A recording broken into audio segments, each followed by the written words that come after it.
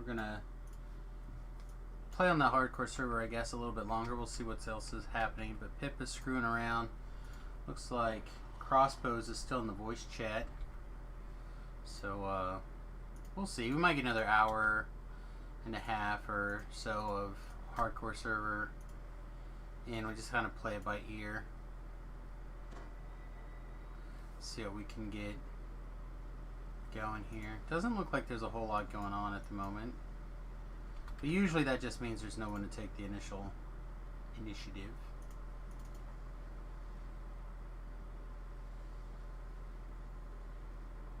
Oh, Crossbows is in Temple of the Sovereign Host. I don't know what that is. Move him down to the AFK thing here. Sorry, Crossbows. No sense in you having to listen to 2 sets of audio.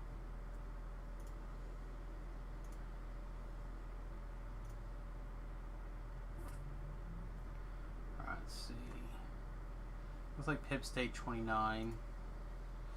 Yeah, we should probably actually join Pip for a little bit, move into another destiny just to kind of help get it jump started.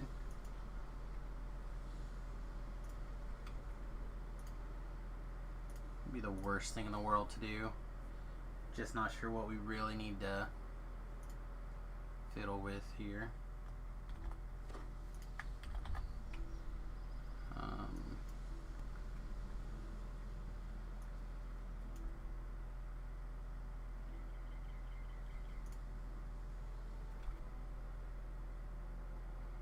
None of these primals really give us anything. I suppose there's at least more benefit in this primal avatar. Get it leveled up a little bit.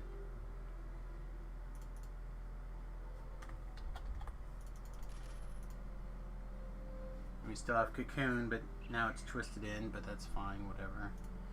We're just going to do a little bit of Thunderhome Slayer with Pip for a little bit. Some low-hanging fruit type things.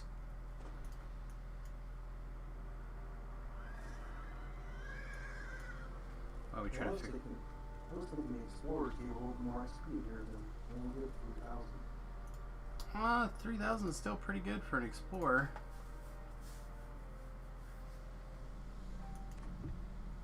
You know them? I don't know any of them. I spend so little time over level 20 that I couldn't tell you. Maybe come back and get you and I'll show you where the top ones are, because that's open, so that part's done. That's always usually a pain sometimes. Kind of wander around, see what I can find.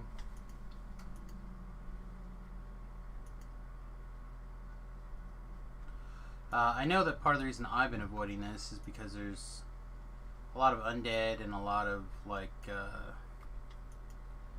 animated armor type things. I don't think there's nearly as much stuff that takes necro energy here as I would normally be a fan of. So I mean, do we get talked into trying it again on Epic Elite, or I notice you're still 29, which is fair. I don't. Get a couple more people. Yeah, I mean, I'm not like super duper. Like we crossed the 6,100, or at least I did. Just kind of all that I was really interested in, I guess. Maybe is the right way to put it. I don't know. Maybe not. Like that was my goal, really. Would it be nice to get in the top 10, of course, but is it important? Not really. But to slide into something, we'd have to get in raids, or obviously we got to get that other quest done. Pros of the Forge.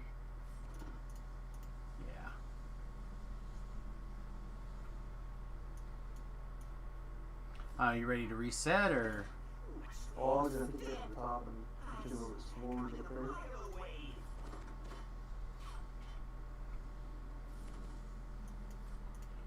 Wow, I rolled a 1, it said save, and I took 40 damage.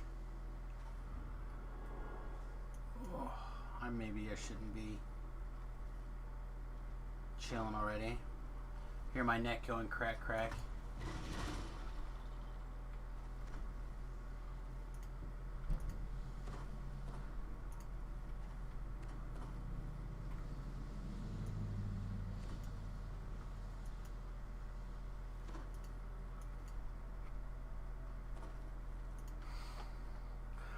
I don't know. Like I said, we could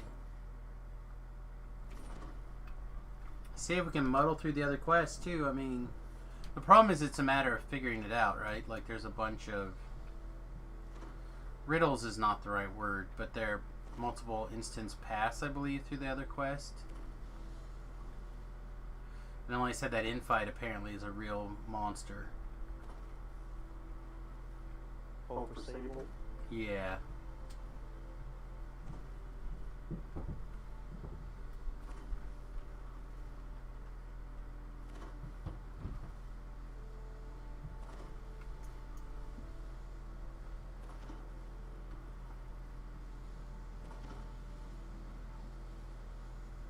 So I don't know.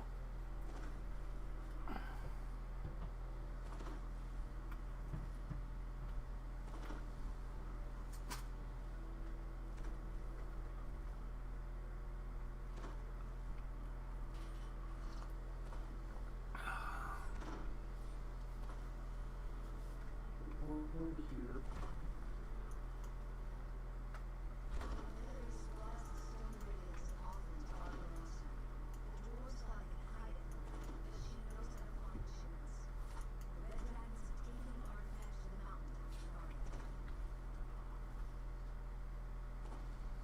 Oh, they've got a demon web up.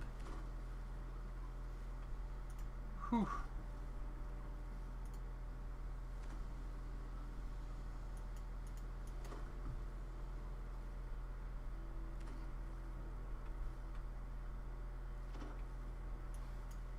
Why did we agree to take levels, Pips? The raids we wanted are finally available. Now, in the last weeks. Yeah, actually, as of yesterday, we're... so today is 13 days left, right? Yeah. Let's see what you want to do yours fast. Sure can.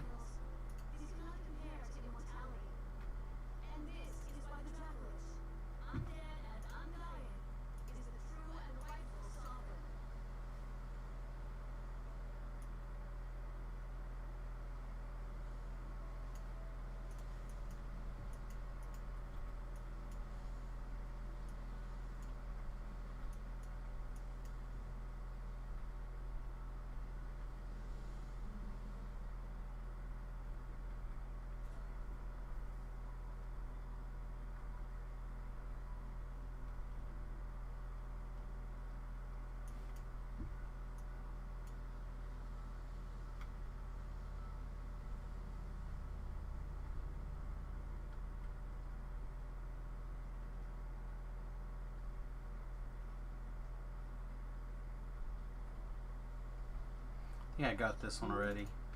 Yeah. Managed to wander into that one.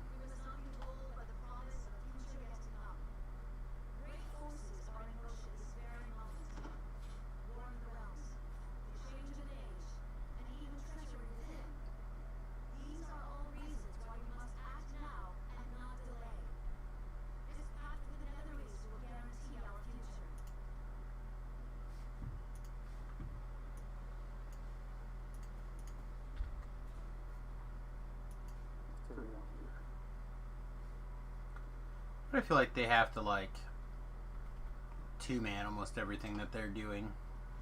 Because they didn't share their plan. And now I really just want to fucking get the last Reaper points, I think. Oh, there's one I didn't have.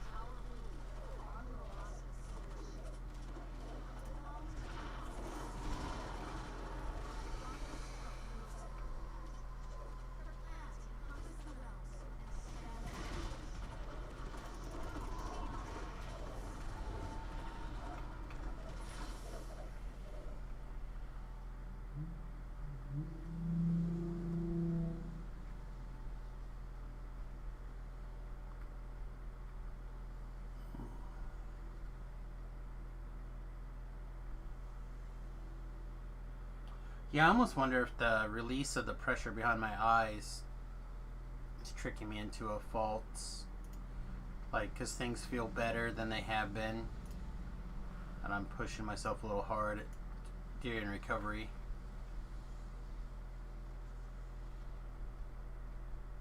I guess we'll find out.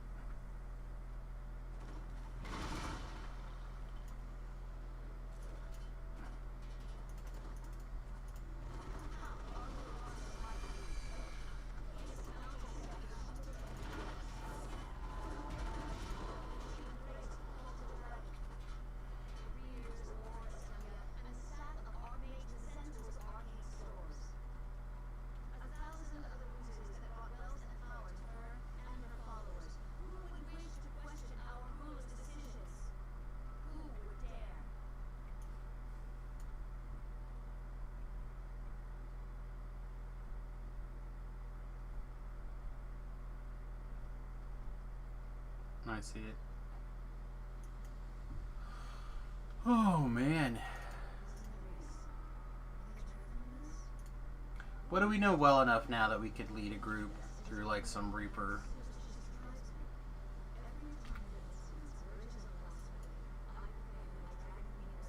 I guess it depends on what Reaper you want to do. You just do like 1 or 2 or something if we wanted, or we could do higher depending on the group. I think 1 or 2 we can probably do Raven Law stuff. Yeah. Again, the difficulty of the Ravenlaw stuff is undead things, but we could probably make that happen. I'm not sure what else there is for stuff that we know. Well, I mean, like, assuming that there's no big changes between... Are we done here for now? Are you still leading around? Oh, I was still right. Go ahead, keep running, I'll follow. Like, I can... My whole job is to play this video game and talk. So... True. So, like, I'm pretty good at it. At the running and talking. So, said most of the Ravenlaw stuff is fine, I think, and we could certainly lead through it. I could not tell you which, like, card for Castle Ravenloft is the easiest. Yeah. I just do them.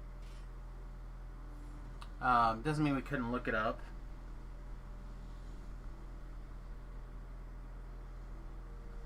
It was like one in a barrel or something up here, right? Or cart or something.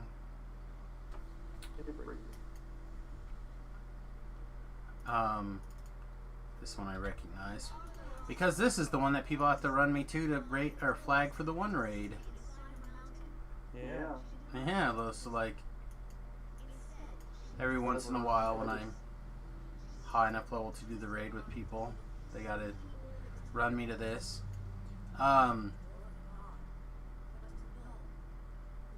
Yeah, we could probably tear through at least our 2 of that.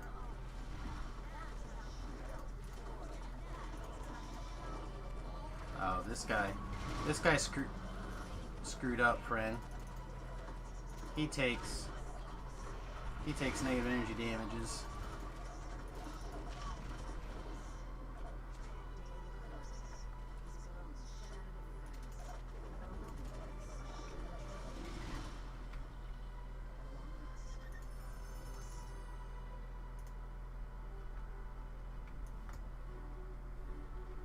Yeah, we could probably make a go of it. I don't know if we can get all of them done in an hour or in a half.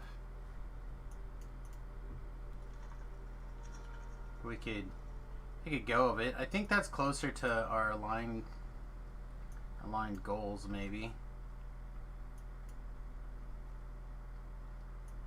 Well, I mean, I don't really Reaper. Oh yeah, I thought you wanted to get the pet now. Thought you wanted that pet. I mean, it'd be neat to have, but I don't have that dedication to get that many Reaper points between now and the end of the season. Well, you just hit your 10, right? Yeah. Game looks complicated. The game is complicated. It's a big game with a long history. That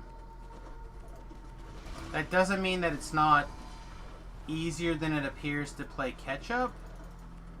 And it doesn't mean that it's not worth getting into. But it is definitely a complicated game. It is free to play. So you can always check it out. See what you think. 100% for free. You can theoretically play the entire game forever for free, but it does involve a hefty time. What am I looking for here? Commitment to be able to play the game for free for a long period of time.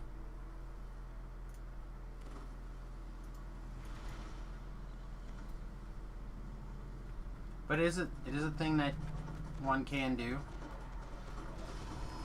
There's a lot of things that I would just recommend people purchase instead. But it is a complicated game. Any game that's been around for this long, though, is going to be that way, though.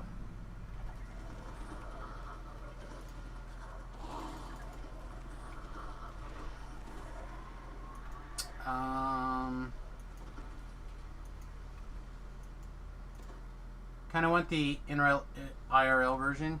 Yeah, pen and paper. I'm assuming that's what you mean. Or maybe you mean like live dungeon. Both of those things are things that can happen. Oh.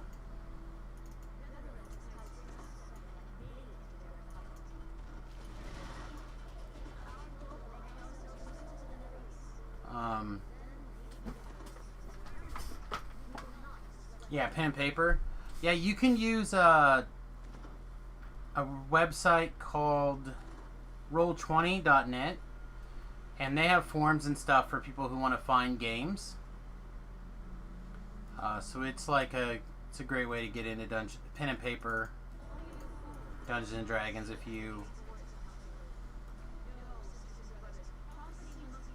if you're looking for like a group or whatever. There's all kinds of different groups from like beginners to experienced, etc. But there's also groups around here that, and by around here I mean in the DDO online column, that they look to play.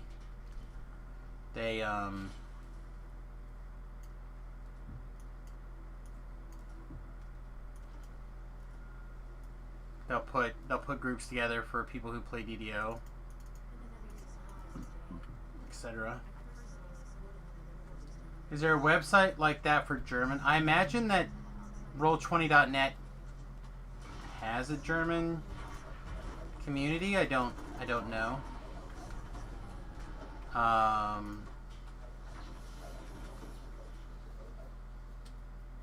know DDO used to have a German setting. What Pip? Did you put the one down the bottom of that hole? Yeah, I did.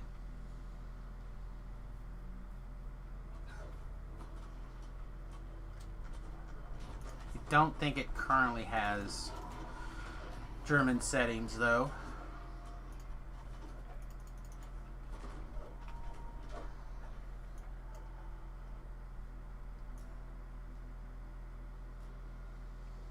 Of course, there's also some like self-led. Are we going down here?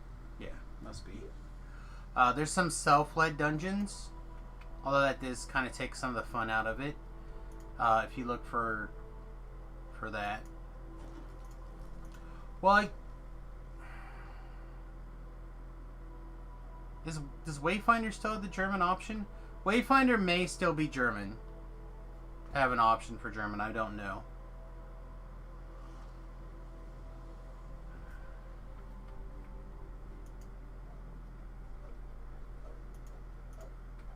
I know their issue with it was getting the time to have somebody come with the text and stuff was problematic. Like we did some or I did some nationalization stuff back in my old job. And that was always a challenge, getting people to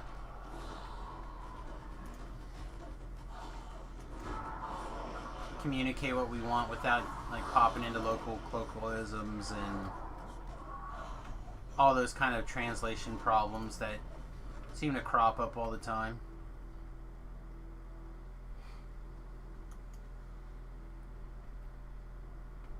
Oh, I'm not allowed to stand on that button.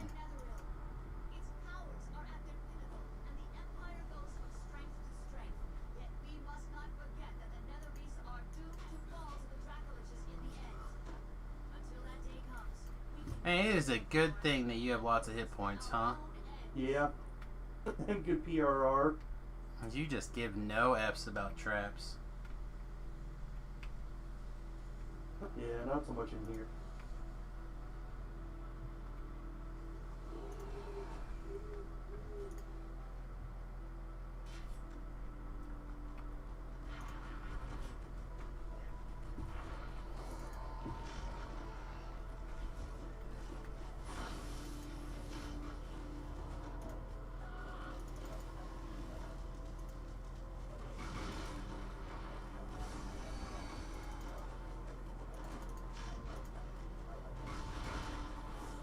Hillary's doing her best to heal your NPC, by the way.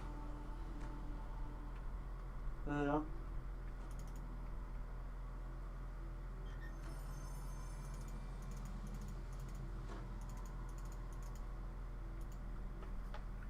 Can only find Wayfinder for DDO.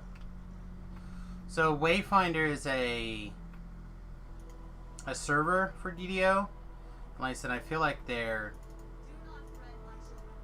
may be a German. I know there's a strong German contingent on Wayfinder still, but I don't know like quest descriptions or whatnot are available in German.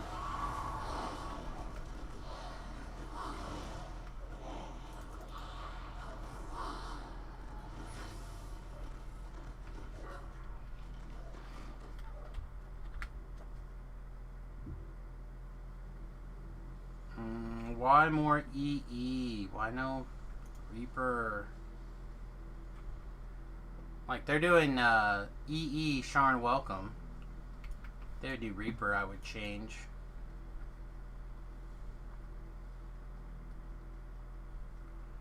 Like I said, there's also the DDO forums also has a section for like looking for pen and paper games, I believe.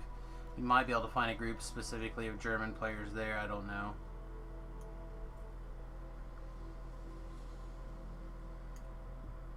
Well, that's down to the hotness. I think we collect the one up here first. The mushroom town or whatever. Yeah.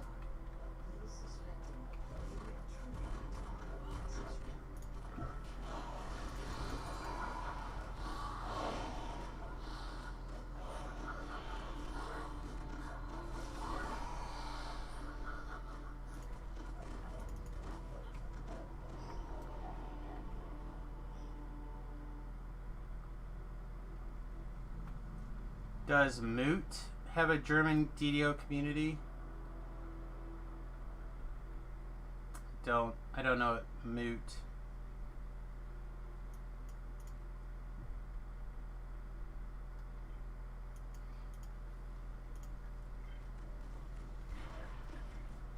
Not DDO? I don't know. Oh, pen and paper?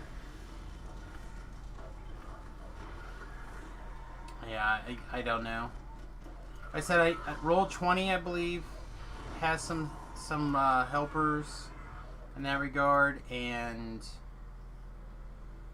Fantasy Grounds might as well. I don't know. There used to be a pen and paper finder that Wizards of the Coast had, I think. That was mostly like local gaming stores that bought Dungeons and Dragons online, or Dungeons and Dragons source books, sorry.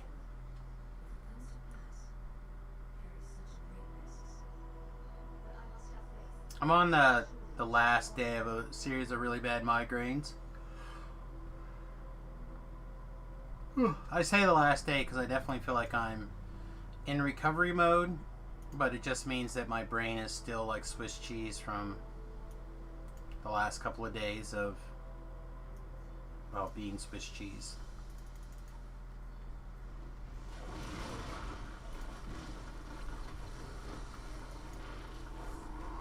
Guess it's time to see how much damage I bring to the party, huh? Pip's like, Sam, you always talk a good game. Where's the pile of bodies you're standing in? I'm like, over here, where all the dead bodies are at. I didn't make it. Oh, Pip got one. He might have got another one, too. Ooh, ooh, ow, ow, burned my toes. Not really.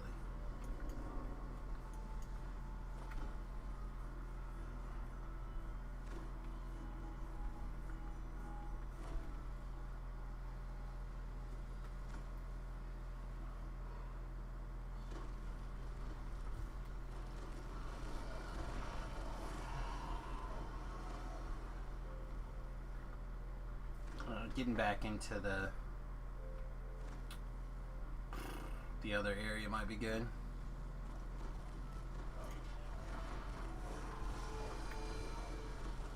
Yeah, it's always good to kind of put your searching together.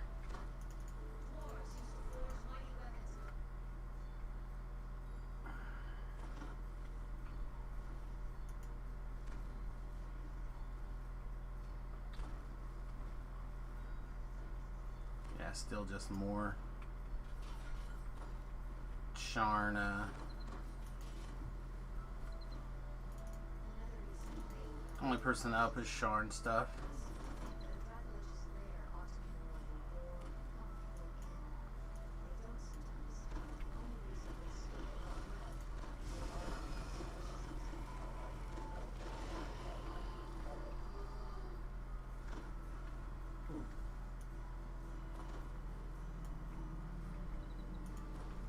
Pip is just like, we're gonna get these explorers. Oh, watch me, Samus. No, you're like buzzing along. Why would I stop? You're like, I said this is perfect. I don't have to think. I just have to kill things and follow your dot. I believe here in a little bit, though, I have to make sure you don't murder me with a laser beam. Yeah.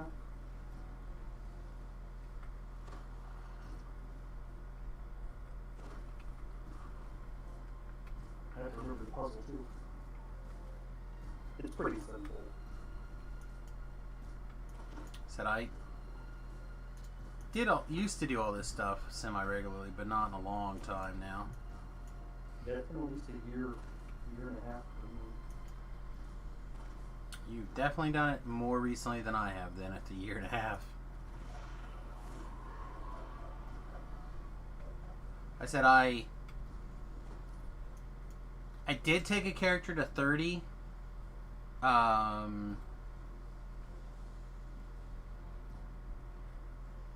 Several lives back recently, within the last year. And we did these 2 raids, I think. But I believe maybe I just did the Thunder Peak. I don't remember coming down here. But I honestly, I couldn't tell you. I feel like I did this one. Whoa.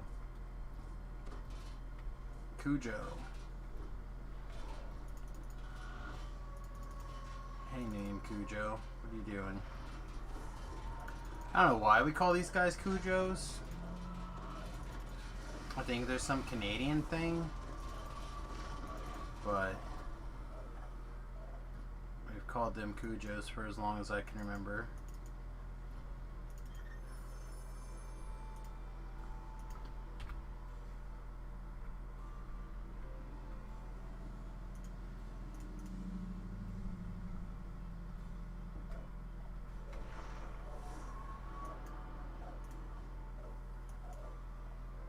Wow, this guy. Yeah, it's the strongest of the armors. Plot armor.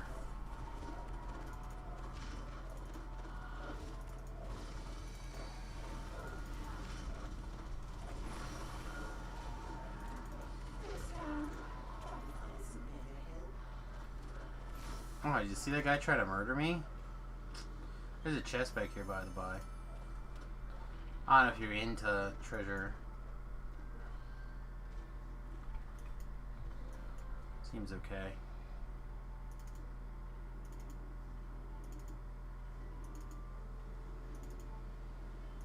I'm assuming this is going to go that way since there isn't a mirror the other direction.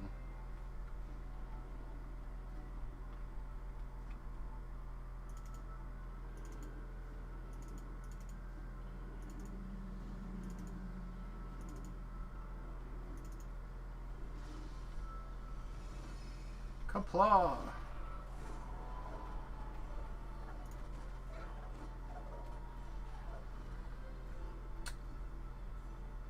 Alright, is this thing ready? Just wait on it till we get our. There should be 2 explorers up here somewhere. Oh, I was gonna say we could always have Randy, like, turn it for us.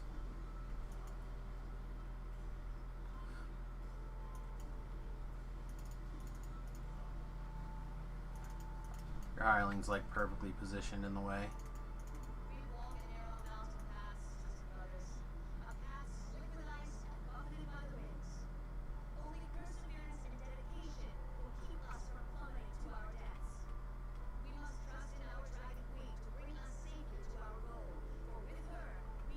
Dragon Queen. She is the sexiest lady that I've ever seen.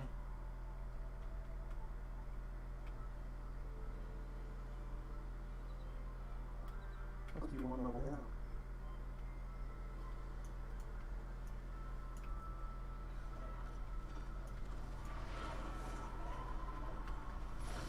Amino is useless too.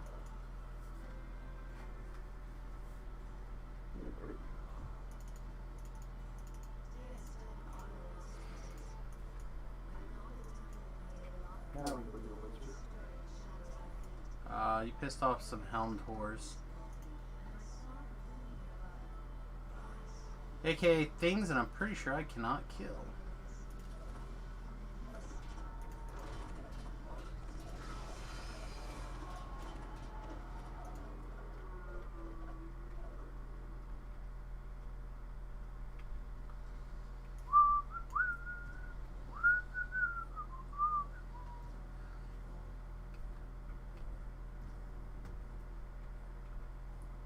Yeah, if you want to use range within that wizard. Yeah. Well, it's right here, right? Isn't this the one? Or do you mean Well, that? the mirror on the other side.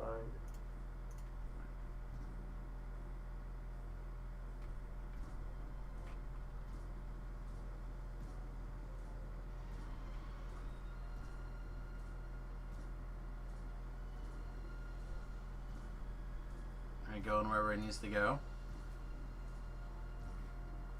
Guess we'll find out, huh?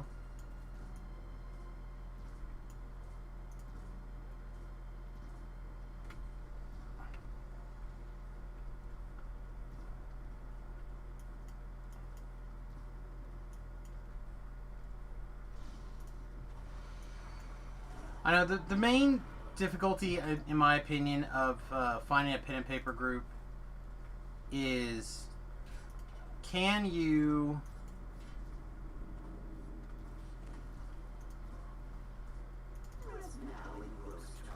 can you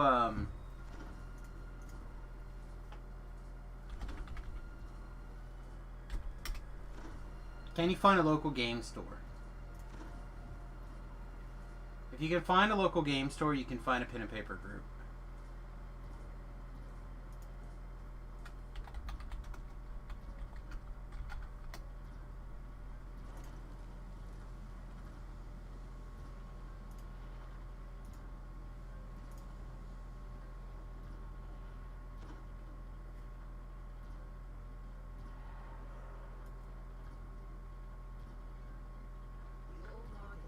Yeah, so if you go to roll20.net and there's a join game category, if you click the find game, and you type in matching keywords German, there was like a bunch of results. At least a page full of results.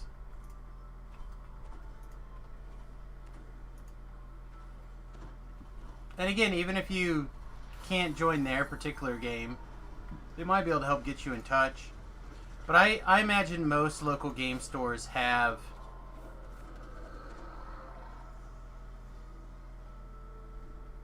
I don't know, it could be a cultural thing, but I think most pen and paper store or most local game stores, if they can't put you in the right direction, they can at least, or if they can't help you directly, they can get you started in the right direction.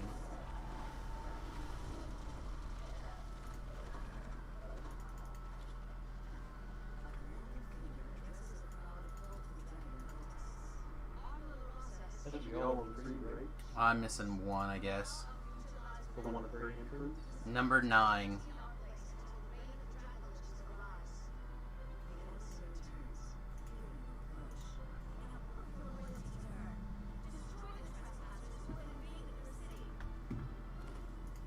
But anyway,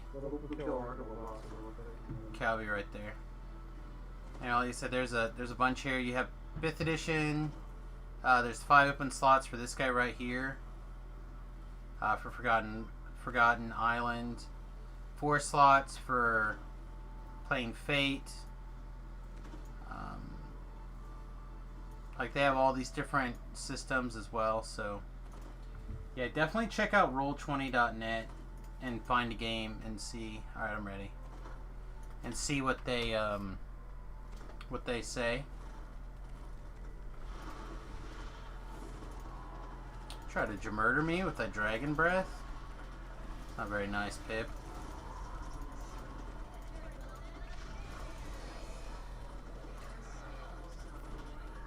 Alright, I kill all these guys for you instead.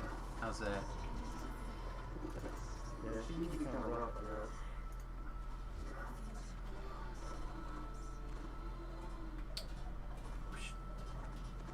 These guys are all you.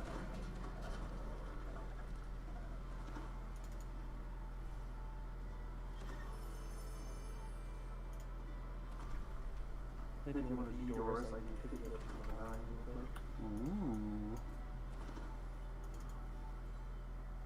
9 Ooh. $50 for these. Yeah, see, that was number 1.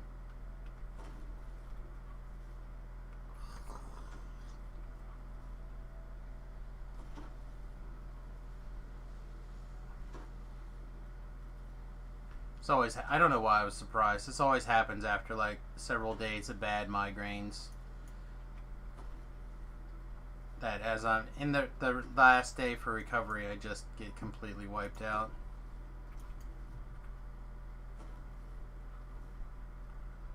Should have known. Although I did, actually, I think Pseudo said something like that to, oh yeah, I see it now. Something like that.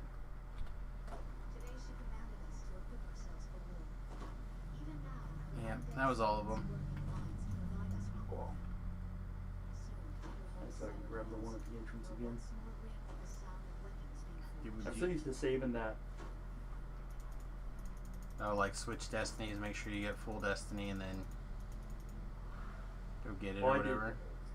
So like when I do my reincarnations on a live server, I always save this for, like I get it right till I gotta kill 5 kills to get the 7 or the whatever the cap is for Right. Slayers, and I usually do that for like 3 areas before I reincarnate.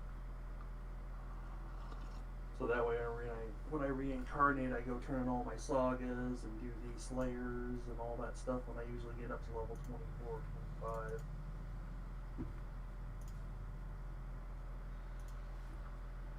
It's a little bit of prep work, but it saves a lot of time in the long run. Well, hey, and now we're flagged for the raids. Yay! Not that I think anybody's gonna really do them. Well, they might.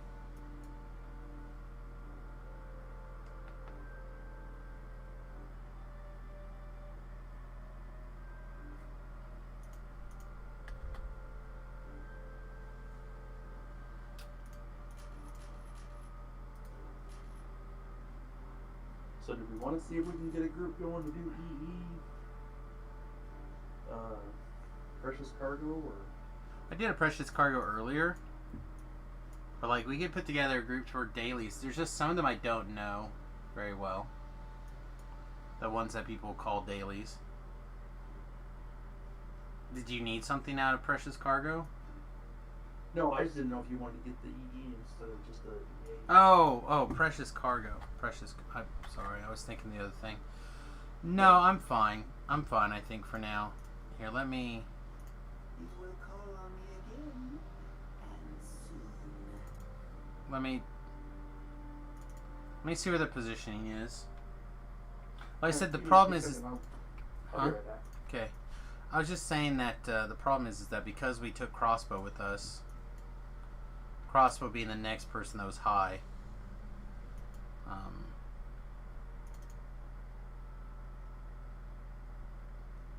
kind of have to see what's going on.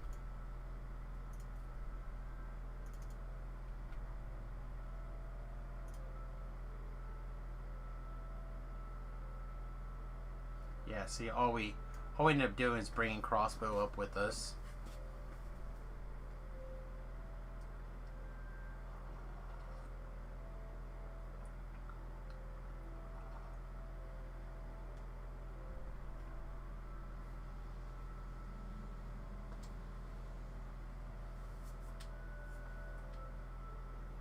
Plus, Chaka and Piglietta, they're definitely going to get up ahead of us too, so that pushes it down another 2. Getting in the top 10 is not likely. Staying in the top 20 is pretty possible, though. And that should probably be rearranged to our new goal. So I kind of like went on this mini tirade here about, instead of trying to get in the top 10, we should probably just try to stay in the top 20. Because Shaka and Piglietta are definitely going to pass us. Especially if they're doing raids. Like, there's 0 chance. Like, even if they do normals, they're going to get ahead of us. So. Well, I don't know what all they've already done or haven't done either. Well, that's fair. But we're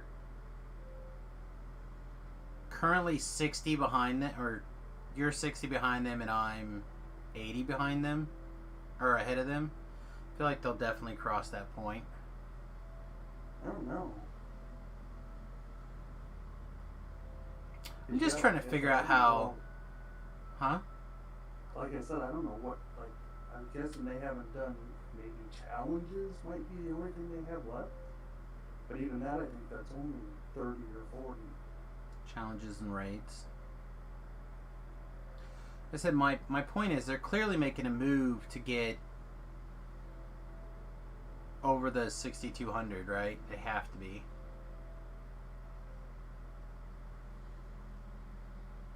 So, I don't know.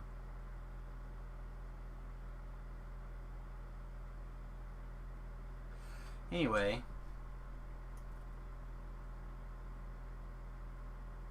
Let's see. According to this, I am in, said like 60th place or something, if I'm right on the other board.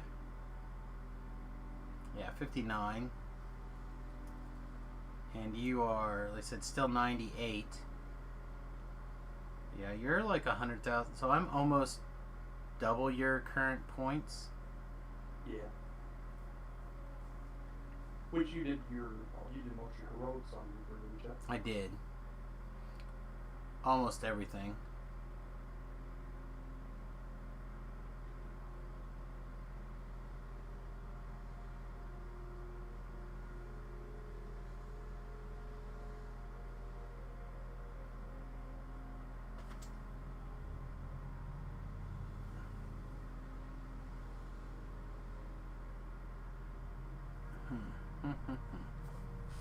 Yeah. Anyway, like I was saying though, if we to move up in the board at all, either somebody's gonna have to come down, which is terrible, or we have to move up. Yeah, I don't foresee, just looking at the people that are in the top, I don't think they're really going to go down. Yeah, I don't think it's Well, so I think either. Death Smiles, I haven't seen him on for quite a while, so I'm wondering if he's actually done for the season. And Maybe. then I think Buffbot and Healbot are his buff and heal tune that he carried along with him.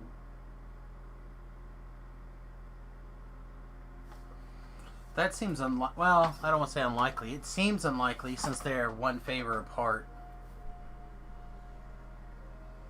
Like, I don't know where one favor would come from. But maybe. A challenge. Like, you didn't bring your buff bot into one of the challenges with you? If he was running with a full group and they only had room for him and one other. I guess that's fair. Because I know I think it was him. Well, somebody asked us if they could join our group when I was filming with Dom and Nim, and they were like, "Well, can I bring my other 2 tunes also?" And I was like, no. Right. We were saving spots for other players to actually come and play.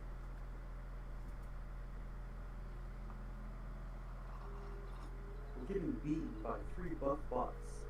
Be surprised.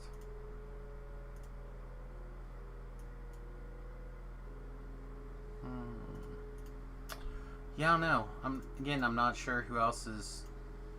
If we look at who's on, people who are loose or low key.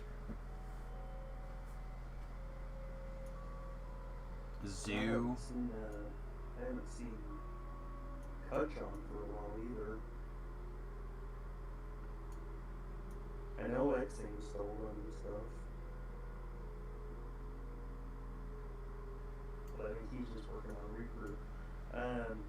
Crossbows earlier, I was talking to him and he said he's kind of pausing his favor run stuff until he gets his Reaper pet.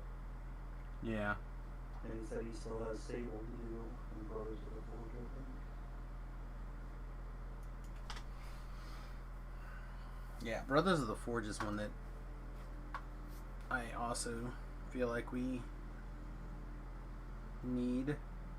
That's one I've never ever ran that I remember ever running. Let's see what the wiki says about it, I guess. When in doubt, ask the wiki.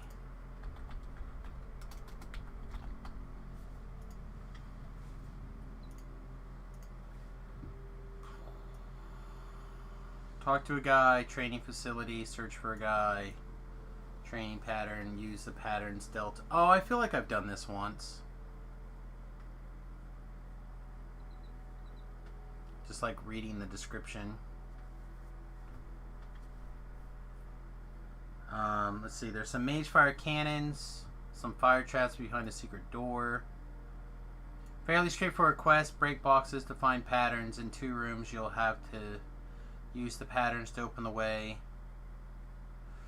In the second room there's an explosion that trips you.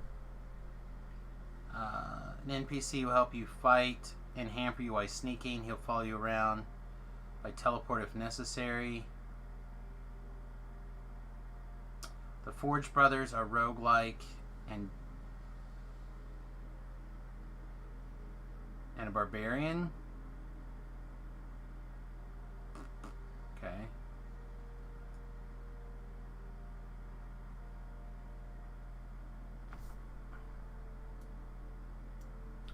I know, it says it's pretty straightforward.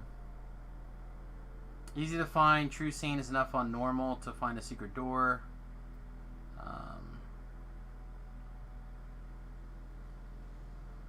Then there's a harder to find true scene, trapped corridors, which allows you to bypass a portion of the quest. If you use these shortcuts, you won't find all of the optionals, although sometimes guys will spawn in the past. Okay.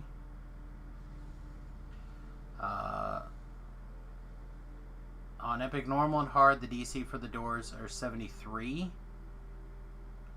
Doesn't have a listing for Elite. No, it also says on Elite the shrine was found with those 73. Lots of metallic monsters. Melee weapons can break. Consider bringing multiple.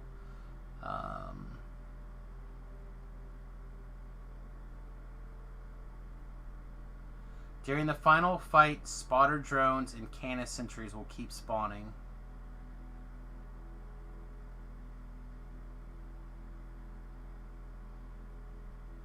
And killing Goron will kill all remaining monsters. So what was the idea? The idea is to go in, talk to a guy, get trained, find a bad guy, and then kill him and his named compatriots.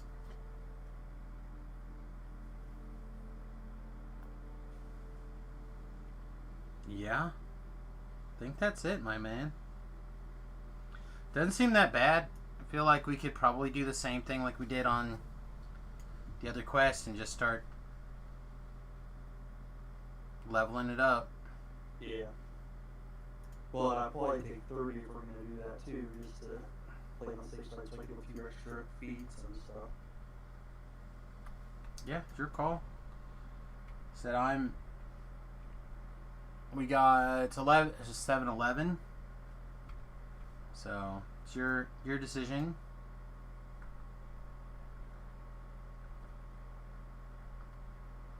Alright, well, I'll take 30 then, because if you're sure you're done with precious card, then you don't want I'm to. sure I'm sure I'm done enough that I'm not gonna like go cray cray. Alright. I don't know if I don't know. I guess we can go check out what a level looks like for me.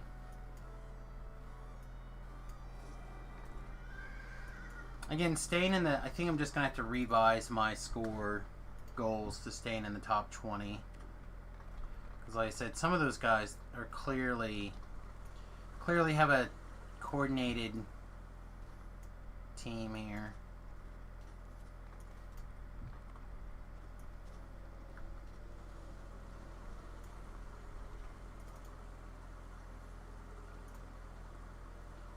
Alright, so what do we even have access to?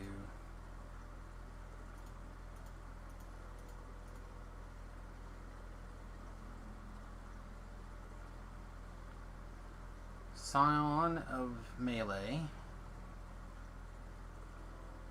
Sideline of a whole lot of crit to spells we don't cast. Summonses are stronger.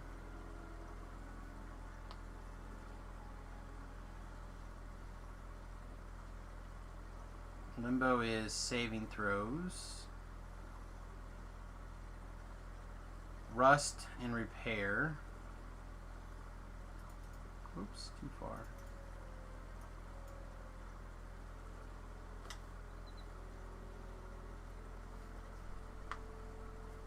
Permanent lesser displacement and ghost touch.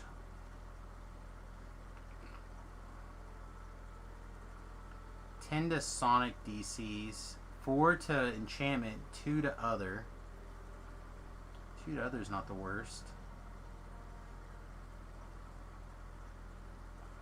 Some electric spell power is okay. Oh, this is the one. Shadowfell. 4 to necromancy spells and 2 to everything else.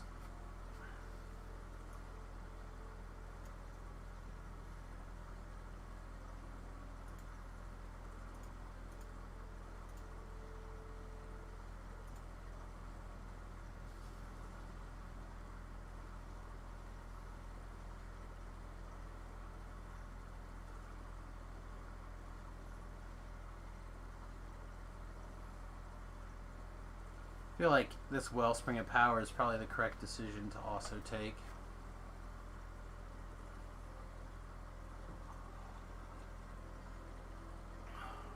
A 30-second buff that gives 20% spell critical.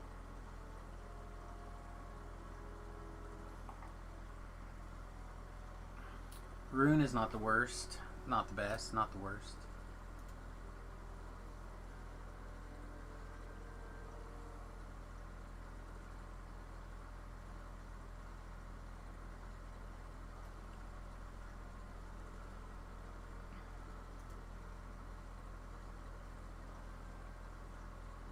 Oh no, we need to take this intensify spell. We're like two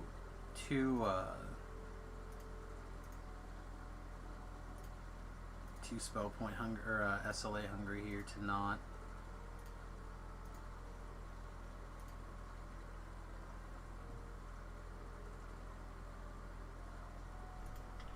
All right, and that takes our DCs to 78.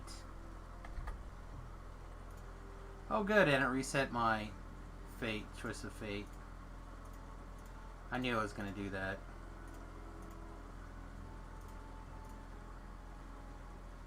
Oh, we can do a 4 now. So let's play the pretend game. If we do 4, we want to take define him. Yeah, let's just take this for now. Get back over here in our correct tree. It gives us a 90.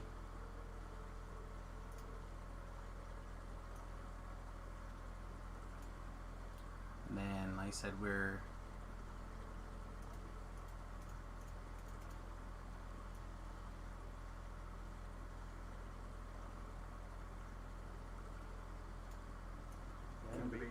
MRR, PRR, or if I need more, a third reconstruct.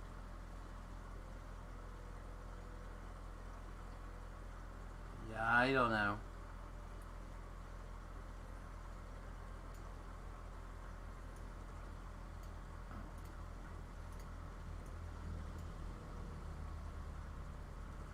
Then what are we going for our last twist? What were we using? Oh, I know what we were using. We probably want it back, actually. Endless Faith. Yeah. Alright, so Divine Hymn gives us some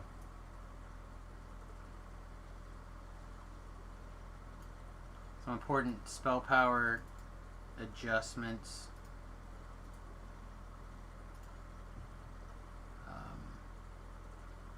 So it gives us 10 PRR and 15 negative spell power.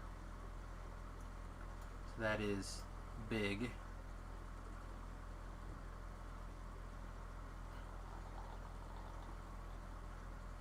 Lich is probably still fine. Certainly not the best, but probably fine.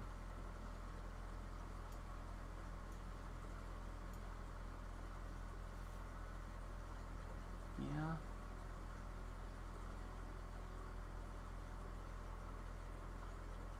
Roll 20 is too confusing, or too confused. I don't know, as a person who used Roll 20 for a long time, I find it to be pretty straightforward, but if it's not a tool that you can figure out, then you may have to make some adjustments.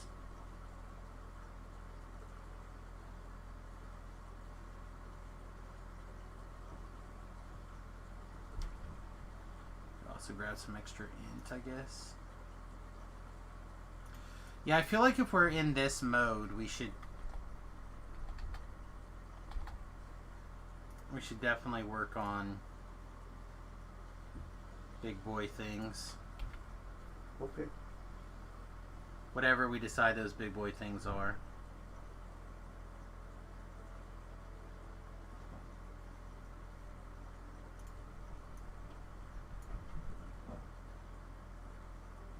God, decisions. Aren't they the best?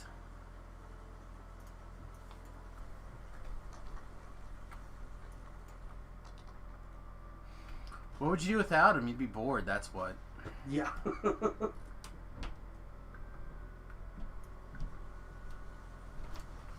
Nim was supposed to be here to tell me what I take. Well, I think now's the time where your experience should kick in off of what it is that you... I know. Well, and I've been making my decisions since level 20, so... Well, and I don't think I really even built this thing exactly the way he said to build it. So I don't know. I like doing my own thing. Right. So I've added some twist stuff here and there. I think. I like taking people's basic concepts and then expanding on them a little bit. Well, it's all about your play style, right? Figuring out how that merges with what you're trying to do. Well, this has been a lot of fun playing this because I haven't played a melee character in I don't know how long. I usually play warlocks or I play my rogue inquisitive builds. In season 1 and season 2, I played a firewalk on both those seasons, and I really like doing that. But I wanted to try something different that was out of my box, out of my wheelhouse. That put me in a little bit of an uncomfortable position and be fun. Right. Fate has sent us down. Alright, so that guy is just literally right there. Go turn in my house C favor, I think. I think the other thing about this, I'm going to... Platform's on its way back down. So I'm going to jump on the platform, then I'm going to use the restroom for a quick moment.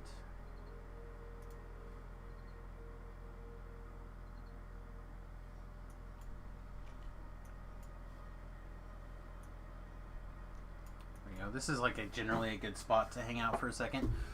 Be right back, everyone. 30-second ad break while I use the restroom. And stick around, we'll be right back.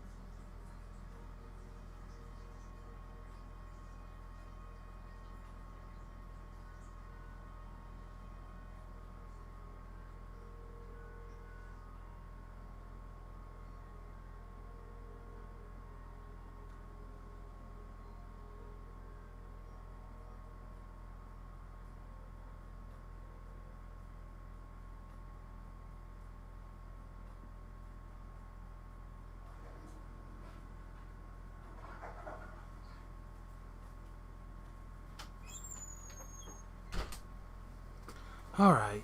Oh, no, we're on our way back. I was too slow. I was hoping I would be able to catch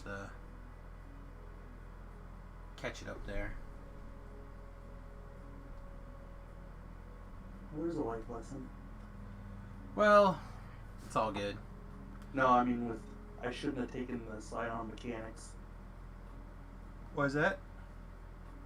Well, I took it to have a third heal, Mm-hmm. a third reconstruct, but it shares a cooldown with my reconstruct for my enhancement tree. Even though it doesn't say anything about that, it says it shares it with the Blade Forge reconstruct. So now I have a useless reconstruct. Well, I guess it's time for a feet swap. Yeah, it's either a feat swap or an enhancement swap. I'll have to go see how much it costs to do a feat swap.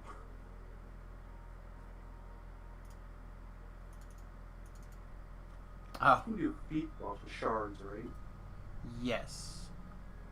Okay, good. I don't want to spend any real money. I think it's like 3 or something, maybe 8. But there might also be, there was anyway, last time I looked, the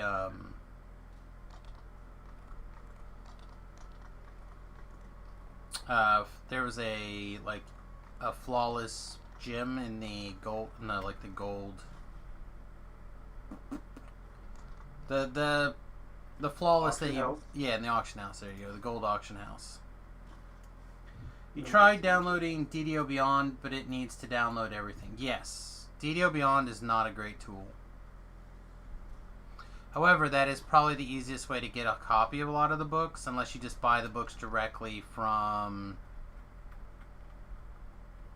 Oh man, what is that?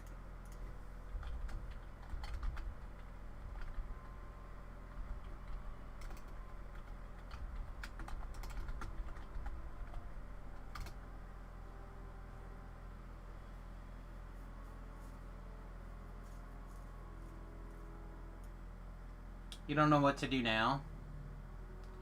Well, again, I'm gonna say the same things I kind of been saying. Check with your local game store first. I don't know if they have a website, but if they do, they might have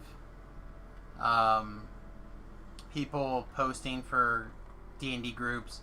If you just talk to the people, you might find something. Oftentimes, if you have Facebook, you can Facebook. Look for D&D plus your city.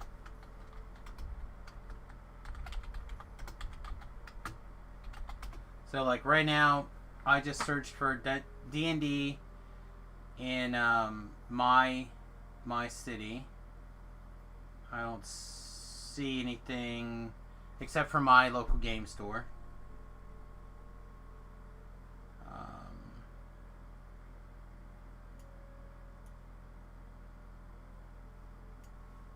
But again, everything really, in my opinion, rolls around either.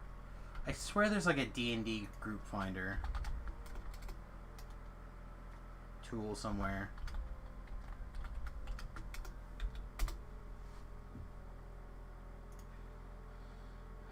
There's an article by Geeks and Sundry. Maybe this will help. That is true. Everything's on Facebook. Then there's also this article. I don't know if it'll help or not, but there's a looking for groups subreddit. There's Facebook groups. There's meetup.com. So, like I said, perhaps that article and other stuff will help you out. I said I know that there's if you look in the D&D group, there's a German. There used to be a German subgroup.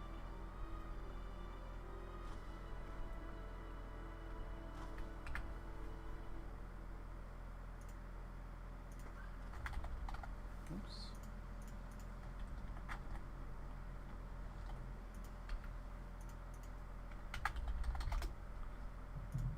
Okay.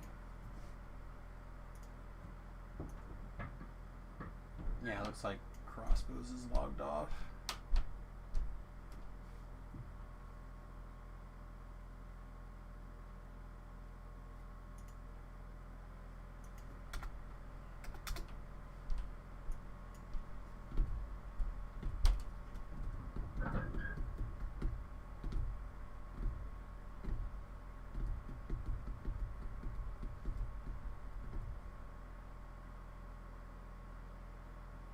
Oh, look, we could still screw around in Giant Hold too, right? Giant Hold. I don't think so. You don't think Well, so? I guess we can do the Explorer area. It doesn't go to Legendary. So we've basically limited ourselves to...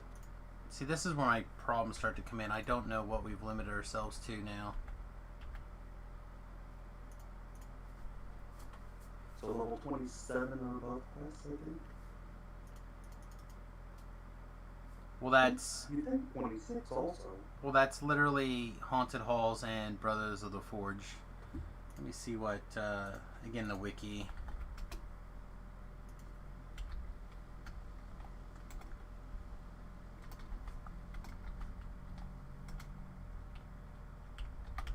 Yeah, the flawless soul of the shirt is more expensive than the actual Pete swap itself. Yeah, they're not kid around. They know. Guess not. Hoping to catch somebody. Nice. There you go. No problem. Happy to help. Facebook. Facebook does the things, man.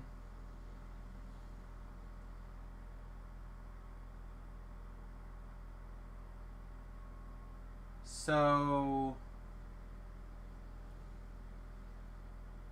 yeah, it looks like it really like boils down into the quote unquote dailies here, plus a couple of things. Well, and then all the Reaper 30s too. And the only things we have left are the ones that, like Brothers of the Forge, and if I ever get around to trying studying Sable and Haunted Halls. Yeah, if I can luck sack into, like, I might have to go in on like whatever Temple of Elemental Evil I can get in.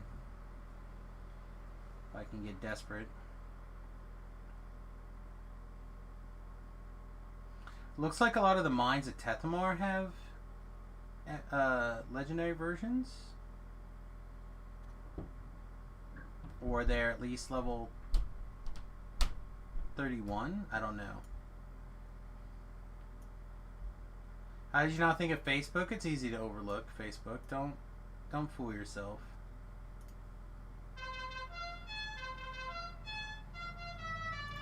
Mana manana, manana, hey. Oh, Rocket Gaming. Thanks, friend.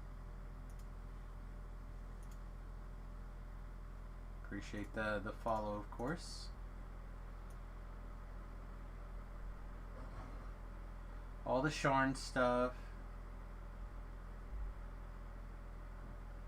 Yeah, I just feel like we really need to figure out what we can do Reaper-wise and get things started. Again, the problem is especially at this time of night, the availability for people like really drops off for post level 25. You should go now. It's 2 a.m. You should get some sleep. Probably. I'm gonna do my absolute best to stay up as late as I can after Pip logs off, but I probably won't stay streaming very long because if I do, I'll switch back to live because I feel myself drifting off pretty heavily. And I'm gonna try to sleep tonight.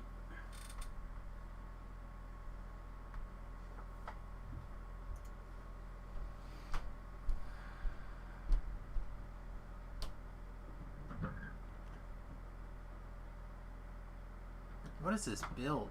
2 Barbarian, 11 Ranger, 7 Rogue. I mean, it must just be a DPS machine. It's on a gnome? Just seems weird.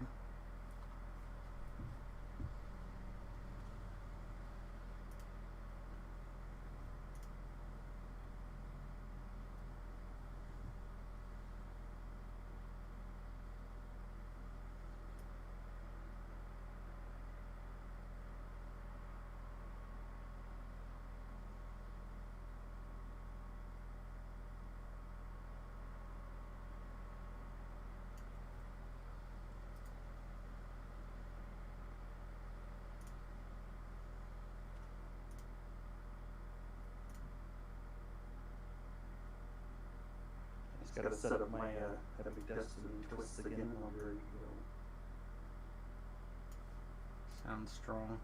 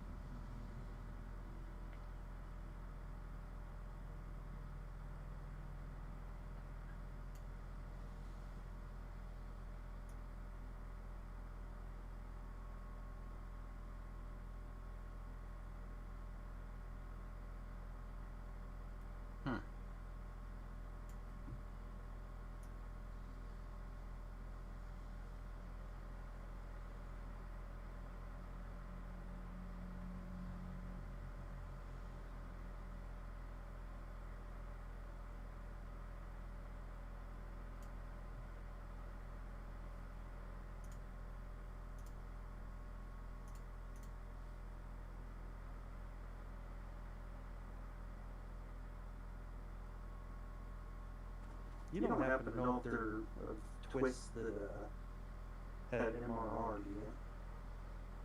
Twists. Or epic items, epic destiny things.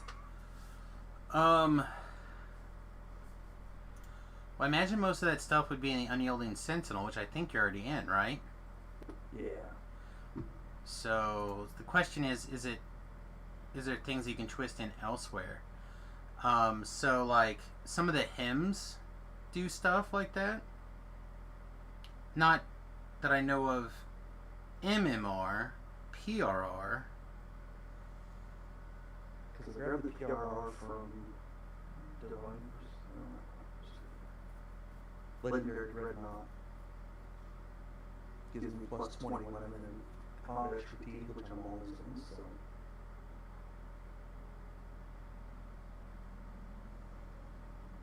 No, I take it back. Martial Hymn gives you 20 hit points, 10 PRR and MMR, 5 armor class, and 10 melee and range power. But that's a level 4 twist. Have a good night, Rocket.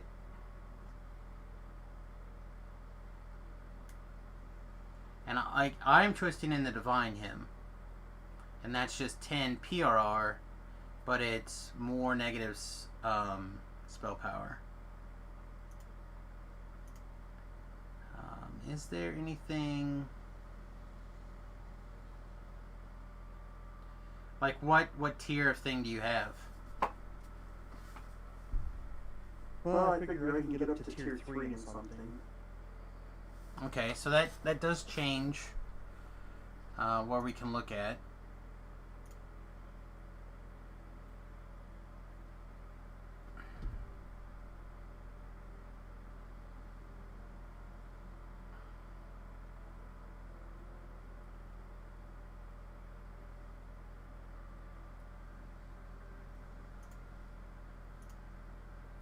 I don't think there's any of that in the Fury of the Wild tree. Are you using a weapon that you can strike through?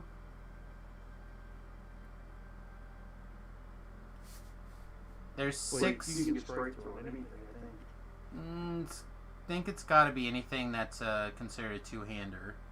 So I didn't know if you were using like one of the one-handed weapons that's considered two-handers. No, it's a hammer. Okay. But I thought like that 20% strike through, like with malicious weapons, I think you can get that on whatever weapon. Well, I was gonna say you could potentially do that. You have the PRR in the Barbarian tree that you can pick up.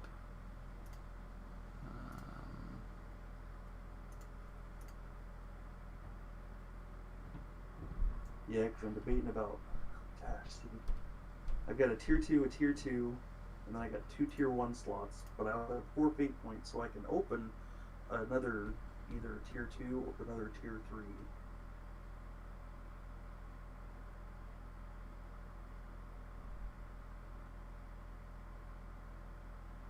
So this stuff always gets so messy.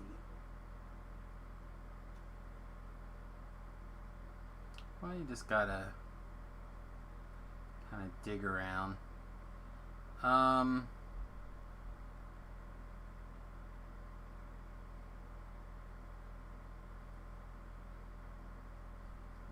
Have you considered, like, perhaps some of the harmonic chords? Like the first one is 3 to hit and damage, which is not necessarily the greatest. But the third one is 3 PRR and 10 healing amp, negative amp, and repair amp. But I think I could actually run in Fate Singer to get songs, though, don't I? No, only if you want it to passively go to others. So I believe you passively get it all the time, even if you don't have any songs. But if you want to give it to others, you have to have songs. I said the Martial Hymn's probably the best. Or you can like run around in pea puddle time, but I don't think that's going to be enough to matter. Yeah, Martial Hymn's level 4.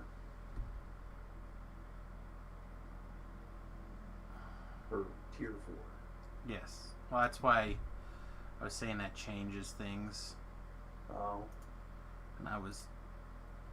at level 3, like, Grim Precision might be good.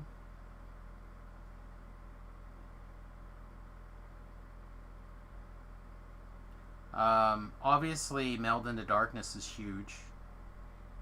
If you could unlock a 3, that gives you 100% dodge bonus for, like, what, 30 seconds or something? 15 seconds every 2 minutes? I don't know how much it's really needed for you, but it is pretty great.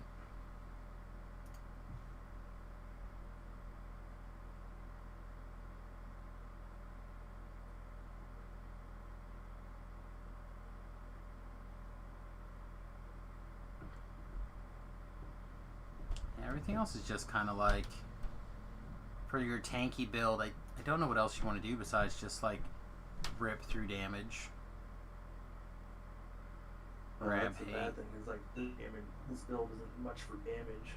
I don't Yeah, but swap like damage. any extra increase of damage is like is an increase, right? So Yeah, mostly I'm trying to get their attention, which I've got some pretty good stuff in the Unyielding Sentinel, because that's why I'm in there mostly, is to get stuff's attention.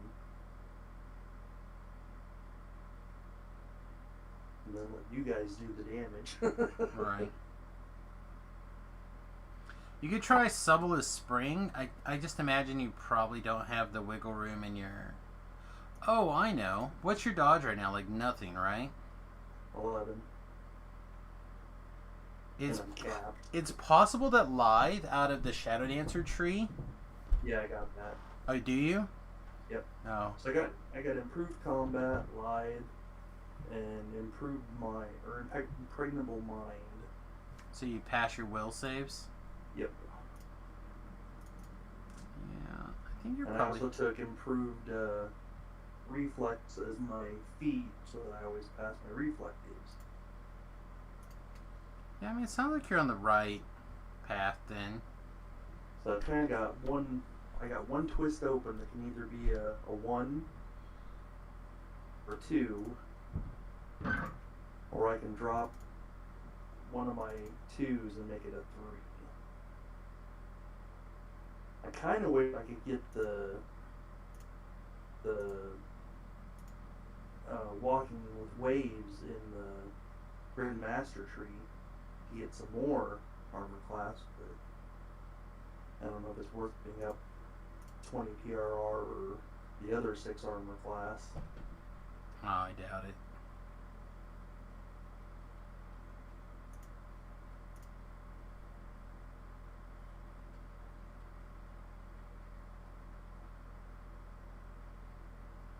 Well, I was gonna say that like supple is spring could be okay, but increase your dodgeness, but probably not. So you're doing improved that. Yeah, so I'm capped in my dodge. Yeah, well, that's anything that you can do to increase your dodge cap will increase, or not your dodge cap, your dexterity cap will raise your dodge. So, like, if you were to put in a thing that says, you know, your whatever the blue gem is, you could raise it by that many more. Yeah, my max dex bonus right now is 11. Yeah, which and I is only got 12 dex. right. Or, So, like, but if you had something that raised your dex some, it would, right. it could go up. Yeah, standing with stone takes your PR up 15. Yeah, Holmes, I think your best option is to kind of look at some other possibilities. Yeah, I might just grab like a tier 1 from, what was it? Fury of the Wild, and just grab Primal Scream. Yeah, you could do that. You could do like Unearth the Reactions. I don't think that'll actually give you any more reflex save. It should give you reflex save, It won't give you any more dodge unless you raise your dexterity stuff by increasing your max dex bonus by putting in one of those augments. Unearthly reactions? Yeah, it's out of the Magister tree. When it's all fed and good, it's 3 dodge, 6 reflex saves, and when you tumble through enemies.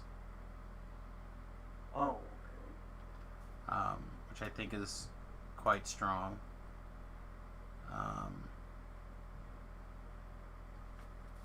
Anyway, let me catch up with Titan here.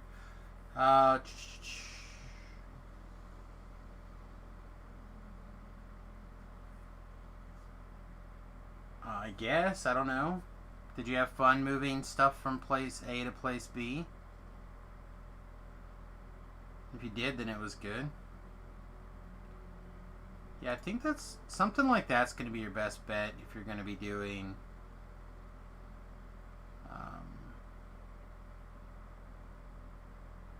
kind of low level-y things.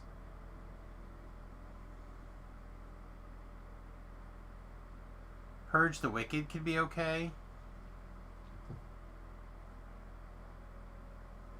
You're given you get some critical hit confirmations and damage, and then you're able to give out purification stacks. Yeah, that's what I was thinking about too. So I think I'm kind of down between that Purge the Wicked or that Primal Scream. Primal Scream helps everybody in the group though too, so. For people who can benefit from rage. Dance of Flowers is good. Increasing your weapon damage a little bit's pretty okay. Do you benefit from the rage from that? I mean, I'll get hit points.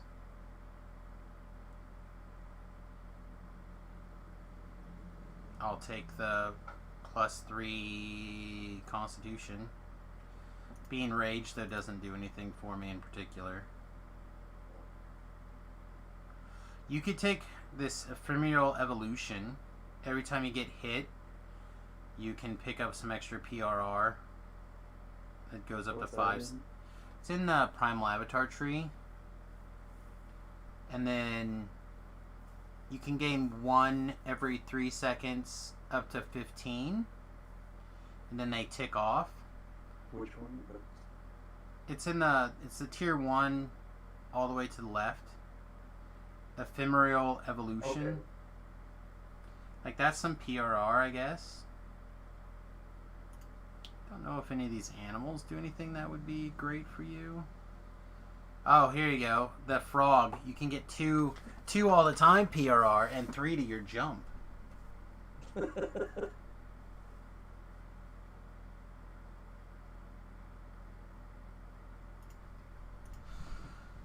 Yeah, I don't know, Pippers. Actually, that Imperial I think that's pretty good. something along those lines, right? To just increase your... Like, if that's your goal, is to make yourself as tough as possible. Every time you get thwacked... I don't know how many times you get thwacked, but... It happens. Well, when I was running that, I think it was when I was doing Precious Cargo on EE, I think we didn't have Bard with us. There was something else I was doing. One of the Reapers we were doing, we had a Bard with us. And his Reaper spawns, for whatever reason, were kicking off my Defilant Warding all the way up to being basically permanent 10 the whole time I was running it. Which was really nice, because that gave me a bunch of PRR and MRR. I think that was... So I was trying to figure out if it was something I was casting that was causing it to do that, or if it was something somebody else was casting. And I can only figure it must have been the Bard that was doing it.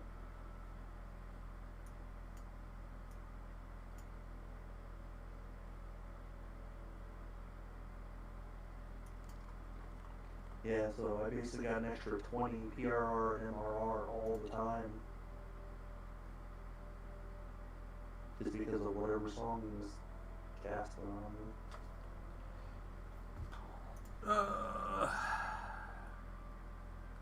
I always forget that you get that 4th Twist of Fate unlocked at cap. Yep. So I'm like, oh, I just do 4, 1, and 1. I don't have the. Oh, I have the 4th one now. So now I do kind of. I have the option of grinding out another point or 2 points somewhere, like Divine Crusader or Fury of the Wild. I don't think I'm gonna worry about it right now, though. All right, Pippers. It's like getting late. Do we have time for one more?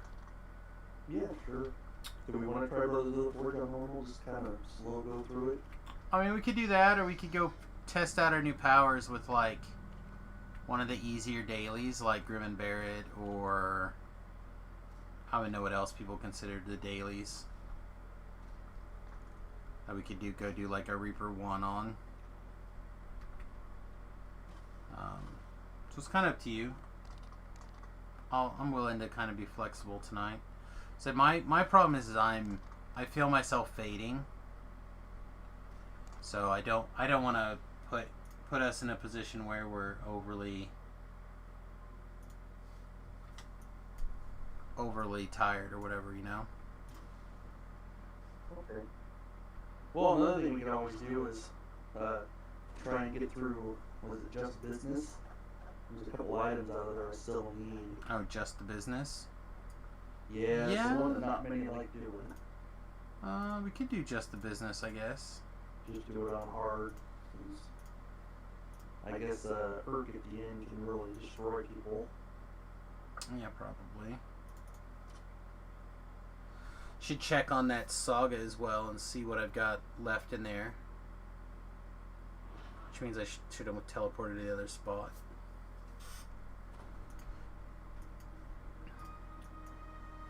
Because I know we've done the same old song like a million times.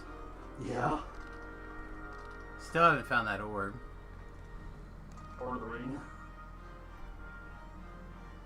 Was there a ring out of same old song? Yeah, it's got ghostly on it. Oh, okay. It's one I kind of want but don't have to have kind of thing.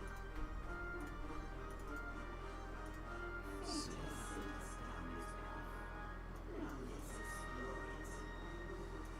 Yeah, I've literally done Lost in Sea at the same old song for the epic ones. And then why are you stuck on? And then for the Cogs chain, just a couple. No, just one. So we have some wiggle room for some things. The problem in my mind is for some of these quests, the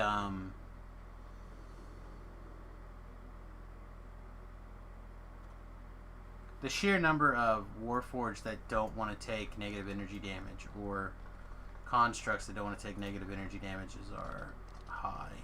Yeah. Okay, so Just the Business. That's why I say Just Business is full of living characters you can just go ham on. Yeah, it's fine. Alright. Haha, shared with you, loser. Oh, you got it already. Alright, and you just looking for a hard, you said? Yeah.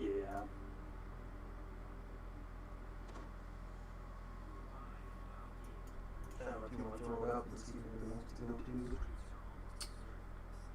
I mean, literally there's like 3 more people on now. 4 people. That are between 24 and...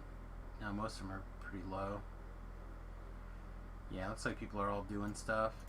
I don't know. I think we'll be okay. Alright. I'll put it up to see if people want to help. Like, pool or whatever. You have the LFM though.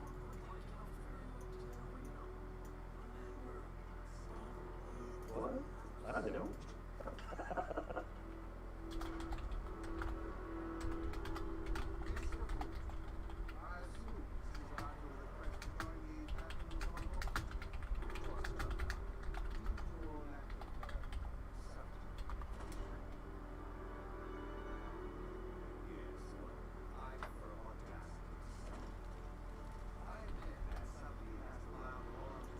just the business.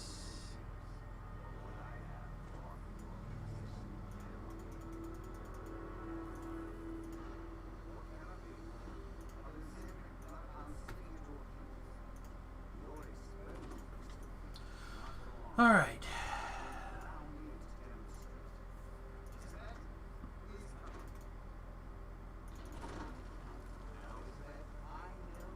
I still have Reconstruct prepared instead of GH. Let's see, I used to have some GH scrolls. Now instead my backpack is just filled with trash. Perfect.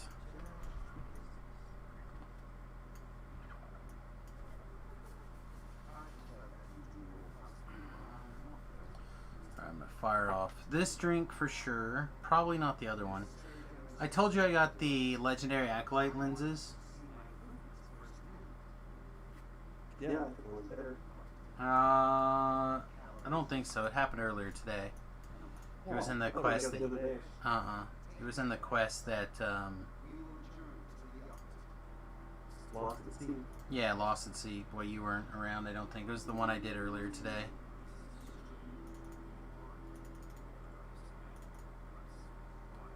Would you like a divine hymn? Because you don't have a hymn going, right?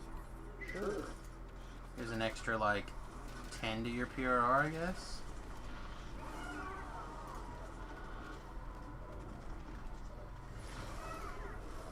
Just going ham.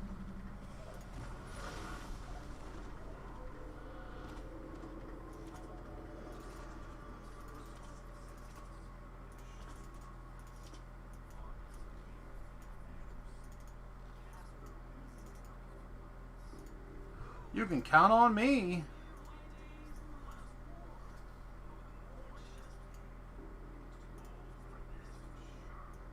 Oh, that guy's too old for that stuff. You see my Lich anywhere? Is he doing stuff? Is he doing Lichy things?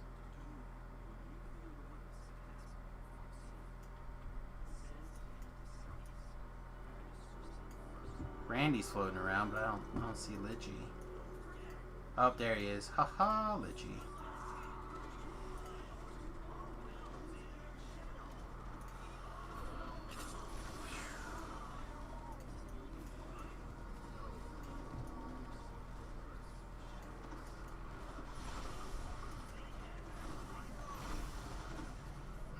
Alright, what is our DCs currently? 91. Damn it, Pip, we can do better than this.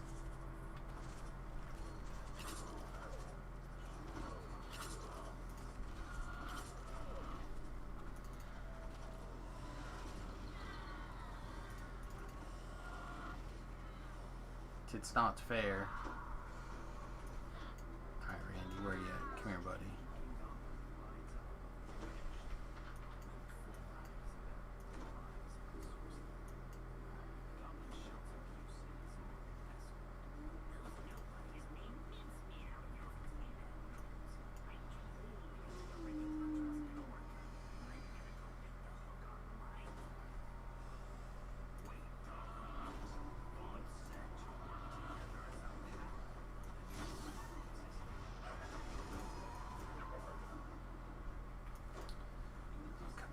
Come here, sweet, sweet flying Nimbus. Oh yeah.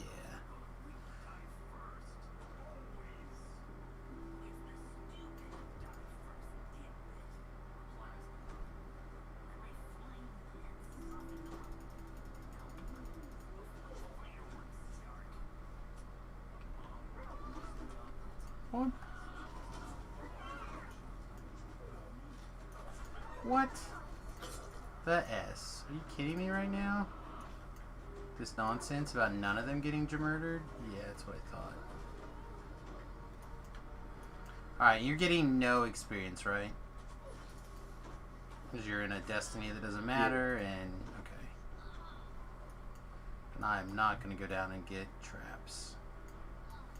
So I also am in a destiny that's capped.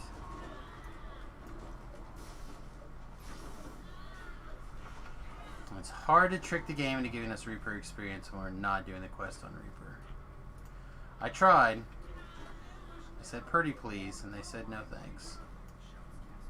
Fragments by the door.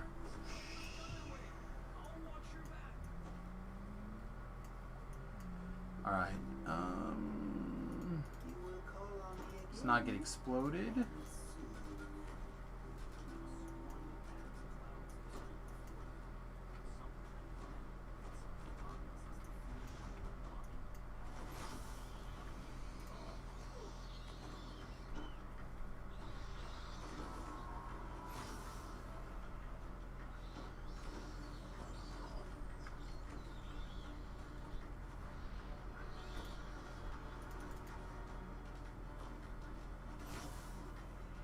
What dodges lightning bolts? That seems like malarkey. Seems like a dog-faced pony soldier to me if I ever saw one.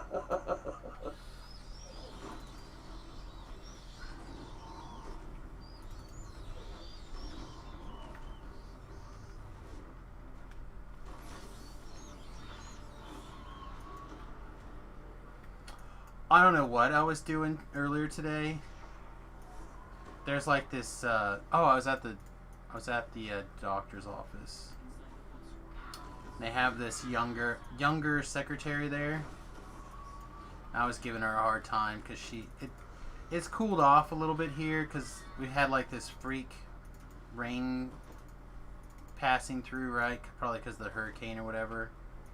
So it's like 60 degrees, and I'm like, "Are you cold? Like, it's like 70 degrees outside." She's like, "No, it's like 42 or something." I'm like, that sounds like a bunch of malarkey.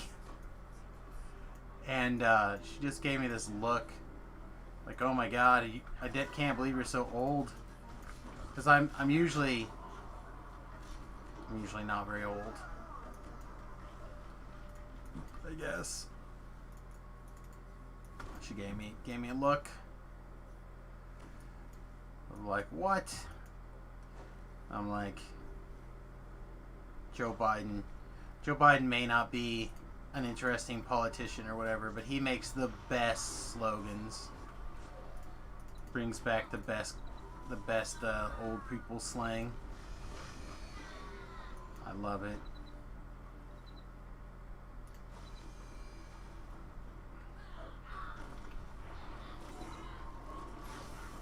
That's probably a little mature. Probably could have held off on that particular spell usage there.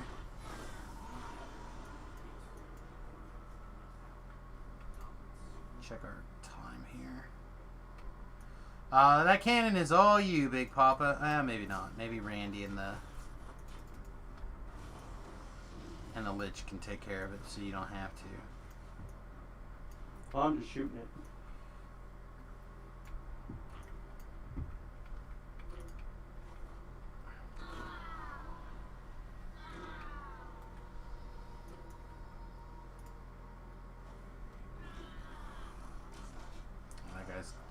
That guy's soulless.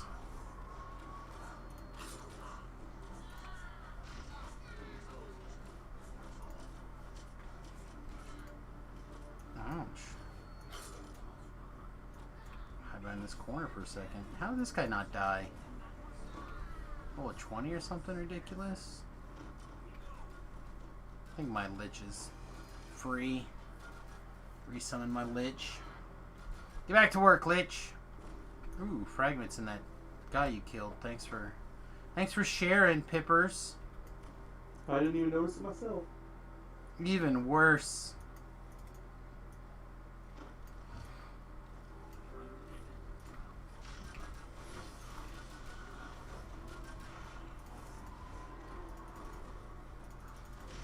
Pip's like, "I'm the tank, Samus."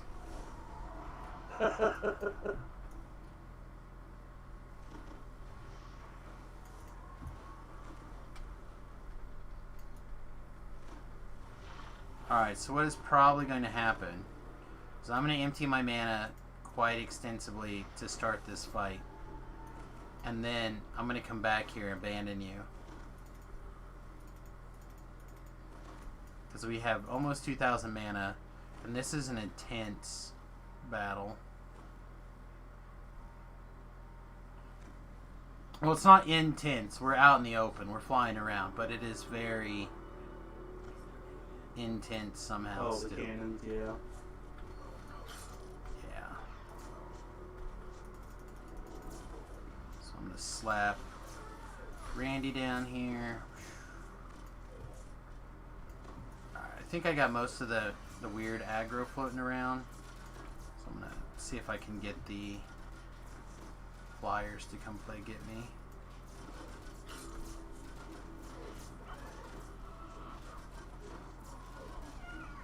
And they did.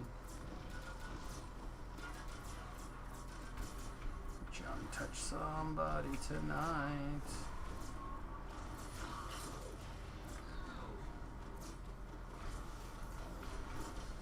How about you? What are you? Are you a scary guy? You are a scary guy.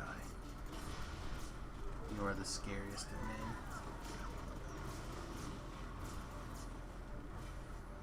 There's a fragment over here on that other one. There's a chest up here on me. What? Nonsense.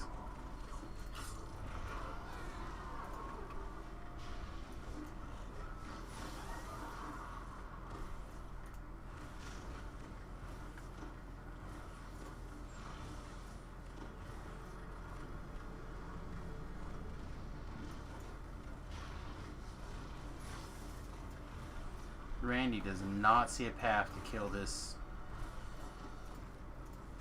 There he goes.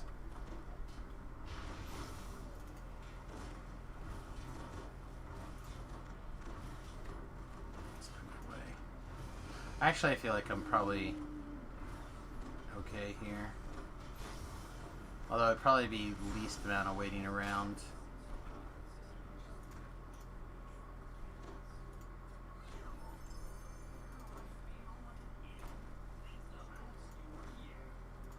Thank the host, we were here.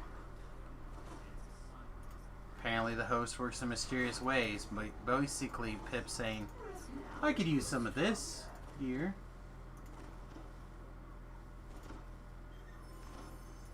How is this getting a retraction now on my Facebook?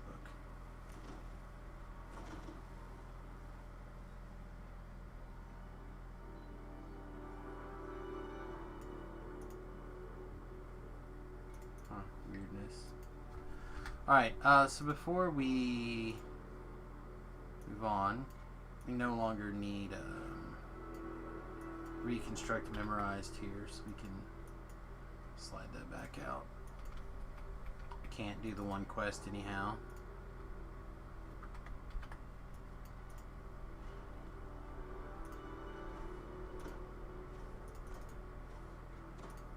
The energy resist when you get up here.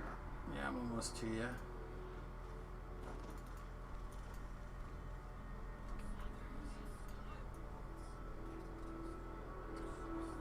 Yep, got it. Hey, I found those G8 scrolls. Damn it. They were on my bar the whole time.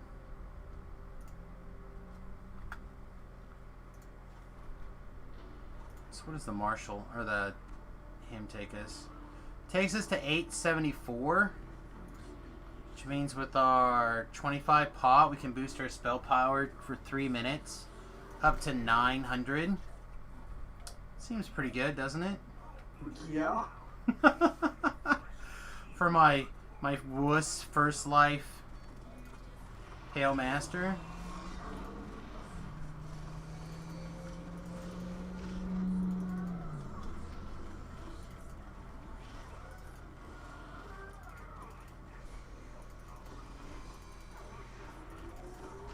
Maybe convince people to stand still. That spell Pip, for the record, hit him twice. The first time was for more than 10,000, and the second time was more than 4,000. Great.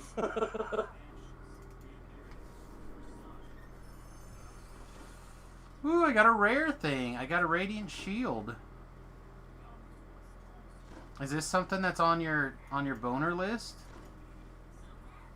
Looks really. I might actually need that. Looks like it should be.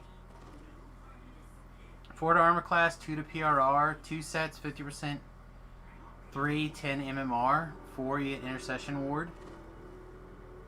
That one doesn't matter as much, but the 3-piece set seems strong. Oh, already got it. Well then, into the bag. No sweet ones for you. Get over here! God, so slow. Although I did get a sentient toolkit and a hair dye. Oh. For all of those fancy hairs of yours. Yeah. Alright, taking him in the back. Sure. Okay.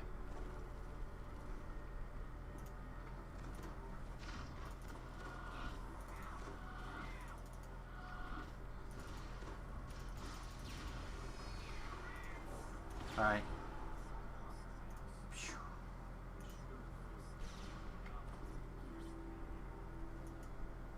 I have no idea where the Lich is, by the way. There he is. Every once in a while, my guys just, like, want to screw around.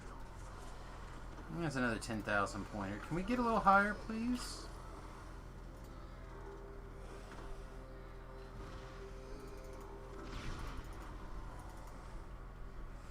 I'd like to see a big crit.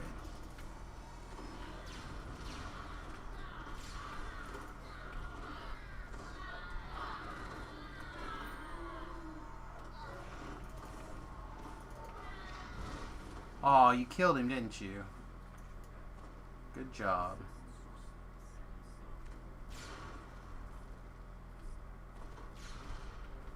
Alright. You want me to put it up to see if people want to join us for pulling, or Sure. not one person joined for... Yeah, I need the docent out of here and the helmet out of here.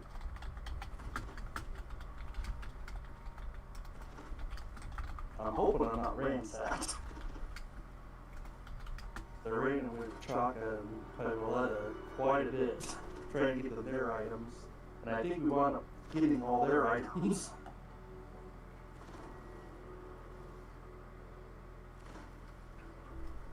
I changed it to, people can pull, help pull, we'll see. I said the problem is there's literally Apocalypse Dom, Low Key, Time, I don't know how to say this guy's name, and Zoo. So there's just not very many people who are not actively in groups doing things. Yeah.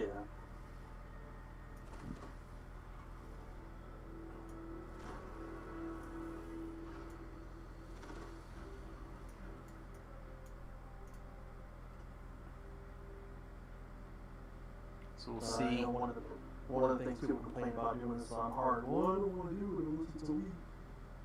I lose the chest chance.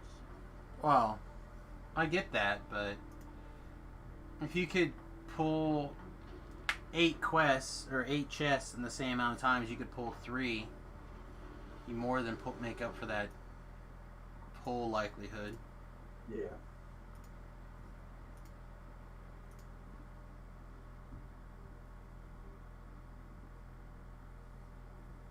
Have you tried using those, what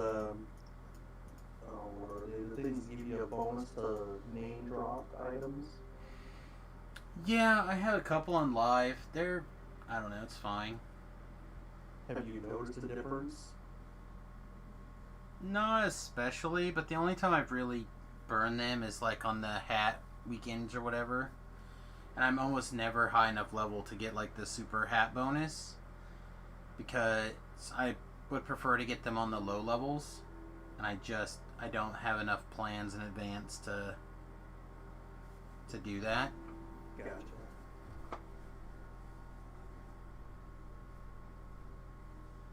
So the hat bonus, you're talking about the helmets out of corn?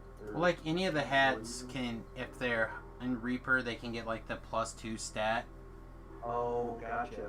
But it's like super high pull, so the only really likely way to get them is to get on one of those like named weekends plus something else. Gotcha. And even then, you're still not very likely to get them. You're just it increased opportunities. So is that an increased drop rate, or is that more along the line of the treasure hunter elixir things? I don't know. All I know is when Tobrell tells me it's a hat weekend, so then I go farm hats if I can. Yeah, I got like 80 treasure hunter elixirs on the main server when they Yeah. switched all the jewels over. Well, I just did. I should have a bunch, but I haven't looked, so I haven't found them. You know. Yeah. Because I don't know, most of the daily roll stuff I just collect. I never wind up using most of those potions or anything, so I just got a whole collection of all that stuff. And I had a ton of jewels of fortune of different sizes and stuff, and it's like, oh, okay, they're converting all those nice. I'll have a big stack of treasure potions now. Yeah. Yeah, I don't know. I said I do my best to kind of like use stuff occasionally, but it's completely understandable if people hang on to things, I guess. Oh man.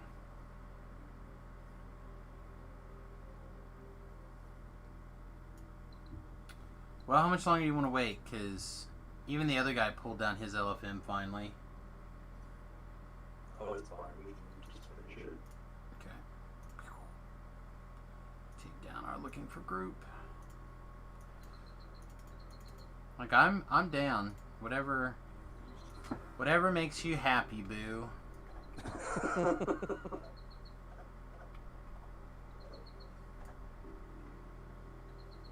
Probably should have like got out, switched destinies, came back in, completed.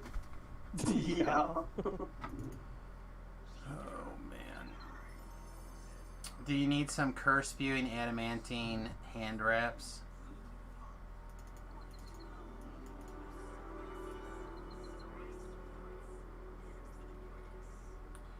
Oh, someone is re-rolling bravely.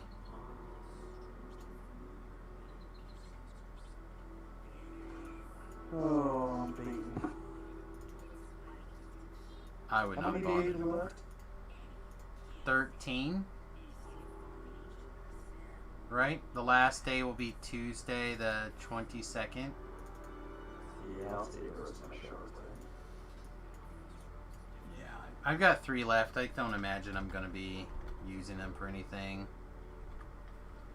Like I'll roll an extra daily roll or something somewhere or something stupid. It just doesn't seem vital to do anything else.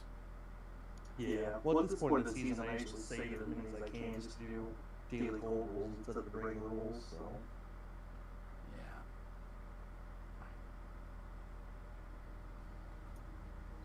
Well, and if there was something still like mission critical, I would consider grabbing it, but I literally can't think of anything that I would put in the mission critical camp. Yeah.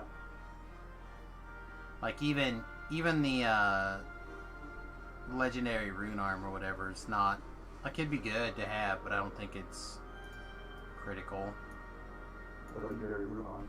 Sorry, not rune arm. Orb. Oh, gotcha. So Well, do we want to call it a night here? And yeah, I think I'm gonna take a second, switch over to Sarlona for a little bit, and see if I can stay awake. But this way you can get out, and then hopefully we can see. Tomorrow's Thursday. Yeah, maybe Thursday we can either try to get that Brothers in the Forge done, or find some Reaper people doing things. Either one would be fine with me. Like I really don't think it would take us that long to get the Reaper experience we need if we could stay in the groups doing the big boy things. But especially like I have not done a lot of the one quests on Reaper. Right? Like, or first time at all. I've done same old song into the ground, and I just did just the business. But almost all the rest of those, maybe a Cogs quest, is everything else to be first time bonus over level 20. So like, and I imagine you're probably in a similar spot for a lot of those. Oh gosh, I don't even remember. So like, plus the sagas, right? Which would definitely help round out a couple more enhancement points. So, I mean, Yeah, I know yesterday I did almost all the Gatekeeper ones on Reaper 3, I think. yeah, if you can get in a group that does some like getting some Reaper, then said I would stick around, but I just don't imagine there's going to be any other Reaper stuff going on tonight. We're just past the point where Americans are doing things. Yeah, well, I'm guessing for the most part, Reaper people are done, with the exception of like if Chaka and Pivoletta get back up to 30. Well, and I'm not 100% sure that's true. Like, there's still quite a few people getting a bunch of Reaper stuff, but I think a lot of those guys have just reached the point where they're okay with it. So, it's now the new guys coming in getting their Reaper stuff. Yeah, true. Which is why, to me, I'm just like, Reaper 2... I feel like we could definitely put our own group up for Reaper 2. Even if we had a 2-mana, I feel like we can get through most of the... At least, like you said, Ravenloft on 2. Yeah. But, like, there's 37 people with the pet that are still alive. Which means that, and you've got, like, nobody, Ocaranus, who's on. Like, we see them. See Vrax and Crossbows is pretty close. Yeah, he's working on getting his Reaper pet, he said. Yeah, so, like, there's 1, 2, 3, 4, 5, maybe 6 people that are, at least that we see on a regular basis, that are there. So, I feel like we're not that far away. Whether or not Chaka and Piv decide to do it, I don't know. Like, Chaka's at just under 500,000 Reaper, and Piv is at 44.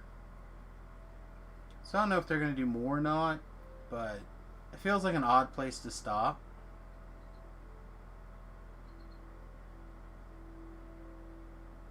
So, in my mind, I feel like we can catch some people. I might look to see what's going on during the day tomorrow even. I don't know. Well, I have to get up to what, 400,000? Yeah. Oh yeah, I don't think I'm going to do that. Even if I ran Reapers the entire time I was available to be on, I don't know if I can even get close to hitting that still. I don't know, man. I mean, when you're at 3,000 a pop... Yeah, but now it's down to where I think I'm hitting about 1,500 a pop. Oh, you think so? Well, that's Ravenloft, right? Yeah. I don't know. I said so you figure even if I did all of Sharn and I haven't done them yet, and I do them on R4s, I mean that's what, maybe 12. Well, if you've not done them, they're like 6, right? They're like 6 apiece if you do them on 4s. If you've not done them, with like a little pot running, I think. Oh, yeah, with pots. Like a 10 or 20. Like I've got a 10 left from turning in stuff. I got bigger ones too. Like, but let's pretend you're still saying 4,000 a run, right?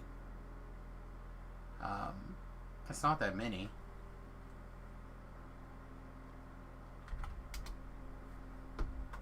Well, and that's only going to be the first time bonus too, and then it drops off again. Yeah, but still you're talking...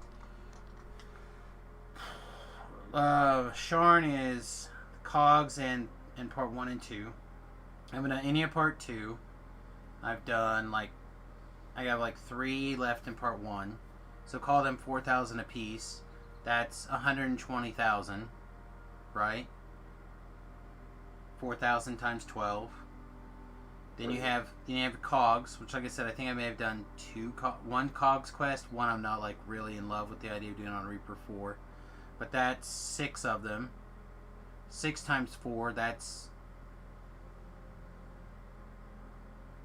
if you add that with the 160 or the 120, that's almost 200,000 right there. So then you just need another 100,000,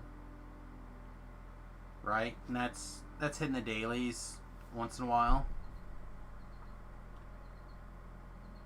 I don't know, we'll see. When will SSG ever make the functionality to allow you to take experience from old characters and give them to main characters? I don't think they will. I don't think they'll ever have like a character flush over type system.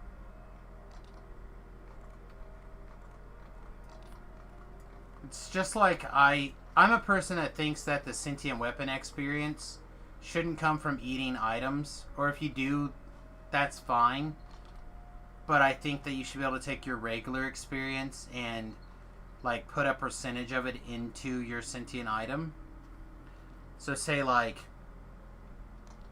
the way they have it set up now, right? For example, you could say every 3,000 experience points that you get that you don't gain yourself can go into your sentient item, and that counts as like 1 point. You could level up your, like, to me that makes more sense. Like you'd have a sliding scale. So then when you get to cap at 30, if you want to give the maximum value of that experience to your sentient item, you should be able to level your sentient item up easier. I'd like to be able to even just feed them junk items not named.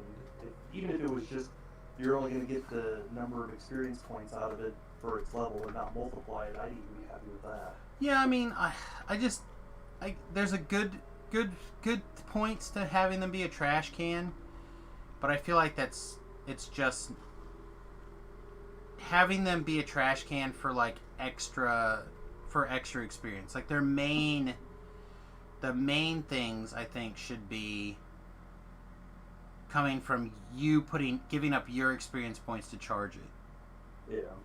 I also feel like they did it wrong by having the augment type system, the fillery system, and instead it should be very much like the Reaper enhancement system, where the first point, like it doesn't matter which tree, but you have like a base tree, and the base tree picks the form and has level up mechanics, and they're based off your level, right? So like you can pick any one-handed weapon style at level 1. You can pick any two-handed weapon style at level 2 or whatever. It doesn't really matter. And then this way, people can use that for their entire lives, for all of their lives, from 1 to 20. So like, at heroic levels, it's still good. And then you have like your base tree. And that's where you get like the plus from it and stuff like that. The bad thing about that though is then you kind of negate every other weapon in the game. Well, see, that's just it. You don't, right? Because you keep it where it's always at par or a step behind. And then like somewhere in the like melee version of it, you could have an opportunity to add slots to it. You could have an opportunity to put different weapon criticals in it or different properties on it. Same thing for like the caster version. Boom, boom, boom. And then you have like a weird miscellaneous tree. The thing is that it could be designed in such a way, in my feeling, based off of the level caps, that you could keep it where it doesn't outpace everything.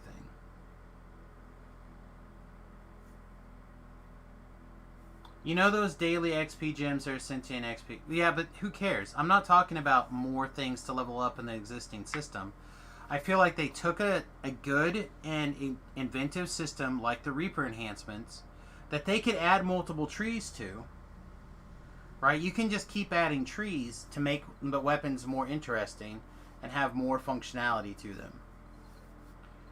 So then, like, based off your experience points, you could say, you know, jump to here, or have like heroic version of the trees and then the epic version of the tree. Like, you can do a lot of stuff with it that I think makes it awesome. And then what you would do is you would pair it with another weapon. If you like, one of the things that you could do in the epic levels is you could pair it, right? So what you do is you would make your special thing, say you're going to pair it, and then you could drag it into the weapon just like now, if they wanted to. If they needed it to be a physical item that goes on the weapon. Or instead, you could just drag the weapon onto the Reaper things, and as long as it's in that box, it's paired. The downside is that you literally only get one. Or maybe at some point you can be able to split it into two. But like, so you can't have one that's set up for spell casting and one that's set up for something else, and you swap the intelligence weapons back and forth. Unless you have a special tree for that. You know, you could do all sorts of things with it. I feel like the system they built was one that they went, oh, you know what people like? The augment system. Can we make an intelligent weapon system off the augment system that seems good? You never know. Maybe what they did with the city of weapons by doing the filigrees is a precursor to what they're going to do to fix the augment system. Well, there's nothing wrong with the augment system. It just needs the levels readjusted. Like, that's the only thing that's wrong with it. It just needs levels adjusted. That shouldn't take them literally 10 minutes to put the levels back where they belong. Yeah. I don't know if there's more behind the scenes things that are coding. Probably. No, it's not. For setting the levels for those things, no way. That's just a matter of updating a spreadsheet or what should be a database file and letting it compile. Bloop. And it works on new things going forward. And then maybe if you want to be really nice to people, right? Then you have a spot that you could take your old existing thing and get the level re-lowered on your eye, like where it should go. Oh, I see you have a gem that is foolishly the wrong power level. Yeah.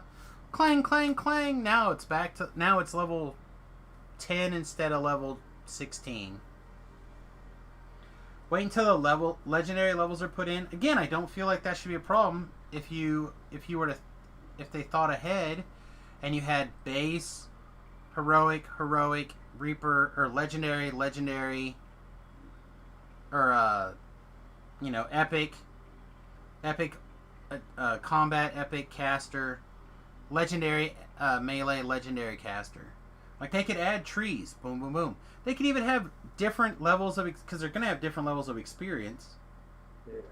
So, like, you would be able to level up legendary or heroic points when you're doing legendary. You'd be able to do epic points when you're doing epics.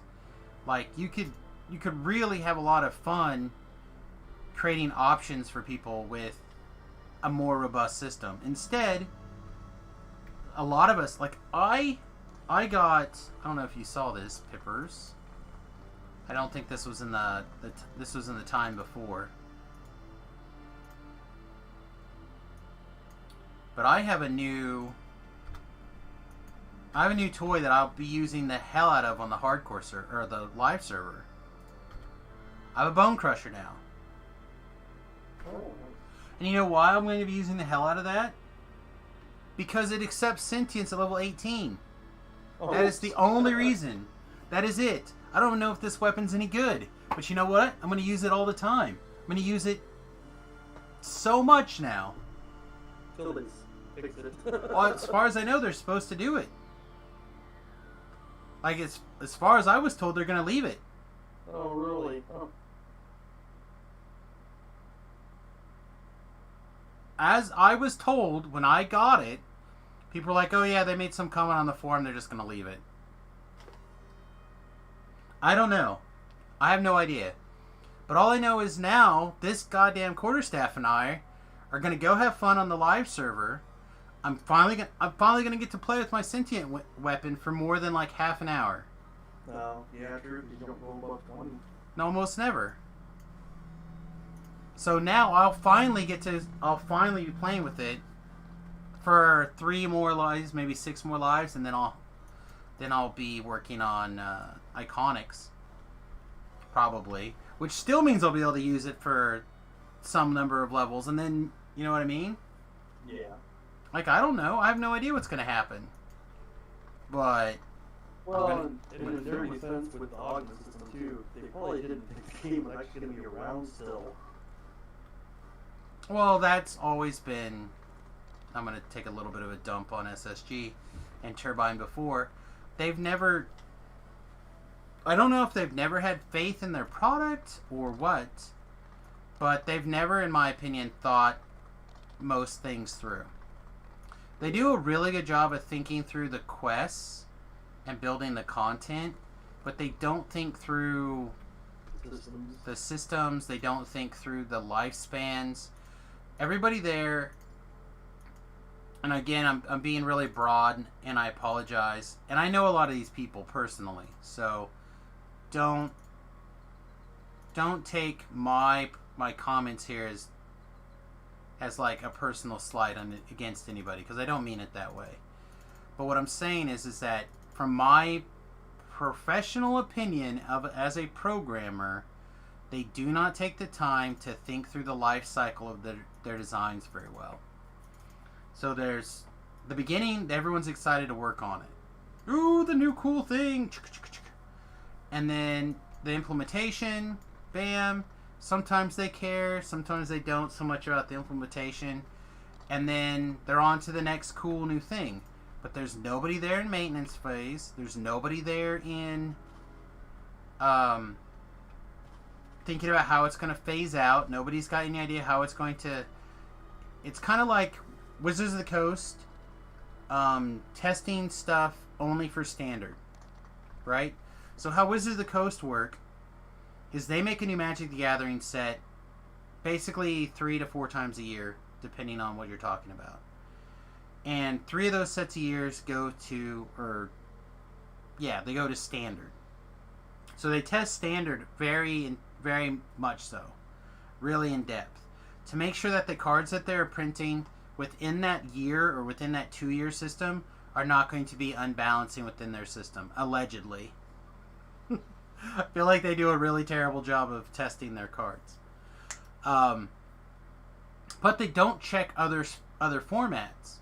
So then you get new cards that break older formats that people love, and it's just like this insane combo that comes out of nowhere. I feel like it's a problem for a lot of people, not just SSG now.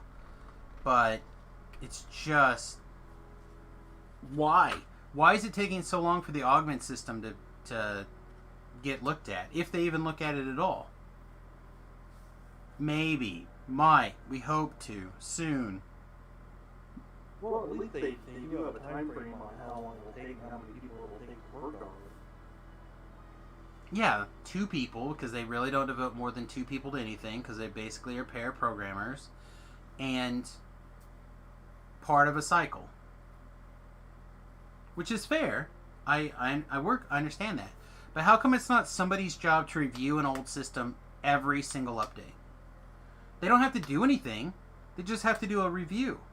And then when they do that review, they find that there's something that's way out of whack or out of skew or whatever, then they put that in the to get worked on column. And I realize that there's always more things to be worked on than people to work on things. But if you could take a pair of people, give them 20 hours in a cycle, and say, hey guys, so-and-so's determined that this is out of whack. See what you can do with it in the 20 hours. And if you can do something with it, awesome. Or at least come up with a plan. You know? This is what so-and-so projects to do with it. Like the augment system. Again, Samus has identified the augment system as out of whack. He suggests changing the minimum levels on the augments to correspond with our new random loot generation, etc. As long as it's only a positive change to the players. Any negative changes to the players, leave the hell alone. So, like, don't fuck with the fortification. But put everything else down where it belongs. Right? Again, that should be done in less than 20 hours. That's not a major system overhaul.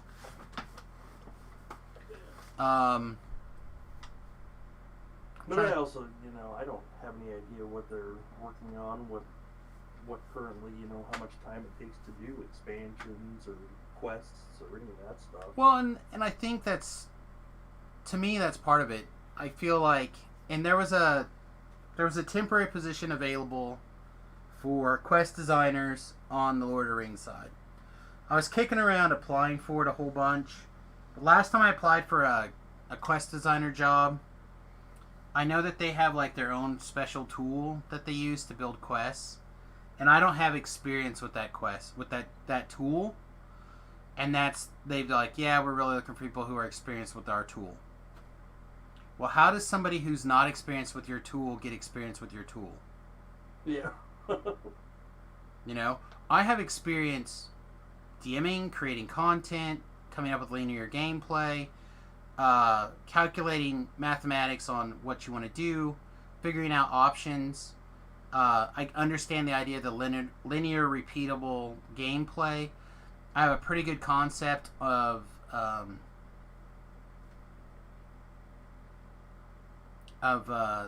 again, I'm more familiar with the Magic the Gathering side, but I'm sure a lot of this stuff still applies to would apply to this game.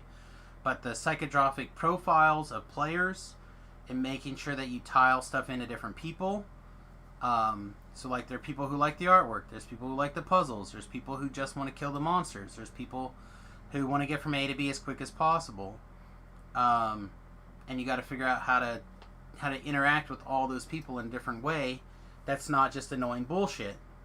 Like, oh, the whole party has to be here to go past this point. Ugh, shoot me.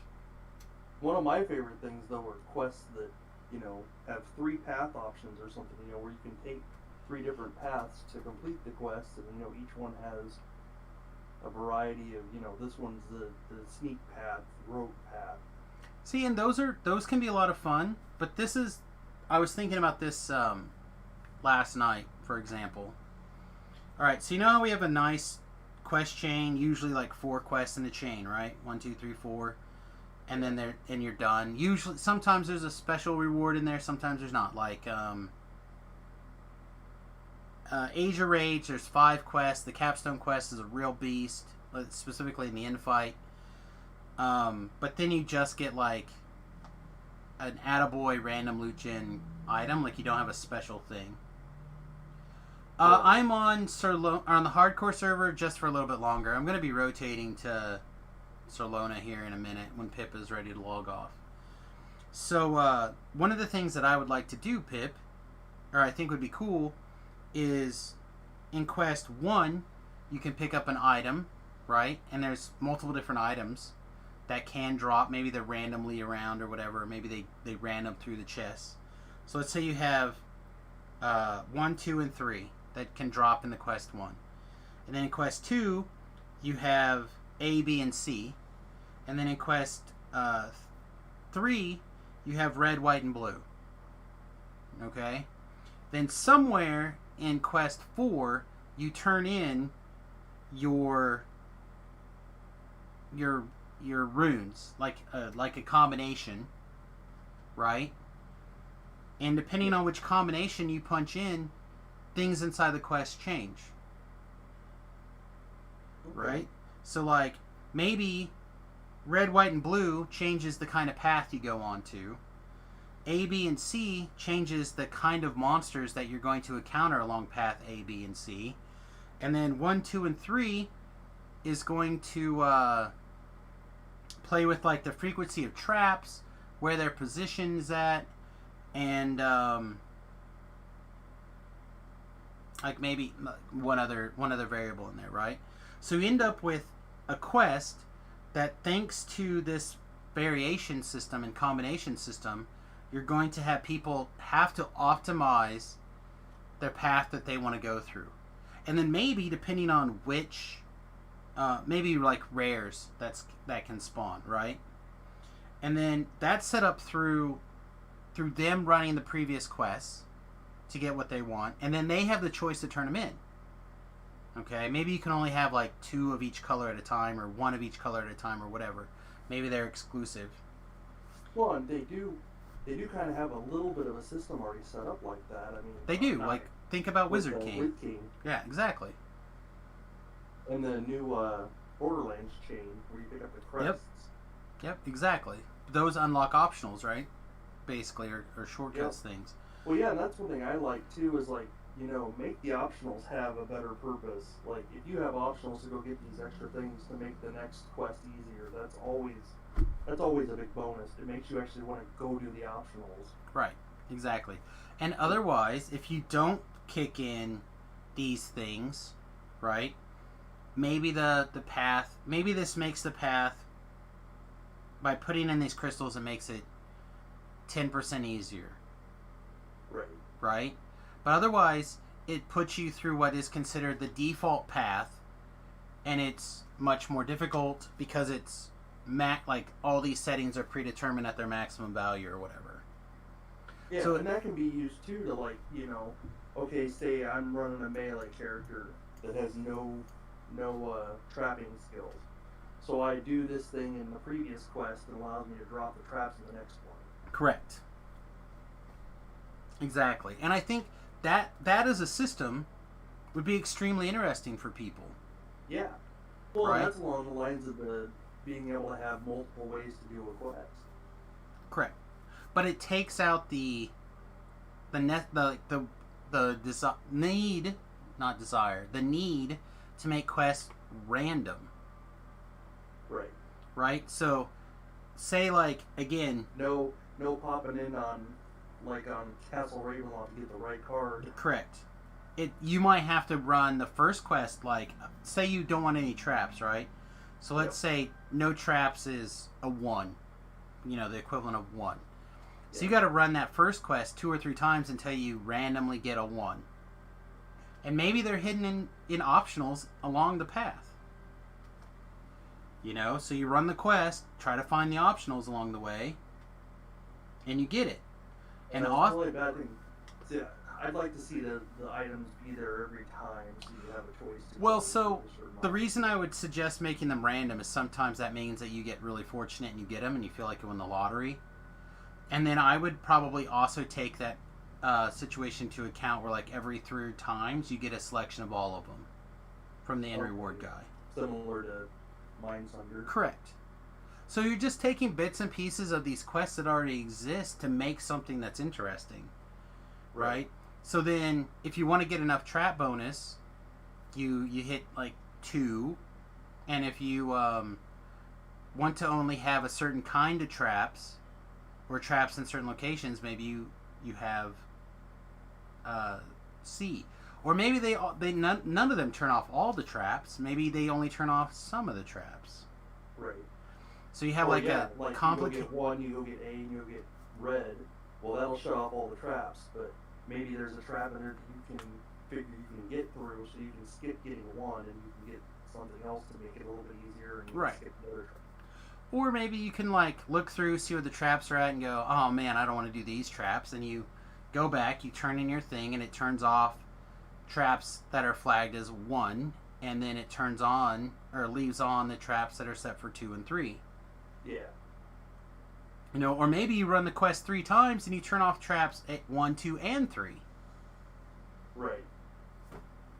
You know? And then people are going to be like, be sure that you, like, run the pre-quest once and make sure that you have a crystal to come. You know what I mean? Yeah. But it adds replayability to all those quests, assuming that those quests have desirable, like, XP per minute ratios, desirable fun outcome, interesting artwork, and good gear. Like, if the math works out correctly and those things are all highly scored for people, that's a fun mechanic. And how long is it going to take for people to figure out the best color combination is 2 C blue? Right. You know, and then who's going to decide what's the best? Is it the fastest? Is it the one with the most... Huh? Right. It'll also depend on the players, you know, what the group's consisting of. Right. It might make it harder or easier. Yeah. Like, somebody hits C, and now things are going to open at the top, and there's going to be archers shooting down from above. Oh, no one likes archers. You know, like, there's all sorts of things that you could do with that. and again, I'm listing it to 9 possibilities, right? Yeah. 3 times 3, but that doesn't have to be limited to 3. Yeah, one of them could be this one eliminates undead because we don't have a cleric to turn, but we have, this other group has a cleric to turn. Well, let's do the undead because you can wipe them out in one shot. Exactly. But like there's no reason that you couldn't have, 1, 2, 3, 4. Now 4 messes up the math, but maybe 4 drops really really rarely. Yeah. And that's a bonus one that you can get. Like, oh wait, dude, you got a 4? Oh yeah, we're definitely gonna run through that with you on X. Maybe in addition to turning off the undead, it also turns on a special optional. And maybe that optional drops a particular item that's highly sought after.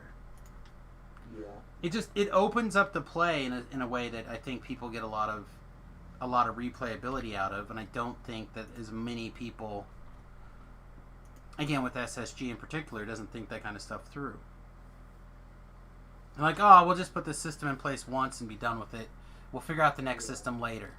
It's like, but people love to continue something like that. Maybe not every quest, but maybe every once in a while that you put it in the quest, and by putting in one of those gems, the DM shows up. You're like, oh, Mr. DM, here's my, I have 2 of these gems from the last time I went through here. I'm never going to use it. Bam. With my powers combined, blue. Or maybe he just gives you a sweet buff. And you can put that in any quest. You can make that a thing in general. Like, you could do so many cool things. But we don't take things into consideration because we haven't thought things through. Same reason why, like, collectibles are oftentimes considered poor. Yeah, but then, it also goes back to, I don't know how much, I don't know their skill level is. I feel like they're very highly skilled. Like, the game is still... Yeah, now that's fair, right? Because, one of the things I know, all you have to do is just think business-wise, is, of course, whoever's in charge is always going to push them to, let's focus on the things that are going to get us cash now. Sure, I agree. I 100% agree. But, again, if you make fun, interesting content as your new latest greatest content that takes a long time to solve, that creates an opportunity in a couple of different dimensions to expand things, right? So one, it gives you more time to get the next update, for example, because more people are more interested in that content. Yeah.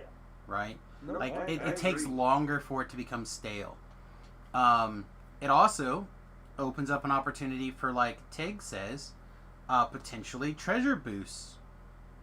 Right? You have this sweet named loot, but then, maybe there's some through optionals. You also have chest stuff. Like, things get weird. It creates incentives like if you there. take a harder pass, you get a bonus to your loot drop of named items. Or maybe, it's just you're 1% more likely to get, a Reaper bonus thing to spawn or whatever. Yeah. Like, there are people who do all sorts of crazy stuff to get an extra +1 to something. They used to joke in pen and paper that people would wear their underwear on their head for an extra +1 to hit. Well, it's true. Yeah. It's true. You could get away with all sorts of stuff. People love things. So you want a Voltron-like thing in DDO? I guess. I want the systems to feel thought through from beginning to end. The same thing. Dom and I got in a massive argument, basically. Not so much an argument as a discussion with passion. But I was telling him how to fix the TR system. The TR system is not hard to fix. There's some really easy basic things they could do. 1, you start logging character progression. It's not that hard. Everybody should be able to, as you go through, bam, starting this next update, you'll have a character log that shows up on your character sheet. It does a couple of things. It logs your path, your feats, your skills. Those are your main choices, right? Classes, skills, feats. Yeah. Bam. Enhancements. Sure, enhancements. I figure enhancements are... That's one of my biggest pet peeves with the whole reincarnation system is reincarnating. When you do an epic and true, it's like, I gotta go back to 20. Exactly. Build my character again, and then go back to 20. Exactly. So that's what I'm saying. You take... Those are things that change. I don't feel like you need to log enhancements. Some people could, whatever. But this way you have a... Repeat my thing. Yeah. And maybe you have a slash command for, and you can name the different builds, right? And maybe you can have like build 1, build 2, build 3. I don't know. And then bam. That'd really help people too, because you could post them on the forums and people could use your build and it build exactly the way that somebody else built it. Yeah, like maybe you could have an export option that exports the clipboard, or you could just copy and paste it out of there. Who cares? Whatever. But this way, there's a way that keeps track of it. All right, so so going forward, you start doing that. You don't even have to like do anything else with it yet. Just log it, right? And then at a later point, when you do a little bit of work on the TR system, you can add that as an option to repeat that build. Okay, your own path. The path is whatever you named it. Default 1 is what it starts with, and then you can change it with like a slash path rename or whatever, and it locally gets saved to your stupid computer. And you if it becomes invalid, it says sorry, that's invalid, you can't, like if you go in there and try to tweak it, it goes sorry, that's invalid, you can't, like there's a checker when you go through to level through to see if it's a valid progression. Yeah. And if it can't, it says sorry, not valid, boot you back to level 1. This is not hard. Not rocket surgery. 2, what you do going forward on every TR from now forward. First of all, you do another boat update. And you do a boat update for personal housing. Create a personal housing bubble. Okay? And in there you can sell all the things that people have been dying for. Take specific raid loot, hang it up on the wall. You know, named item hook points. Bloop. You put your item up there. You have you super glue that shit to the boat. It can't come back down unless you buy the super glue remover. Keep that shit cheap because it doesn't make any sense to make it expensive. Okay, whatever you want to call it. Ship mounting points, ship unmounting points. And that's an incentive to buy and sell things, right? You can make all sorts of cosmetics in there. Your bed, if you want a ball pit, if you want to put another room in, like you want to build a kitchen, all this random stuff you can add into the personal housing. That's almost an entirely print money pass. Right? You can make cosmetic servants in your room. Why do they not have these? I pitched these years ago. It was I went to Boston for a thing, and the Obama Rodney election. I can't think of what year that is now. 2012? That seems correct to me. In 2012, I went to Boston. I had dinner with Jerry a couple times. I had dinner with producer Glenn and somebody else. So when I was at dinner with producer Glenn, I pitched 3 or 4 ideas. Number 1 was raid bypass timers. You're welcome? / sorry? I don't know. Raid bypass timers. 2 was the ability to take an item, temporarily make it not bound to character, make it bound to account, make it re-equip to character. Now, what do they call that thing? Right of inheritance or some shit? Yeah. And it costs like $1,000. I pitched that at $8. That was my pitch.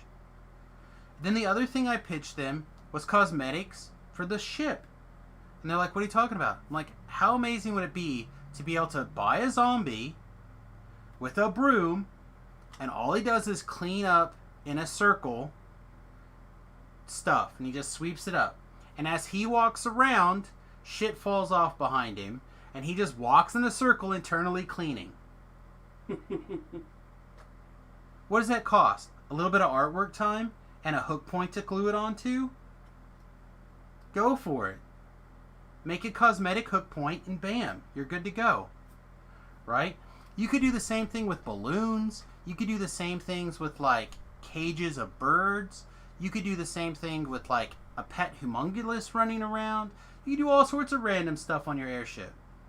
That's just another excuse to print money. You have these art things in use. They're personalized to the airship. Right? Take advantage of it. So anyway, Yep. back to the player housing. Individual player housing. Well, and player housing, like, that was... I used to play Ultima Online. I don't know if you know what that game is. Like one It's of a the grandfather biggest things game, like 100 million years ago. Keep going. Yeah. That was one of the biggest draws for me in that game was the housing and the decorating. And, like, towards the end of me playing that game, it's like that's all I was doing was decorating customizable housing and buying things and selling things. And it was, yeah, I'd spent too much money on that. Well, that's just crap. it. That's perfect. Like I said, that's the kind of stuff that you want to do things on. Imagine some of the sweet raid items that come out that are only cosmetic items for your personal player housing. You get a throne. Yep. It's got like a 2% drop rate or whatever. It's like more rare than the epic Sword of Shadows shard. And it drops out of Vala or Veil or whatever. Bam. Bam. People go crazy over that kind of crap. You know what I mean? Yeah, Like totally, it's I totally get it. yeah. So anyway, you're back to the player housing. You've got the cosmetic situation set up. Maybe there's some other perks that you can put in there. Maybe if you specifically go to your player housing, you can like do some specific things. It doesn't matter. It's pre-coded in a situation that you can build personalized situations like that. Okay? But one of the things that you get is a footlocker. From now on, when you TR, everything that's in your TR cache, if it exists, instead gets funneled to your footlocker. Everything in your person gets funneled into your footlocker. Everything that's funneled, basically anything that would have gone into a TR cache instead goes to your footlocker. The footlocker is coded exactly like the TR, not the TR cache. TR cache is bad. Exactly like the shared bank, except it doesn't share across characters. Okay, Yep. and then once things after that first time, if the TR cache doesn't exist, boop. Instead, it just takes and puts everything into your TR cache or into your footlocker. Okay, bam, bam, bam, bam. Now, Dom says, "Well, why don't you just put a cap on it?" Like, why would you ever put a cap on it? That doesn't make any sense. It just makes potential programming errors for overflow. You don't want that. Just don't put a cap on it. Let people do whatever. Like, well, what happens if you make it where you can't put new things in it? Only the system could put new things in it. Right? Yep. So it's a withdraw only system. The only people who can insert it is the automatic system. That's how you put your limit on it. Okay? But You have to. So would you have to clean it out before you could? No. TR again? no, because it would take everything from your TR cache, everything from your inventory, and everything on your person and shove it in there. Or could you just keep? It would just automatically take care of it. If you don't have a TR cache and you have stuff in your footlocker, it just puts stuff into your footlocker. So you don't have to take old stuff out of your footlocker. It just puts new stuff in. But it's a one-way, so it only can come out. Okay, but I mean, I guess what I'm asking is, so like, I have a giant TR cache currently Yep. on my main I have a computer. maximum. I have So when I the biggest thing you can get as well. So when I reincarnate, it'll dump everything into that. But then, so say I don't pull anything out of it, and I go all the way back up to Yep. 30 You reincarnate, get a massive. You get all this extra crap, right? I'll dump it in on top of that stuff too. Correct. and you make it where it could basically infinite storage. I get that, but you don't put in the search capabilities. You put in the tabs just like you have now in the shared bank, but you don't put in. Think more of the collectible side. So people are self-incentivized to keep that limited, so you don't have to tab around forever. But instead of having to populate this massive scrolling list, you just have to do a database call for 10 items at a time, or 20 items for a time. So then they go next, bloop, next, bloop, and it fixes this massive problem with the TR cache causing lag, because instead of having to get all of the items out of the file that's associated with your particular TR cache, and then make this category of, like, for you and me, we probably have, like, I think I counted up one day at like 380 or something, right? Putting together a list of 380 with labels, icons, all that stuff, color coding it, that, depending on whether it's usable or not, that all takes processing power, right? But if you instead make it, give us the next 10 or next 20, give us the next 10, give us the next 20, people are going to be self-incentivized to keep that stuff cleaned up. Maybe some people won't. Maybe some people will be like, oh, do I really want to sell my junk off? They're going to be looking for stuff, and they're going to be like, sell, sell, sell. Yeah. But I don't know, I get lost in all the raid stuff that I've collected and all the named stuff that I want to Right. keep. But how much of that stuff would you instead spend $2 to glue to your freaking to your wall? Oh, I agree with that. I mean, if you could combine the TR... Yeah, that's what I'm saying. It has to be part of the process. You can't do one without the other. Yeah. You do A, and this is what I'm talking about, is that they'll see part of the solution, right? They'll see part of it and decide, oh, we're going to work on this part of it. And it's like, no, you have to have a plan for all of it. You have to think through the entire problem. You know? So again, all that started, remember, everything that I said started with the fact that your character starts to get logged. Right? So you start with logging, then you work on this part, and then this, like I said, bam, bam, bam, bam. And then within a year, maybe 2 years, then the TR cache lag is gone, the TR cache is gone. And that the only reason that's a problem is because they didn't think that through in the first place. Yeah. Right? That's an easy think through problem of, man, I want people to take everything out of their backpack and everything out of their inventory, and I'm going to stick it in a temporary space that they can only withdraw from, right? Well, that's all fine, but I want them to empty it right away. Okay, so where are they going to put it? They can't, if their stuff's all full, they can't put it in their bank, they can't put it in their backpack, because they physically don't have room, because those things are tied to favor. So you physically can't take it out. So where is it going to go?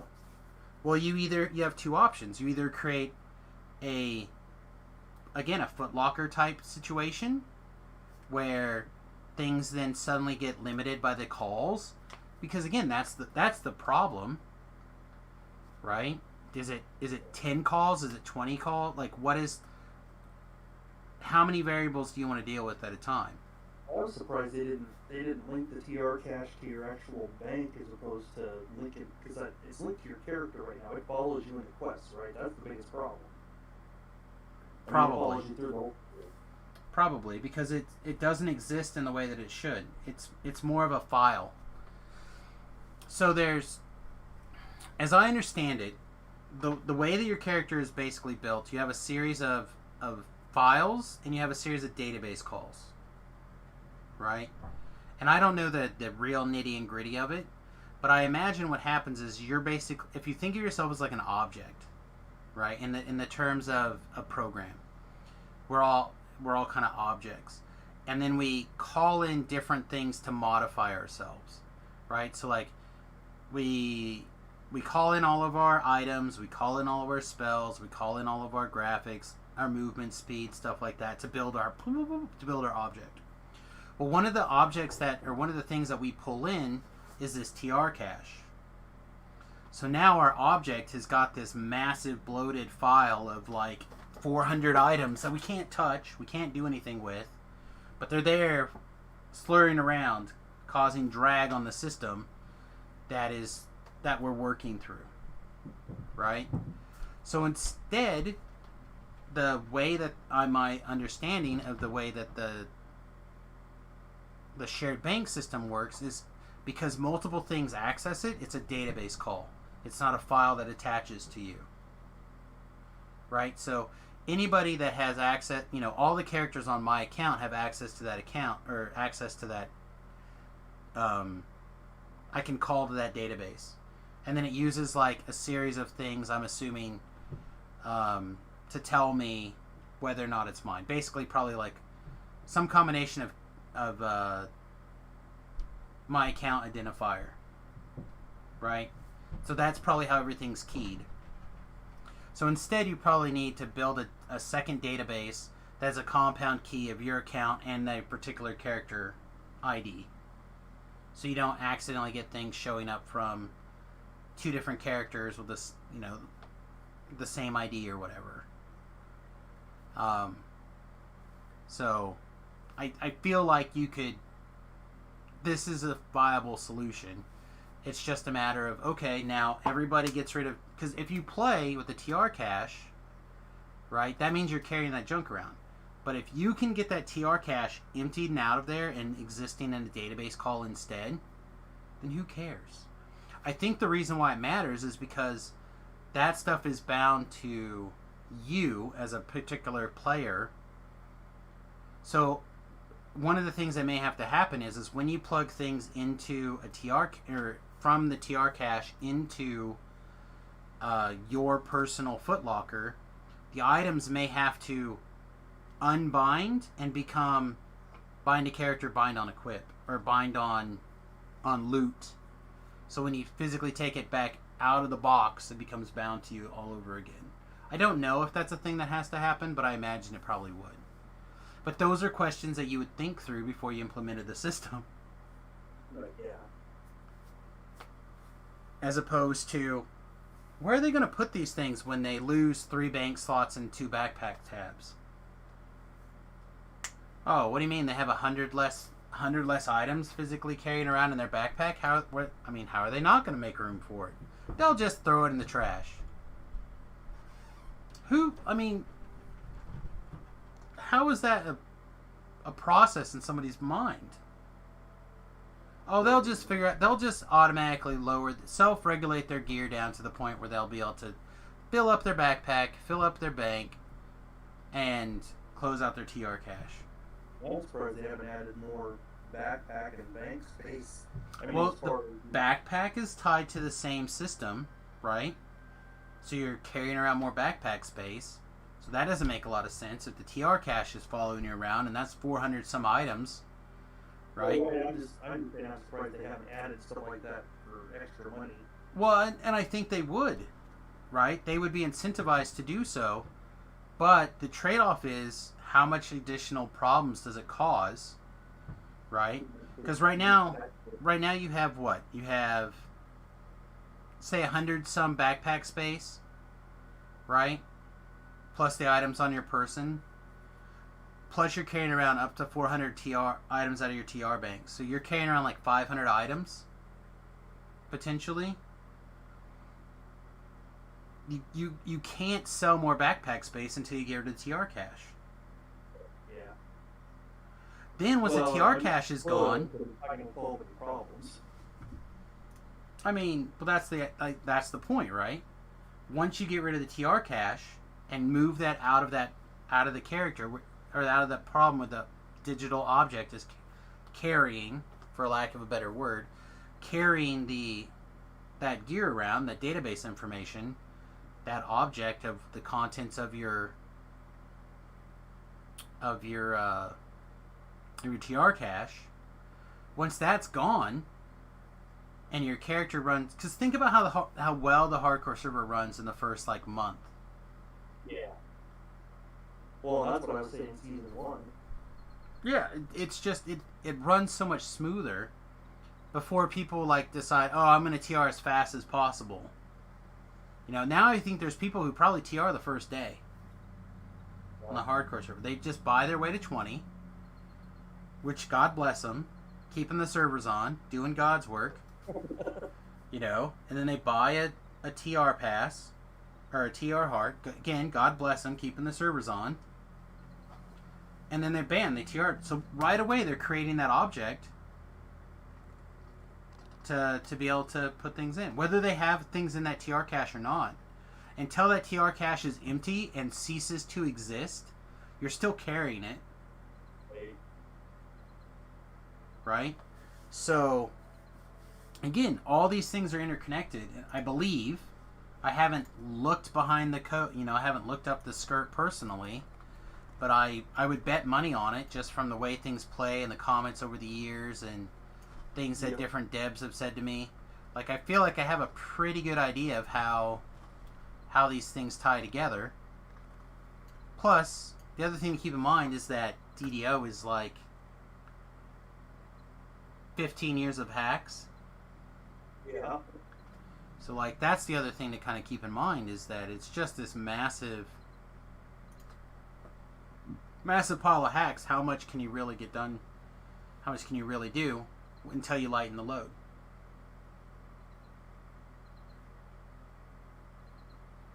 So, I think all those things kind of work together, and I'd like very much to see DDO take some of, you know, they're so good at taking my ideas, I keep waiting for them to take more of them.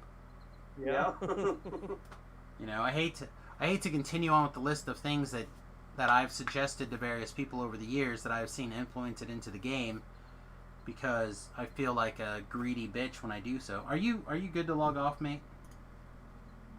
Yeah. Okay. If not, I don't want to force you off, but I'm gonna switch to the cam only for a second and switch to Sarlona if you're. Oh, that's fine. I'm just Like, you're welcome to hang out and chit chat, obviously, but if you're like, I just checked in for quests and there's nothing, so I don't want to make you feel like you have to leave. I want to switch to Sarlona for. People got me talking about the game and my vision for it, which revitalizes me. So we'll see if we can get any questing done on Sarlona here. But yeah, I don't know. I feel like they could fix some of these problems if they thought about it. And they were motivated. You know? Same thing with like pets and hirelings. Do I think that's already to like, and I would put pets and hirelings in the same category. And I would also do a very similar thing for familiars. I would do a very similar thing for, again, the sentient weapons. Like, I would take these systems that maybe on the surface don't appear to be connected, and I would design a framework that I could put these things together. You know? Right. Fixing pets, fixing hirelings, like, I would get rid of these, and I hate to say it, but I would probably get rid of the idea of, like, Gold Seal, you know, the various hirelings. I would probably eventually, very slowly, transition away from them, and I would create a situation where you could get a hireling that levels up with you, and then maybe when you go to purchase a hireling of a different thanks to Lab, appreciate you as always, mate. Maybe if you purchased a hireling instead of purchasing a physical hireling that's already pre-programmed for you, maybe what you would actually purchase is a template that applies to your hireling. And it would look, again, very... Oh, wow, we had just had 2 really poopy rolls, didn't we? Probably because I badmouthed the devs, and the devs were like, give that guy no loot gems. This is another thing that I would fix. Like, how many people sit there and hoard these loot gems? I know I'm not the only one. Well, I've got 2 characters full of them. Right. So why do you not have a bag for holding loot gems? Well, because they want to. I think they're kind of trying to. They want you to use them. They don't want you to hoard them. Right, but that's not a practical application. Well, it's the same thing about people saying, "Well, I want a potion satchel and I want a scroll binder and a." Well, it's because people would like to have inventory space, right? Like, inventory is important, but again, I I angrily explained how to successfully put together a spell pouch satchel. It probably wasn't the best thing I ever did, but basically all you do is you create an invisible item that sits into an invisible inventory tab.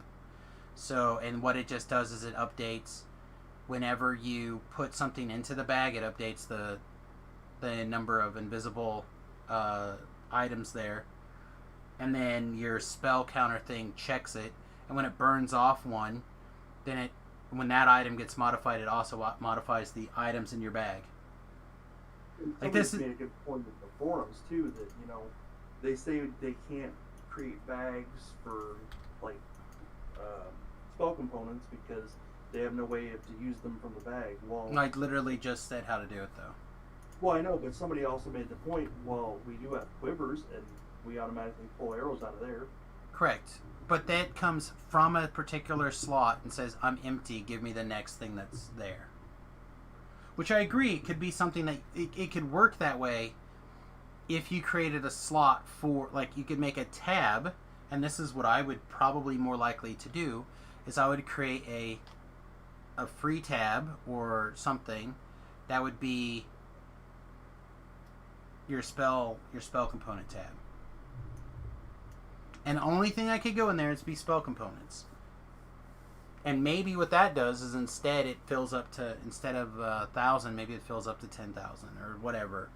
And instead of it runs out, you can set a minimum, like a minimum warning. Yeah. You just go, hey, sorry. Like, why can't they just do that? They could do that now with the system they have. You should be able to right click on your pinches of fine sand, for example, and say, warn me when I get to 100. And when the pinches of fine sand become 100 or less, it puts a little exclamation point up there and says, warning, your pinches of fine sand have reached 100. Why can they not do that? Like, that's got to be easy, right? And maybe well, I know some people will throw those in like one of their bars so they can see them. Sure, I've done that before. But what's smarter, right? If you are worried about stuff like that, and I don't know about you guys, but I get the ones out of the store in my daily dice roll a lot. Right? I don't know about everybody else, but I tend to get them quite a bit. I had, I think, 5,000 or 6,000 of them or something like that at one point in time. Now I think yeah, the Omni Spell Dust. In fact, let me look here. It's probably in my TR cache, so I'll never find it. I got a couple thousand of those. I think I've got. Yeah, you just, if you're worried about it, you get a little bit. Yeah, get a little bit. You go over to the last tab of your backpack, and you stick that thing somewhere in the last tab of your backpack. And then you put that thing in your on your bar. So you have the one thing on the end of your bar, right? And then you take a note of how much that is. You do the same damn thing, like I said, by right-clicking on it and setting your quantity. Let me know if I use any of this, right? And then it puts a little warning up there. Hey, you're burning Omni Spell Dust. Oh, well that must mean that I've ran out of some other spell ingredient along the way. Dee-dee-dee-dee. Like, again, a lot of these things are not bad.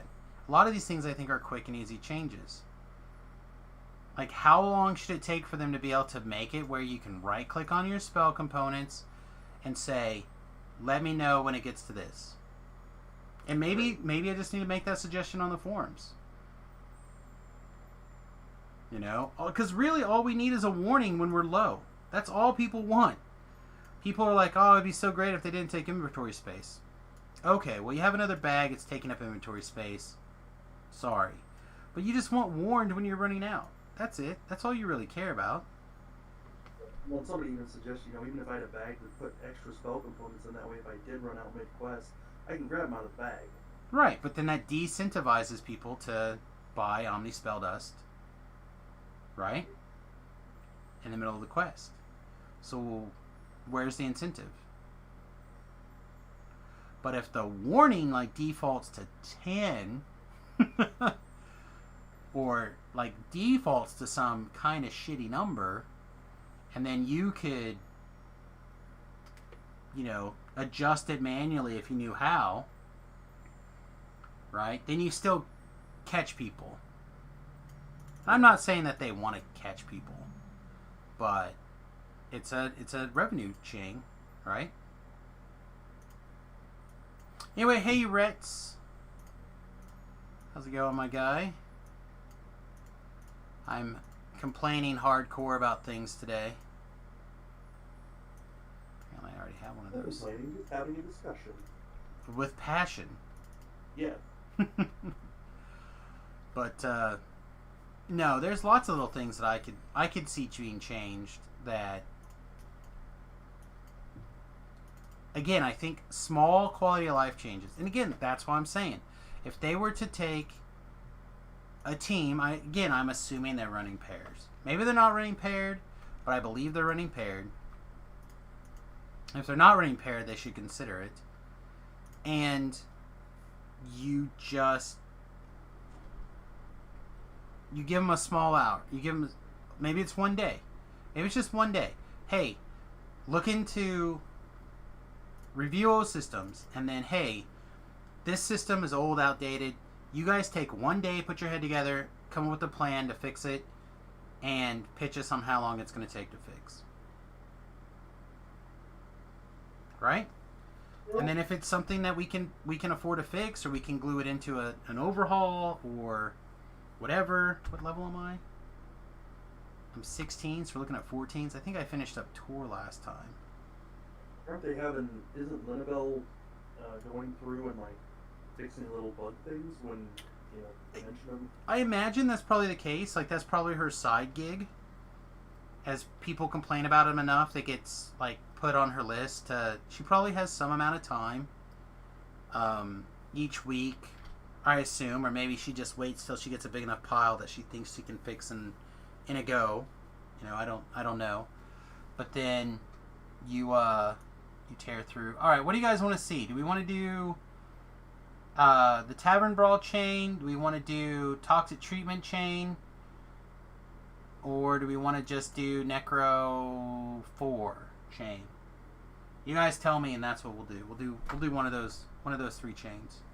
See how much of it we can actually get done. Shit. Necro 4? Alright, I'm down with Necro 4. I am down for pretty much all Orchard and Macabre stuff.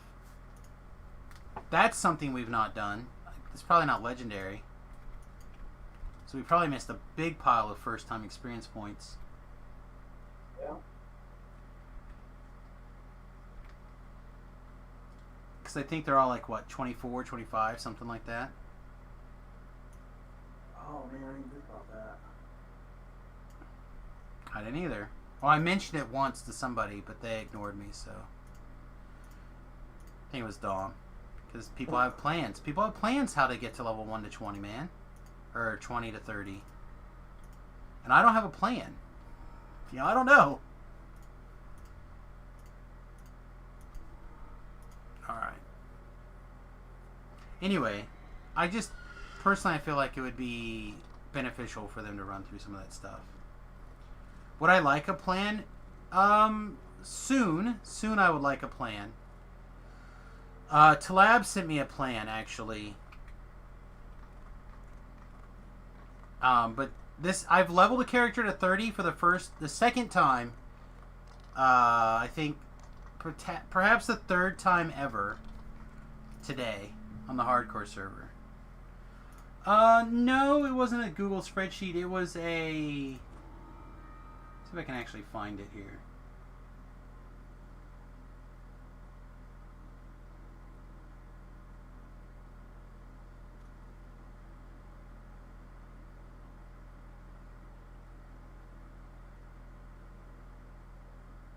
It was somebody's plan to like level from 20 to 30 in like 8 hours or something.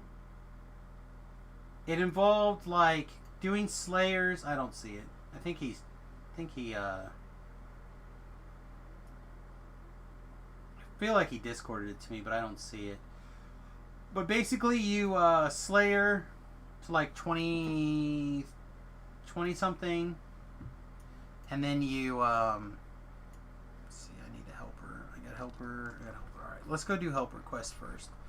You slayer in the King's Forest, farming up the Grim Presence.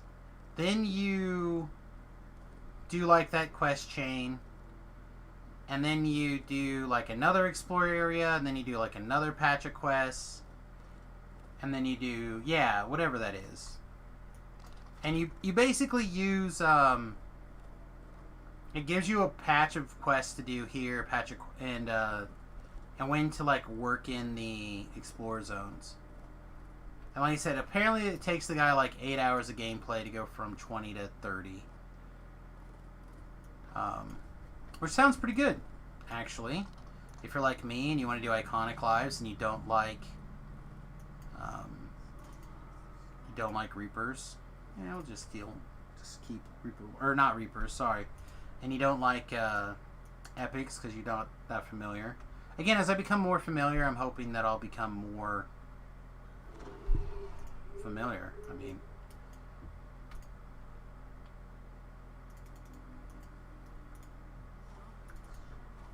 that's the reason why I dislike them, really, right? Is that I'm uncomfortable with them. Iconics I don't like because I feel trapped.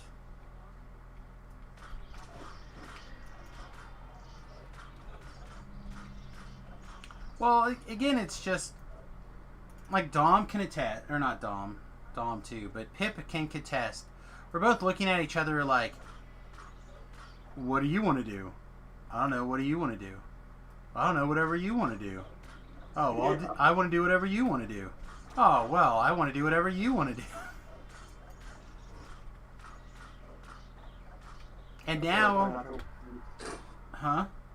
Well, I try not to lead groups. Well, I don't mind. Again, you've watched me lead a lot of these things. Like, I don't know. We develop a plan, and then if that plan works, great. If not, we'll adjust. Like, I'm not worried about making. Oh, let's switch to this. I'm not worried about the plan being flawless every time. I just want to know what it is. Let's get this turned on. Let's get this turned on. What else is not turned on that should be turned on? Probably good enough. Hence the spreadsheet keeps you focused. Yeah, I mean, again, if I just need a list of the quests by level, which is fine, that would probably be enough for me. But in my brain, the idea of like, oh, you should be doing explore zones here to here. Okay. Sweet. Take it. Oh, gross. We don't have we either have to use a chime of opening or get the key. Guess we're getting a key, boys. Oh, no. Like I said, I would have liked to, and I might look to see if that position is still open. I imagine it has been filled. But I would not be opposed to taking and going and joining SSG in specifically in one of these temporary positions, just to like get the feel for the system so I can make these suggestions more readily available.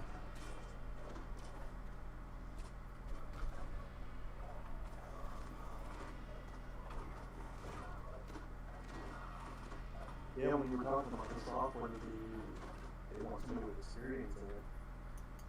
I mean, like the field I work in, mechanical design, that's kind of, they're the same way where, they want you to have specific knowledge of software.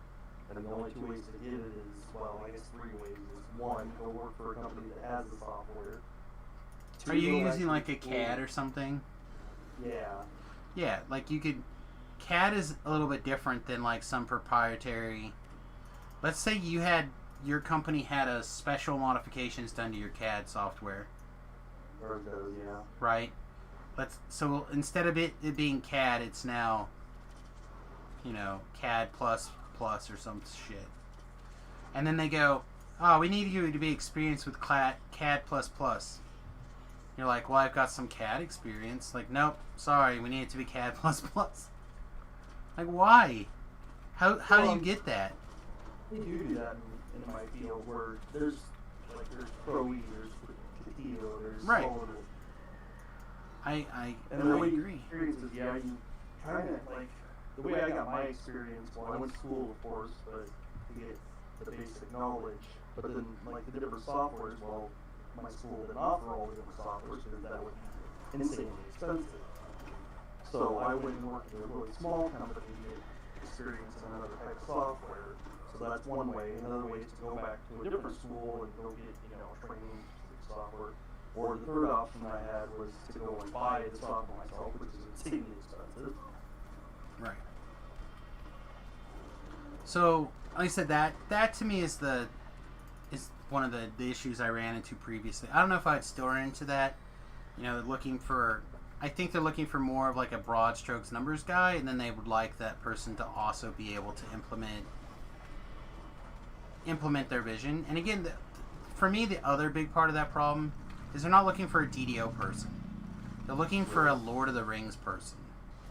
So, like, could I get up to speed on the universe? Could I get up to speed on the idea behind the quest?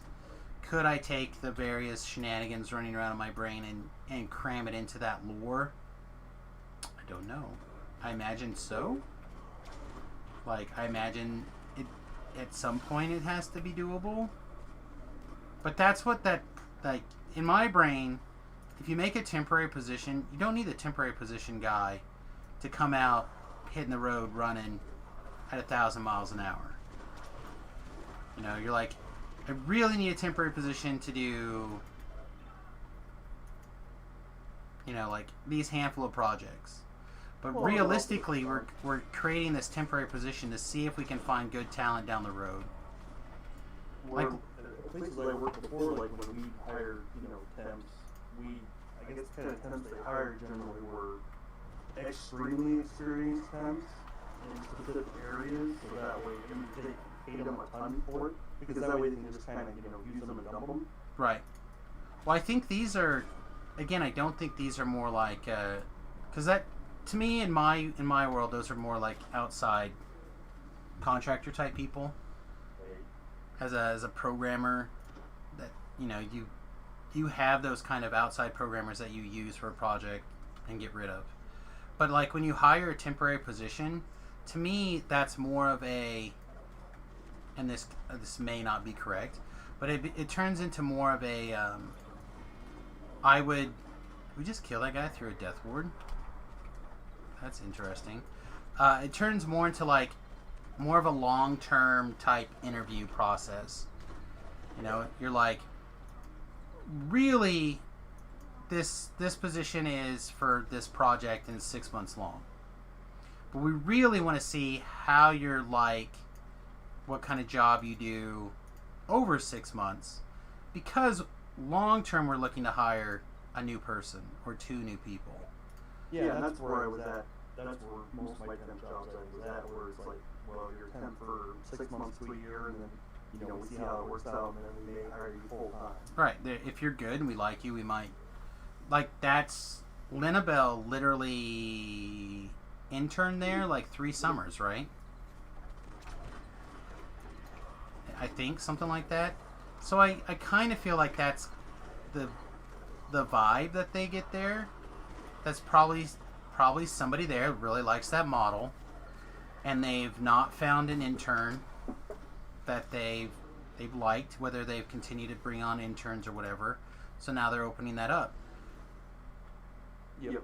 Maybe that's something I could get into. Again, with the idea of it being temporary, that's perfect, because I don't want to get married to a place long term right now.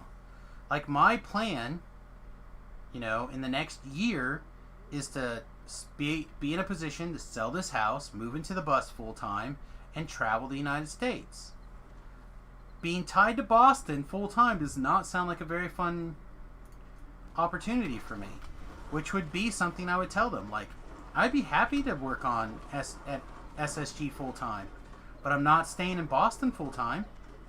Like, yeah, that's as negative as COVID has been. It's one of the positive things about it. yeah, it forced people to learn how to work remote. You know, my wife's company still, like, she works remote, but they still don't want her to be mobile. I'm like, why? This doesn't make sense to me. Oh, well, you have to make sure that your work area is secure. Okay, well, I'm not going to leave my work computer laying out on a park bench somewhere, if that's what you mean. Well, it's like my work's kind of the same way, where the idea of being secure is more of, with us, it's more the internet connection. We need to make sure that we have a reliable, sturdy connection, and that's part of it. A secure type connection. Well, I mean, if you're VPN tunneling in, that's already pretty secure. Like, if you have a good VPN, which I assume most companies that work remote have a good VPN, maybe not, maybe I'm high, but well, most do.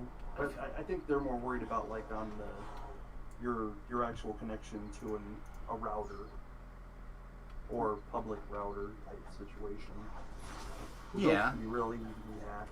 Sure, if you're connected to do your business work at McDonald's, you're correct. I agree. However, if you're working at, a hotel room or off of your cell phone, like, they're okay taking your company email, but they don't want you to work through yourself. Like, these are things that I just don't understand. Through your cell phone, you're probably okay because that's a little more secure or private.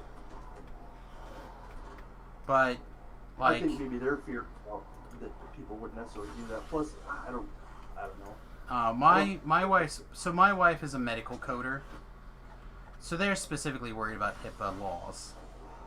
They don't want, like, her working remote somewhere and then somebody, like, looking over a chart or breaking into a computer. Like, she doesn't keep anything on her computer. She VPNs to a private computer. So, like, or a secured computer. So,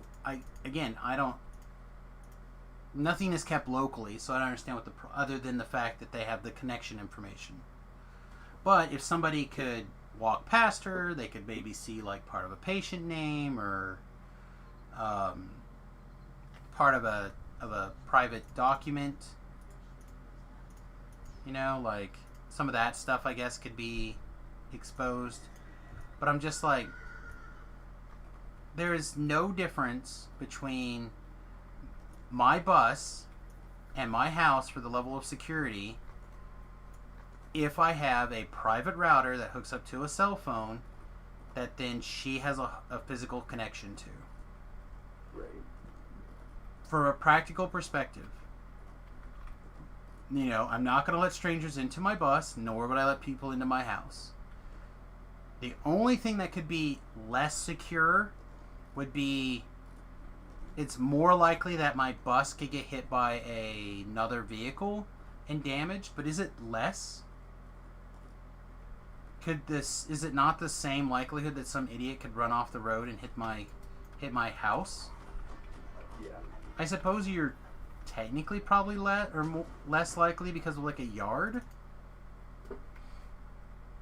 But if she was, say, working inside and somebody jumped a curve and drove to the house, they could just as easily drive into my house and cause all sorts of commotion and, people walking through, running around the house with police presence and fire, EMTs, all the same stuff. So I don't know. Again, I completely agree. Huh? I completely agree. Well, and I think some of it is, and I see this at a lot of companies, it's like the people that are making decisions about this stuff don't know anything about this stuff. Right. they watch movies and they see people like get walked by on their phone that gets cloned, and they're like, haha, now I have everything. Gotta download all the patient data when you walk by on your cell phone. I don't see that really happening. I mean, it could, but I don't think people would necessarily be targeting patient data for the most part. I don't know. I think people are assholes. They'll do whatever, but Well, true. I think that, again, you could create a secure connection that would not be an issue. I don't know. Again, hopefully my wife will not have to do that too much longer. If we can grow the stream, it'll make it easier. But she kind of wants to Lana. find some other stuff. Lana.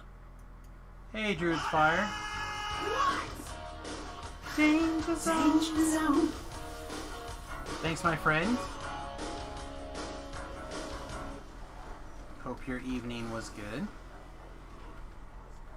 Yeah, I don't know. I'm assuming that there's going to be a little period of time where the wife will probably have to continue to work once we've rotated to the bus and the house is sold. But I'm hoping that's going to... We have another property that needs to be fixed up and sold before we can leave, like, forever. You died in the last Save Lords quest. Oh, rip. At level 10 or 14 or whatever, 10, 12? These are all 8s. Or were you on Epic? Sad raid. Sorry about that, mate. Yeah, there are certain areas that I'm always panicky about, and the Slave Lords quest pack is one that I can do, but I'm still not, like, supremely confident about it.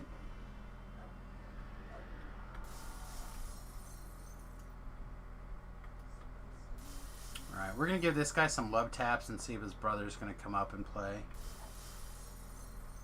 That acid pit, you missed the ladder. Oh! Yeah, see, I wouldn't have even remembered that had you not said something. Alright, so we're going to see if this guy... Whoops, that's too late, or too soon. His brother didn't make it. Alright, so we're going to clear down, and then we'll sprint boost up to kill the top guy. We're not going to make it down. We're going to have to clear on the way down. Well, I think I'm going to head off to bed, so... Alright, mate, you have a good one. Like I said, I'll check in tomorrow. We should probably plan on taking... I don't know. Probably more than just Saturday off. Saturday, Sunday. Of meeting up. I'm just on Reaper. Reaper 1. I'm on Samus. I'm not on the hardcore server right now. I switched over just a little bit ago. I need to update that stream title. Yeah, tomorrow we can figure out what we're doing and see what we're doing.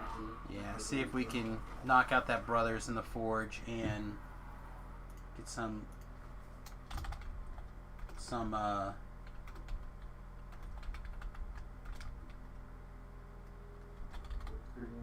yes, see about the Reaper. Like, I feel like for me personally, 200,000 Reaper experience is probably not that impossible to get if we can get the groups and get going. But I don't want to feel like I'm forcing you into it, so. And if I don't get it, it's not the end of the world. It's just, I really thought it would be easy to pick up with grabbing those guys every day for a while. Last few weeks. Yeah, basically. I'm grabbing like 90,000 or whatever it is, because again, the minimum I was getting was almost 2,000 a run, and we were doing all of Ravenloft except that last one, so 4, 4, 3, right? 4, 4, 3. Yeah. So at least 2,000 a pop, and most of them are more than that. No, it's still a big chunk of experience. Yeah. So Well, is I hate running pots on the hardcore. Well, and that's why I literally I used two 50% ones somewhere. I don't know why. Somewhere I decided that I was down. Come out, stick your head out. There was a big pile of Reaper experience, I think, that I decided I was down for using a pot on. And then probably one of those first times with those guys. And then I've just been using the ones that I've gotten from picking up collectibles, which is not a lot. But I also have the packs where I get 5 50% and 5 smaller piles. Yeah, I got those too. I usually like taking over the game, so... Yeah, I mean, I don't disagree. I'm just... For the low price of, like, some collectibles and maybe, like, one of those smaller XP potion things or one of the bigger ones, you know, something that 40 people might have or 60 people might have. And this being a year that might be a little bit easier / less stressful to get that. And let's be honest, it's the first one that doesn't look stupid. Well, I kind of like the... I take it back. The first one was okay. Not enough that I would, like, go out of my way to get. But it did look good. Oh, we're gonna get murdered by this Plague Reaper / this guy. Oh, maybe not. Maybe we're good. Let's heal really fast. Load up on the temporary hit points. Wow! F your couch. Oh, we also got some nasty lag happening here. Oh, that guy was dead. Are we dead? But yeah, anyway, one of these days we should plan on taking the day so I can get some stuff done. We're gonna try to go to the lake this weekend, I think. So if it's Friday, that's fine. If it's tomorrow, that's fine. But I think it's supposed to rain tomorrow, even, so it's not. Tomorrow should be a fine day to do stuff. So we'll check in and see how we feel, basically, and see what's going on.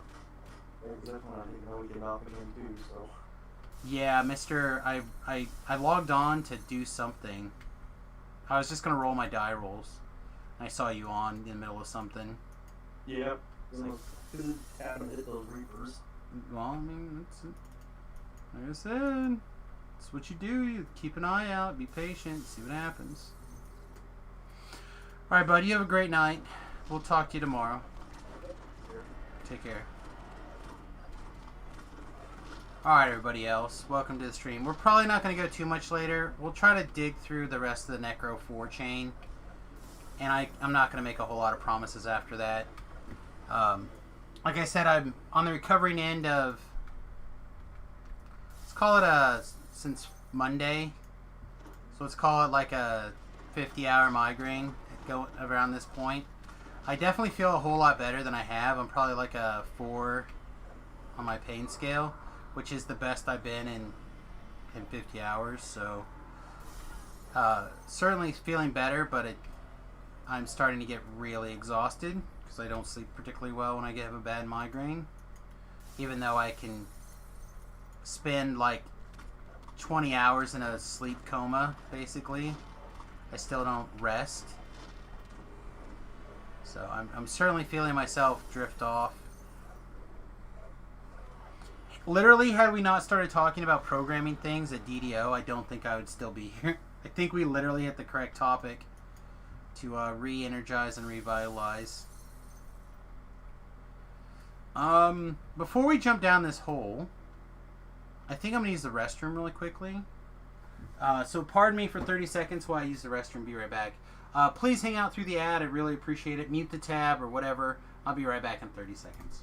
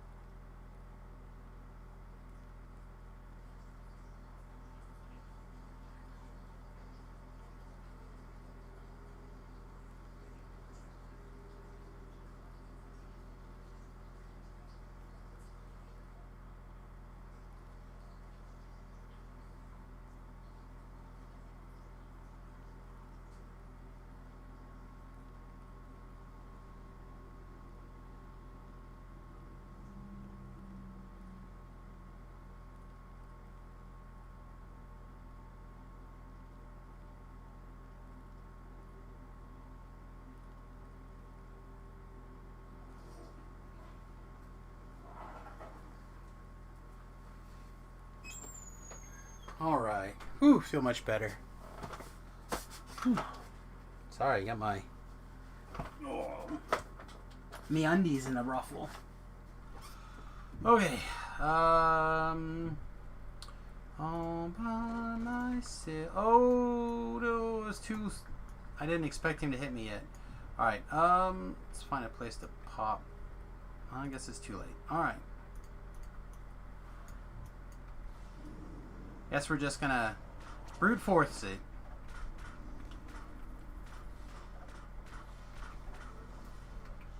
Alright, how are we doing on... We got some dot here. Oh, well, we hit enough stuff, so I guess we're brute forcing more. Alright, now we got some con damage. That's what I kind of wanted to check on. How much con damage we ended up with here. Strength damage is fine until we hit 0. Durham died. Nope! Okay, Featherfall. Featherfall. Okay, no Featherfall.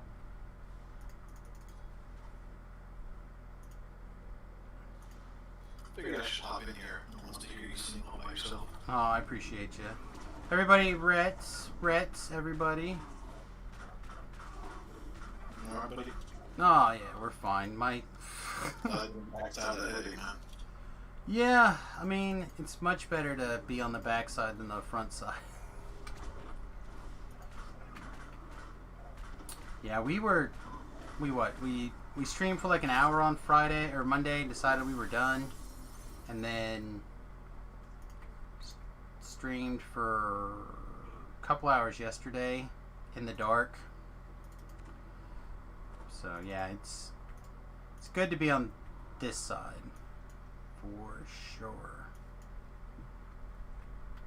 Anyway, how was life through the hurricane? Everything back to normal yet? For me and my immediate household, yes. For extended family, God no, they got a wall. Yeah, that's what you guys were saying, that the extended family still was... They got power back, so we're blessed. They've got since last time I talked to you, they got power back up and running.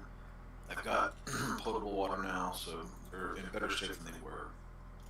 Yeah, that's a step in the right direction, at least. Mm-hmm.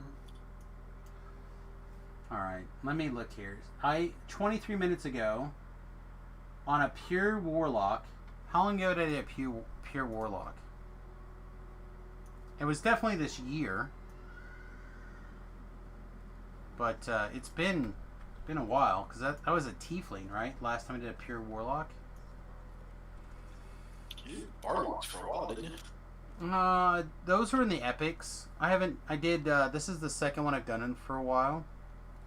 I did the first one as like a dusted back off. See how take a look at it in the new meta on that ASMR frame, which was bad. Don't do that. Don't do ASMR warlocks, people. And now we're doing one of the half elf because I think it's quite strong. You may really like this build, actually. Sorry, I'm in a half elf now with my normal spell singer barbarian. It's just fine. Again, I got frustrated a couple weeks ago with the build at epics, but I was trying to do something that I should have never been trying to do. So I got a no more role. That's bullshit. Your role is whatever you decide you want it to be. You're a bard. Yeah. What I'm finding with what I'm running is that DPS through heroics is fantastic. Mm-hmm. And then through about level 25, it's sort of manageable. And then once I hit 25 and I start doing Sharn and Ravenloft, it's complete gutter trash. And, So of course, I'm not using completely optimal gear. I'm about probably 60 to 70% there as far as optimal gear goes. But at that point, I just switched to pure enchant mode at that, and then I'm fine. You know, that's still servicing, making a good contribution to the party. It's just not necessarily the challenge I wanted at that time. So, and you're doing the warlock dilettante, I presume, with the half elf. Yeah. And you're in the spell chanter, so you're like screaming nonstop. Pretty much, yeah. So I think the problem is that you need the things that raise your sonic levels above the things. So, like, the caps of the Sonic spells are kind of... I mean, they're great, again, for heroics. But they're pretty low for... Because they, like, stop at, what, 10? Yeah, pretty much. Yeah, so, like, you need to be able to do more than, like, 10d6 points of damage. Or you have to be able to shoot your spell power up into the astronomicals.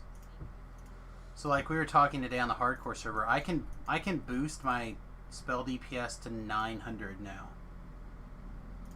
on the hardcore server. I don't have totally optimal gear, but it's getting pretty close. And I've raised my arcane spell level type stuff, and all that jazz kind of goes crazy. So you can get some real value. Todd, this is what I call the Fey Buckler. It's a Bard Fighter Warlock build. It will end up with 12 levels of Warlock. I did this life a few lives ago just to kind of experiment with it. At 19 and 20, we had like 110, 120 PRR, and we got to like, I don't know, like 60 or 70 MMR. Hey, you. Give me a kiss for the night? Yeah. Sounds good. Love you. I forgot the fan in my office. Let's go get it. Let's go get it. Yeah, it takes advantage of the Sonic spell power. We're using the... Get really hot at night. I know, baby. Out all the time. It's that time when the But, so we're doing a lot of Sonic spell power. We're critting a lot, so we're doing extra Sonic crit damage. That's also boosted by spell power. We're gonna have to do some challenges, I think. Because this should be equipped. Right now we're running the level 4. Sorry, the level 7 blasting chime is our Sonic item. We really need something a little bit more punch. Well, the anniversary party's not still up, is it, from the pandemic thing? Oh, I severely doubt it. I went through and got all those forum posts. They're slightly less as good as those blasting chimes, but they're a little easier to get. Yeah, but I'm a melee, so I don't want to give up. Nah, fair enough. Yeah, so I need them to be daggers. So if I was going to craft something, I'd have to craft like a dagger. The fighter levels give us a bunch of things. So the fighter levels, first of all, it gives us 2 very important feats. For improved...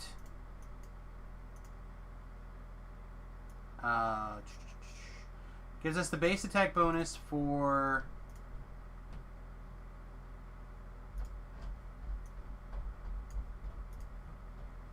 greater single weapon fighting, shield mastery, etc. And it also gives us the base attack bonus we need for improved critical, stuff like that. The whole build is on my website, samusgrova.com. There's a few things that are incorrect in that build I found in that post, which I will get fixed up, and then once I have a really clean idea of what the gear is supposed to be like and stuff like that, I will be doing a full write-up that I will not only post at samusgrova.com, but I will also put on the forums as well. No, my website's been around for... I won't think about how many years. Back when we were still doing Cocktail Hour on the regular, because that's where I put a lot of the Samus artwork.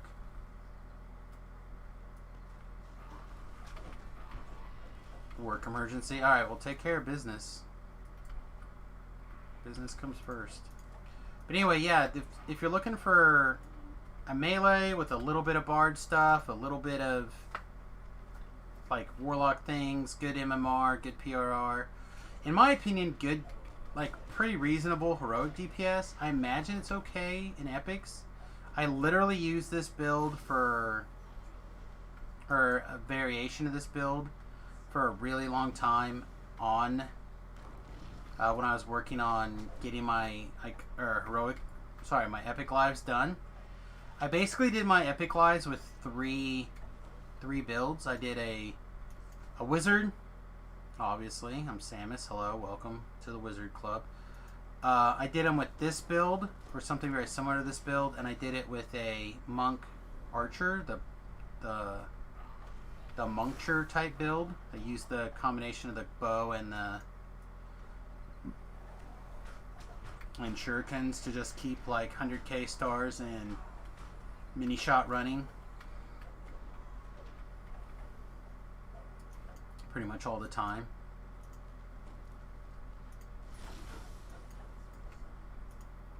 But I feel like this build is even in an even stronger position now than it was before. What the S? That's a straight up dog face pony soldier. Plus a charge didn't leave, so I guess it's fine.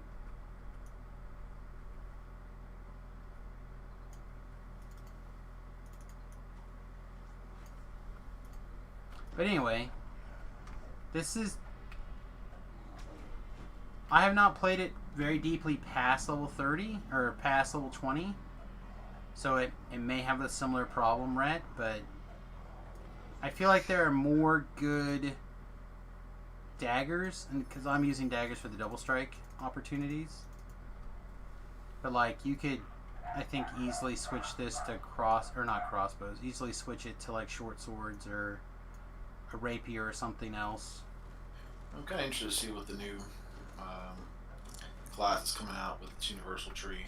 What's that gonna look like with the charisma to hit damage, and seeing what I can do to kind of tweak the build as well. Yeah, so for me as a swashbuckler, I don't need charisma to damage because I pick that up in the tree anyway. Mm-hmm. As long as I'm swashbuckling, which is all you do. Always. And I feel like it's very easy to get enough strength that it's not a big deal to hit generally. That might change in like high Reaper quests, so it might be worth the 3 points to pick up charisma to hit when you're doing high level Reapers.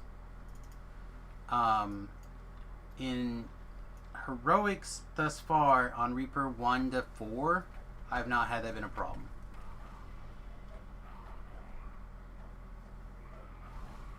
So doesn't mean it can't be an issue if you're doing a bunch of higher level Reapers, but so far it seems okay. And then obviously being able to take your PRR, MMR to some pretty high numbers. Like, I'm a person that's pretty good at avoiding the fight anyway, because again, wizard, hello, welcome. Yeah. But this is a build that you can't, that's not an option, right? You're in the thick of things. So, being able to tank or off tank or whatever, and not have to worry so much about, because your PRR is over 120 at level 20. Like, very easily.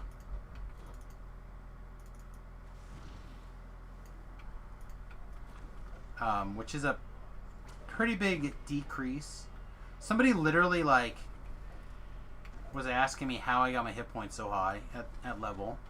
So I have 88 temporary hit points and 923 regular hit points at level 16. I don't really feel like I've optimized for that.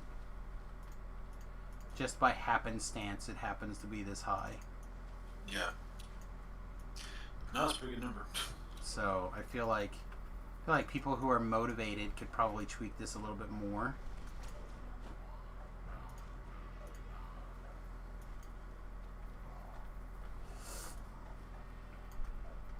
Plus, we're gonna pick up the percentage base hit points in a couple of levels, because we're gonna start plugging in. Oh, I did it again. We're gonna start plugging in to finish my previous thought, we're gonna start plugging in the Stalwart Defender tree. So because we're swashbuckling with a buckler, we can get away with doing some pretty interesting things with the Stalwart Defense, picking up the big hit points, running around in defender stance, etc. And because we're not as worried about big numbers as we are getting our double strike up really high, and just being able to always hit twice, always hit as many times as possible. This is not where I parked my car. Busy talking. Yo. Hey, what are you doing? I happen to be downstairs. Oh, you mean you came for the Switch? I mean, I could do that too if you wanted. Oh, I'm just asking what you're doing, that's all. Well, I came downstairs. Thought you'd say hi to your old man. Say goodbye to Mom. Say goodbye to Mom. And figured since I was down here, I'd give you a quick hug.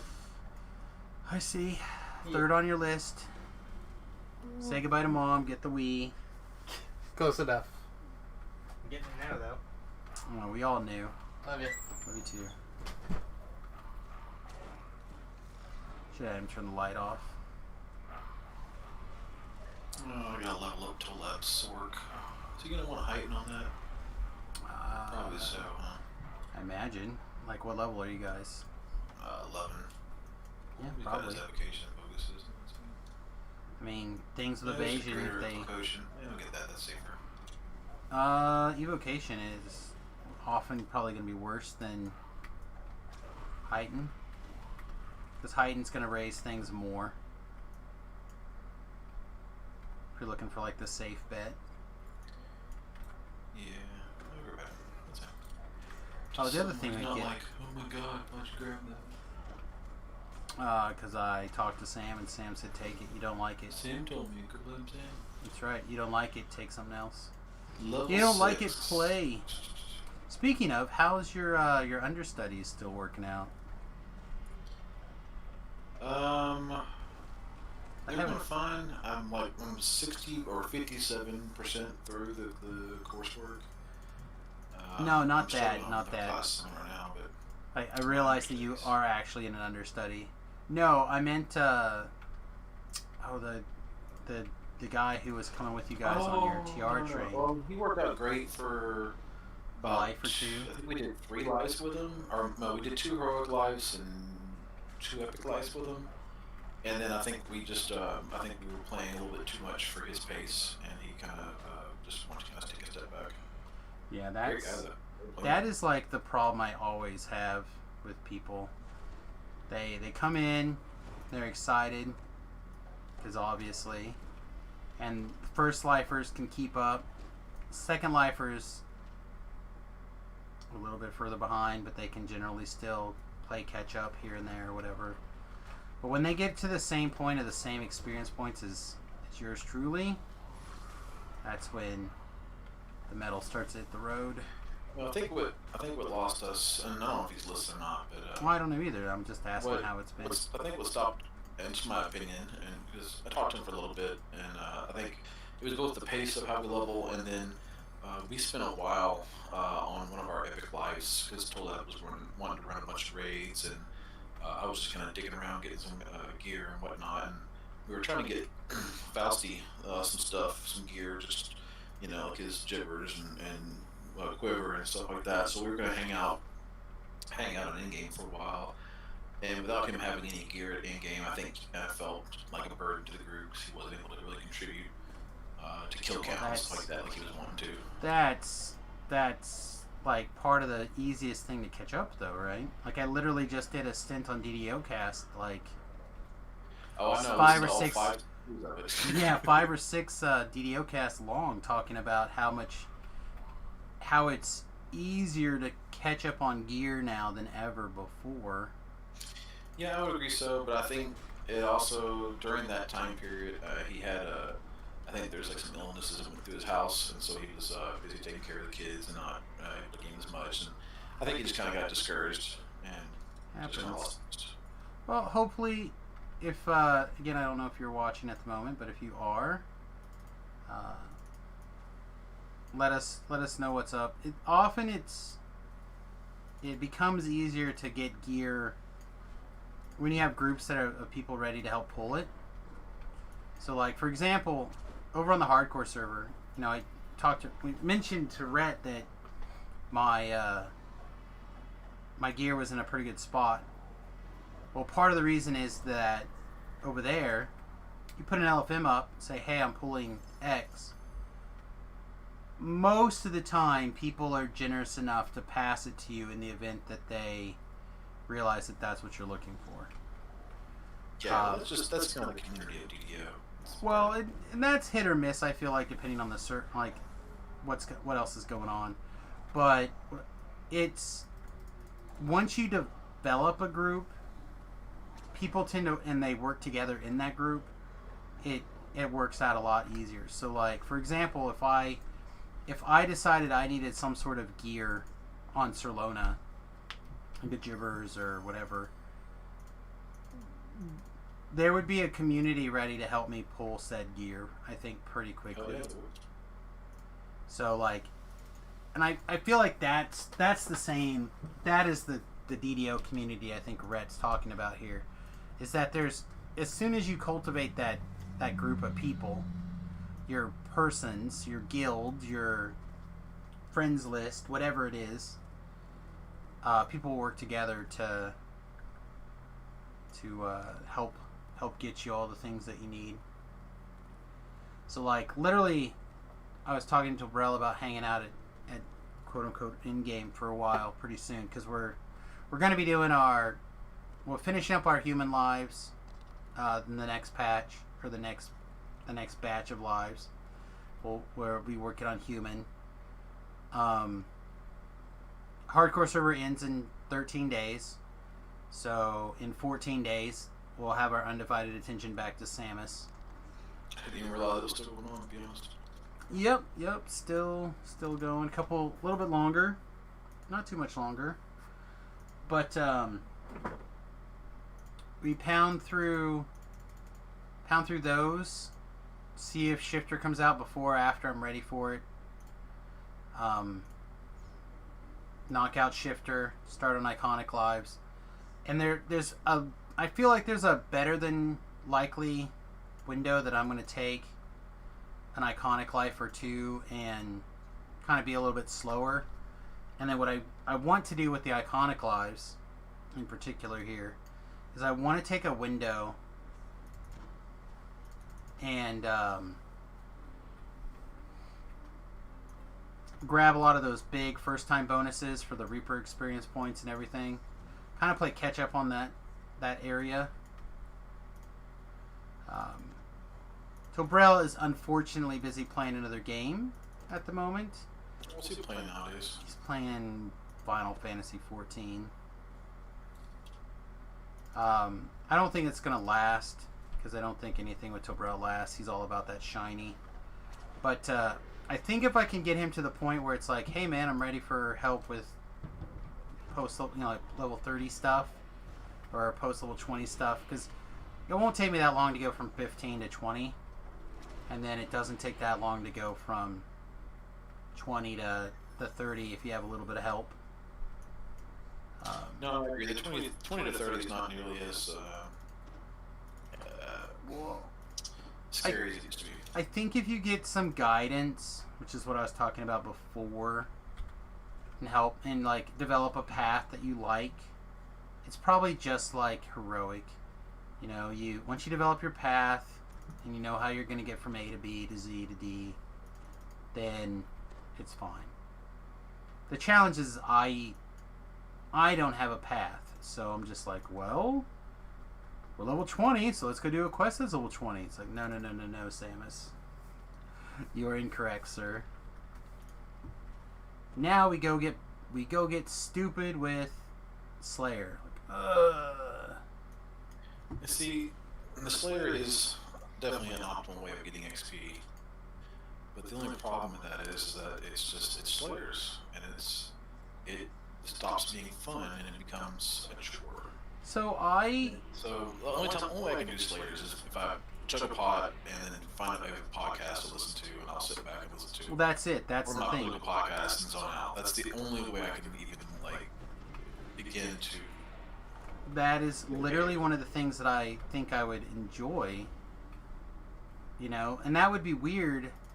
Is that it'll probably that'll be the times where it's like, all right, let's go listen to last week's DDO cast, or You know what I mean? Like, it'll become one of those things that we start doing. It's like, because that checkout, you know, and it doesn't mean that we can't do something else. It doesn't mean that we can't have some other fun as well. But, like, I like doing explores because you can check out. It's okay for a while. Like this last time we did epics, we prepped all the sagas because we were planning on doing 2 epic lives on that pass before we went back down to 1. And so, you know, we did our first epic life and we capped out, and we still had to flag the Sharn saga, the what goes up saga area. I forget the name of it out there, and the Ravenloft, and then we also did the 7,500 Slayers prep, so we got it to 7,540 on Ravenloft, Thunderholm, and then Orchard Necropolis. It ended up being a lot of Slayers, but what that in turn allows us to do when we TR, you know, we chug the pot, and we go collect all our sagas, and we go get the last of the Slayers that we need, and all of a sudden we're looking at 26, and I think we were damn near 27. So we almost completely skipped the next life. Yeah, that's what Pip was kind of saying, that he likes to do that kind of stuff too, and I find that shit super boring. But if you're doing it because you already did like your one time through on Reaper, and you know, but I'm not looking to do extra lives like that. I just want to get those big first time bonuses on the Reaper experience pretty soon. As I look at the Reaper, and Tolab is all about the Reaper life, and I've gotten that for everything Reaper 1, even whenever he's not around. I mean, my character's now strong enough, and I've gotten to know the content well enough where I can run Reaper 1 pretty comfortably by myself. But like I'm of the philosophy that the Reaper XP it'll come just inherently because of how many lives I have left to run. I haven't really set down math on it. I don't know if that's a fact or not, but I'm not too worried about Reaper XP. For me, it's gonna happen when it happens. I'm not sitting at end game, right, waiting for the R10s to hop on the elephant. And I think that's part of the issue, is that there's like a combination of it'll come when it'll come, but there's part of it like you still need to take advantage of the situations when they crop up.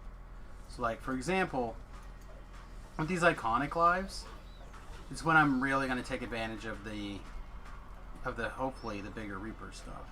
Like, that's my plan, to start doing like Reaper 3s, Reaper 4s on these iconic lives, because even if I have to, you know, even if the heroic levels of the quests, most of them I still feel like it can be easily done on Reaper 3, Reaper 4, whatever. But when I get to these first time bonuses for life in Sharn, in Ravenloft, or whatever, and if I do them at Legendary, and we do those like on our 4s, our 5s, our 6s, whatever big R's I can get my hands on, make Tobrel and Distributed help us out. It's such a larger chunk of experience, Reaper experience. So when you're looking at getting, so Samus is currently at 3 million Reaper experience. That is in Iconics, or not Iconics, in Heroics almost exclusively. You know, it's not literally exclusively. I've done some stuff with Tobrel and Distributed and picked up like some big stuff here and there, whatever. But if it's more than, it's certainly not more than 1 million experience. Okay, probably not more than 500,000 experience. But it's big chunks. It is significant amounts, you know. And it's just like through Heroics, running stuff at R1 versus running stuff at like R4. You know, at R4 you're getting, you know, more than 1,000 a run. Well, that is significant over 300, right? And I'm not saying that you should sit there and spend 2 hours on every quest to do them on Reaper 4. I'm just saying that if you get in a group or you get in a situation where you can cruise along, take advantage of the situations that you can put forward, and and do stuff. So for me, that's what I'm going to try to take advantage of. Mostly because when I say things like, yeah, I'm not that into the Reaper wings, and they're like, oh, wait till you get them. Like, how many experience points do you have? Like, well, I got 3,000 Reaper experience, or 3 million Reaper experience. Like, I'm not that far away, I don't think, right? It's like 4 something. Like, I'll get them. Huh? Don't get me lying. Yeah, so I'm just like, oh yeah, I got them. I bought them for life, and now I'm not. Like, I did it. I did that. I ran around for a while. Now I'm done. You know. That was cute. It was a fun thing to have for a life. Just like glowy eyes. I had glowy eyes one life when I could first buy them, and yeah, it's fine. I honestly, is there even a middle thing? There is, right? Isn't there a crown or something? Yeah, I think there's a crown. I've never even bought the crown. I didn't even know what it See was. around again. Beef, I think, has it on a couple of his characters. I think. Like a little flamey crown. Mm-hmm. It was the one I think it is, yeah. So. Yeah, like I said, I've literally never equipped it. I didn't even know for 100% sure that was it. I know that that is a Reaper crown of some sort that he is wearing.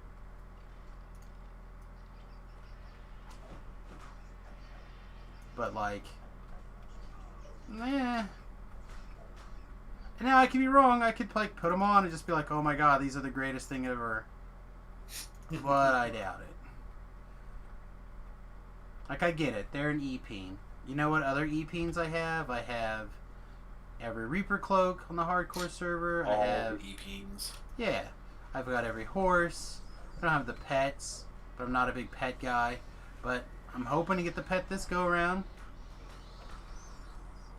Somebody, a warlock that I've been playing with on again, off again on the hardcore server, he's got the little glow ball, and he put his little witch's hat on it that you get from one of the pre-purchase. It's so cute. I'm like, oh, damn it, I found one that I might be interested in. I don't know. I've never been. Every time I have a cosmetic pet out, it freaks me out because whenever I see it behind my character, I get paranoid that it's an enemy or whatever. Right. So me having that moment, and then Well, that's why the little glow ball is a whole lot less likely to freak you out, I think. Plus the fact that it's you know, it has like a top hat on or a fuzz. Or you know what I mean? Like, it's a quickly identify. Oh, that's not a regular. That's not a dangerous glow ball. I don't know. So we'll see if I can get there. I've got 200,000 Reaper experience to get before we're ready to go. And I do not want to do any sort of TRing.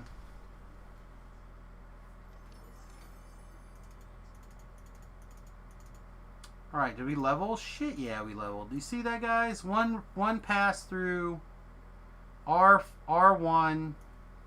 Do we have it? We had some experience, right? We had to. We had to have Necro 4 experience. is beast and Through experience. Necro 4. Yeah, Necro 4 is great. I guess I know why people don't run it as much anymore, but I still, it's got a lot of sentimental value to me. I always like that stuff out there.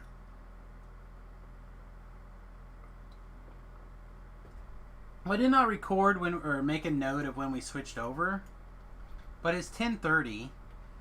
It was after 8. We talked with Pip for like at least half an hour, right? So it's probably closer to 8:30. So maybe in 2 hours, maybe less. I honestly don't remember. That's how long you've been playing the Necro? Yeah. You got Necro right after I logged in. I logged in about 9:20, 9:25. Yeah, so An hour and 5 minutes, hour and 10 minutes. a little over an hour. That seems like a pretty reasonable rate of speed for a level, right? Mm-hmm. Wish all levels were that quick. Oh man, I would explode. My heart could not. Level 13, 14, 15, those are like honey holes. Yeah, they didn't used to be. Love and I were talking the other day about, just leveling and how it's kind of a grind until we hit like Giant Hold, for example. And then once we hit Giant Hold, it's like, hold on to your horses. We'll be we'll Man, be TR. well, it's because you guys night or save two. all your stupid experience stones. That's right, like Saga Stones. Yeah. It's because you guys save all your Saga that- stones. That's At why. that we stopped doing that a while back. Did you? But now, last I talked, we haven't talked about it recently, but we talked about it in the last Epic Life, and I think he was talking to Voodoo or somebody, and they were suggesting that we save all sagas, heroic and epic, so that whenever you get that first Epic Life, and then you turn around and try to get that second one, then you can use the XP pot and get all your heroic sagas and all your epic sagas. Hard and your Hard and that being effing like 28 or pass. 29. Yeah. Hard I don't know, effing pass. I would like to do it one time just to see how far it truly does get you. But past that, I don't know how much I'm like doing it. That's like, why don't you just turn around and run back through all the quests, like get them the first time and then reprep? Like, no, hard path. Every one of those is usually more than a rank at the level.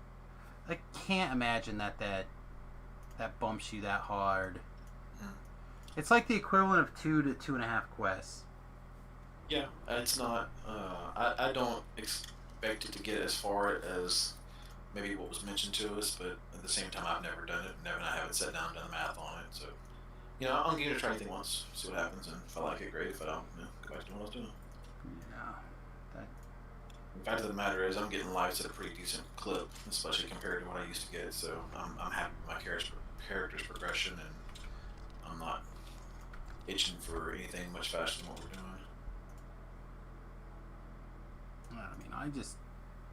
That feels like a hard no. Alright. PRR, MMR. Oh, really? Okay. Not quite there. Yeah, no, I enjoy levels as much as the next guy, but I don't know, I have no problem going from 3. 3 is like 2 to 3, depending on how many XP stones I have, can be kind of slowish. Because you can't get in. I mean, you can get into Reapers, but do you really want to? No, you kind of want to wait till 4 to start in the Reapers. So like, you're not really ready to start. I mean, I do. I'll start at level 3, but you don't really want to be there. What do we have at 17? Oh. I actually don't know if any of these, if there's upgrades here to be had. Looks like it, actually, maybe. I don't have all the pieces for it, for sure. Oh, we have 2 profane pieces. Anyway, yeah, it doesn't look like we have anything. I know, I say pass. I feel like the experience is quick enough. Now, granted, I'm not sitting there trying to like double tap on on Epic Lives. But well, we've always done that, but I say always. We've done that, the Epic thing, probably 5 times. So I think we have about 10 Epic past lives at this point. All right. And I'm fine with it because I know it's something I need to do eventually anyhow. And so, as long as, Total Love and I are still playing the game together, I might as well do it now while the interest is there and we're both, pretty much always together. And always have that regular steady group. But I think someone suggested to him that he try just the 1 life on per epic, or 1 epic life per run through instead of 2. And I think me personally, I will enjoy that more. I don't think he will, because I know he enjoys tasting the raid game for a little bit.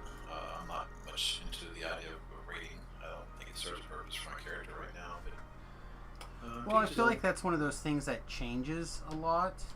Yeah, my outlook is past lives are going to always be good for my character. Raid gear is only going to be good until the next raid comes out. And I know that's not a hard, fast rule, but in a lot of ways it is in a lot of instances. It can be true. I'll say that. It can be very true that the raid gear may or may not outpace with other raid gear.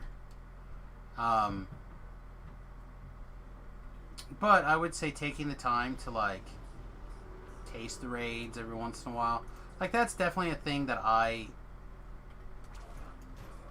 right now I specifically could probably take more of advantage of, figuring out like which raids I could do on normal short man in epics. I don't know. You know, like I feel like my character is pretty strong. Any raids that I could do on short man right now on the hardcore server would be good. But I'm just in general not very experienced at the post level 20 game. It doesn't seem like actually like that much of it has changed, to be honest. So I feel like I'm probably more worried about it than I should be. Well, playing post 20 game, like post 20 for me, before I left the game 5-6 years ago, and coming back to it now, the power creep, of course, has made it tremendously easier. It's you know, back then you solo epic elites and you're accomplishing something, and now we're soloing Reaper 1s, Reaper 2s, and it's like, okay, cool, you know. So I think the power creep, for me anyhow, has helped a lot. Yeah, that's probably true if you're in a situation where you can die. You know, Yeah. I'm not as worried about that kind of stuff. I'm talking about that kind of stuff on hardcore. You know, that's where I need to know. Gotcha. Need to know those things inside and out. Like right now, I crossed 6,100 favorites tonight, and we figured out how to do precious cargo. And we started out 2-manning it. Like, that was going to be our plan. Our plan was to 2-man it. And the reason why is because I didn't remember it. Like, I had run it a couple of times, but I didn't remember, you know? So, like, we had to do it on normal, do some experimenting, try some things, and we had a successful first run. I was like, sweet. You know? Let's step this up to 2. Then, like, the guy who we were going to pass by doing it joined us. It's like, It was fine. I don't begrudge anyone from joining my groups at all. Like, I could have denied him and be like, no, sucker, but I wasn't going to do that. You know what I mean? Like, that's not me. But at the same time, like, you know, it was good that we worked it out. And then we didn't succeed on that second one. You know, we had to abandon and try again. And then the second time through, or the second time at hard, we succeeded. But had I known the quest from the get-go, maybe we could have started on hard or even elite and been done. Yeah. You know, and it's the same thing with like some of these raids. Like, you know, if I knew X raid better, maybe I could have been the guy who initiated the group and led the group and we'd been good. You know, like there are some raids that I would have been more interested in knocking out, knowing some things now that I hear to be true. So, like, for example, for those of you who don't know, rumor is if you get to part 4 of the Shroud and you clear part 4 of the Shroud before you click on the altar, if you de-door back out of the Shroud and stand at the front, characters that are at the front don't die. Now, is that going to matter going forward? Probably not. Because if they don't do more lives, it doesn't really matter how many people live or don't live.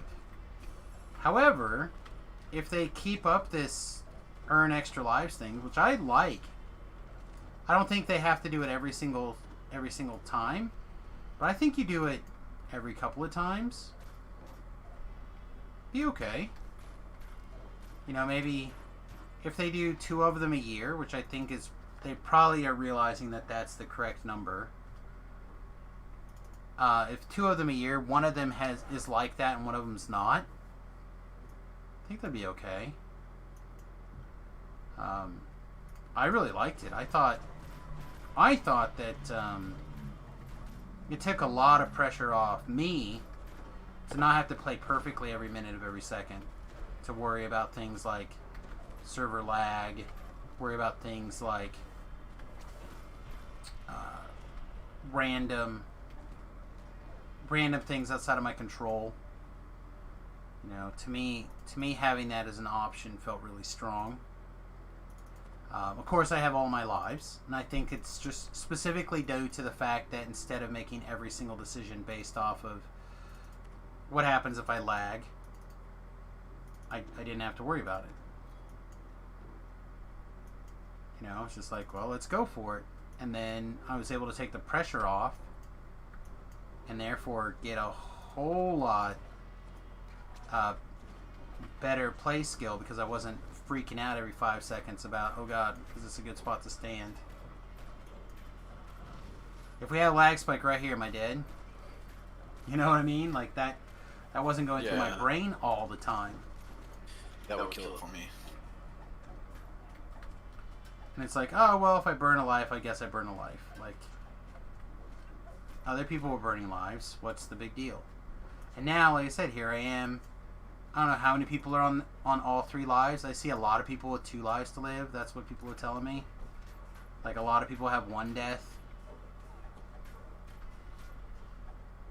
I know some of the people, they kind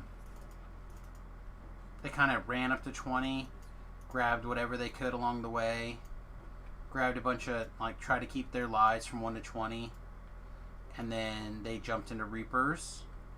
And the idea was, well, if I get down to 1 life at level 20 with Reapers, I'm going to TR. And re-earn my 3 lives back. And repeat.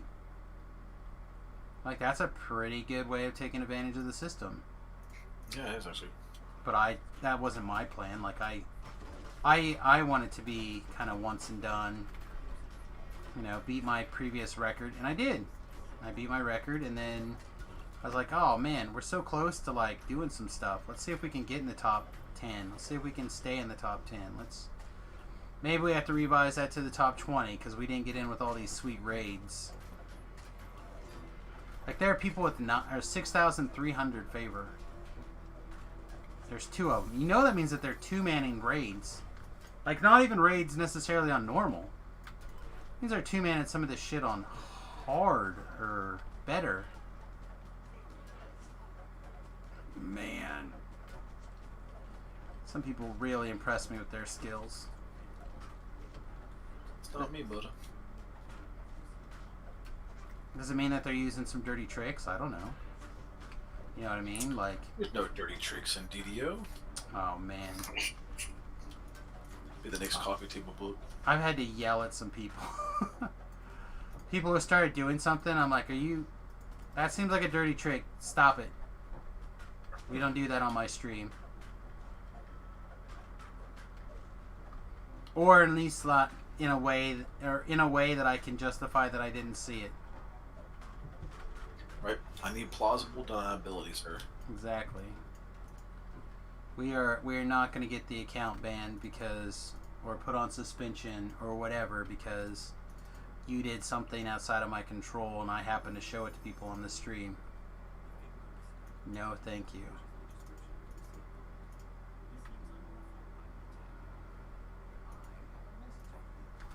Anyway.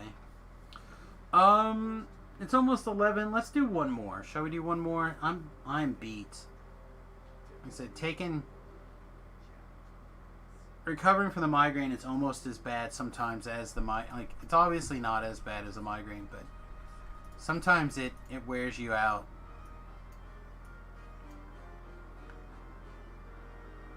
And it still hurts. Don't get me wrong. It still hurts plenty. But, I don't want to do this quest.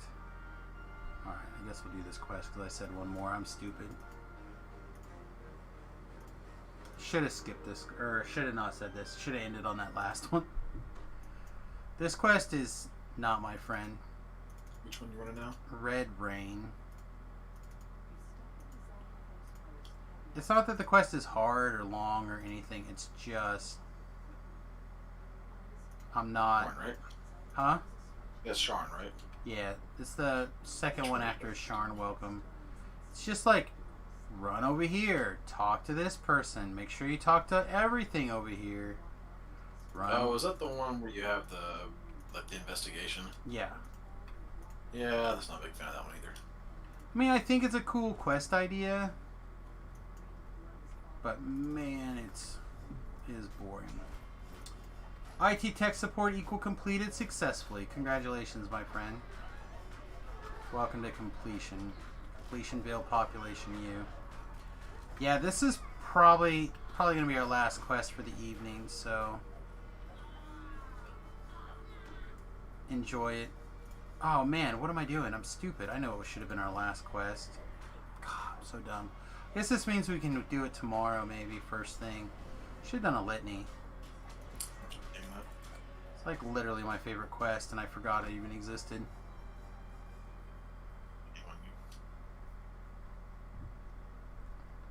That's what happens when your brain is leaking out of your ear, though.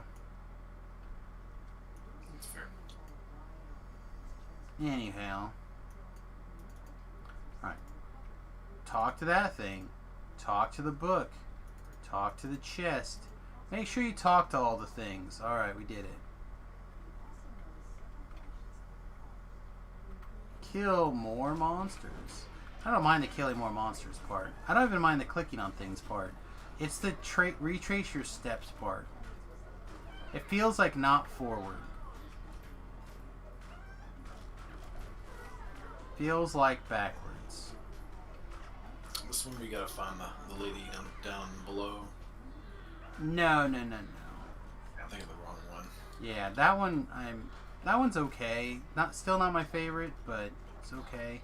No, this is the one where you confront the girl's brother. He's got like the troll helpers, and you. Oh, I see what you're doing. Hold on. Yeah, it's the run all over the stupid map game. Oh, okay. Yeah, I gotcha. The city, like, alleys and stuff. Yeah. Like, run way over here to this faraway section of the map. Then turn around and run all the way back to the other side of the map. I don't mind that one so much. Yeah, The other one I was talking about is the one I don't care for. yeah. There's a couple that I dislike. The one obviously I dislike the most is the warehouse one. All the wraiths at the bottom of it. Yeah, I just don't like how you can't really interact with the monsters in any meaningful way, unless you happen to be a tripper. And you can't stand in front of them. You can't get their aggro typically in another way. You can't intimidate them, obviously, because they're they're robots. It's like, ugh.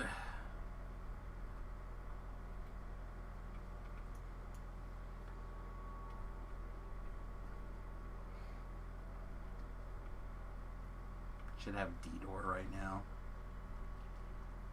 That was part of my frustrations when I was playing in-game with Total Lab Last Life, is that once my DPS kind of petered out, I wasn't able to really do much contribution that way. I went into a enchanting and healer role, which is fine and great, but then we started running a bunch of content like that, where it was all a bunch of robots or plant-based characters, and then my enchanting was a waste of time. And I became at that point just a subpar healer, and it was, I don't know, kind of demoralizing. Yeah, I mean, again, I think that I'd have to really explore some of the post level 20 gear. I don't know if there's gear that you could take that raises your caster level. Yeah, there's some. I have some of it. It's just I don't have the optimal stuff. Yeah, I don't know if when you can take like that feat that says raise your caster level goes up by 10 or whatever for purposes of casting a I think particular they took it around spell. 26 or 27. But like those things are obviously a help.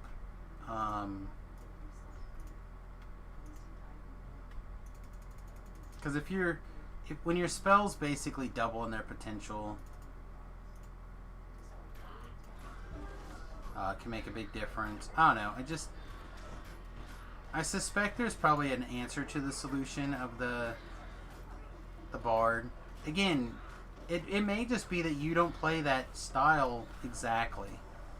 You know, like I said, Tobrel, when he was playing DDO, which is not of late, but when he was playing DDO, he was doing the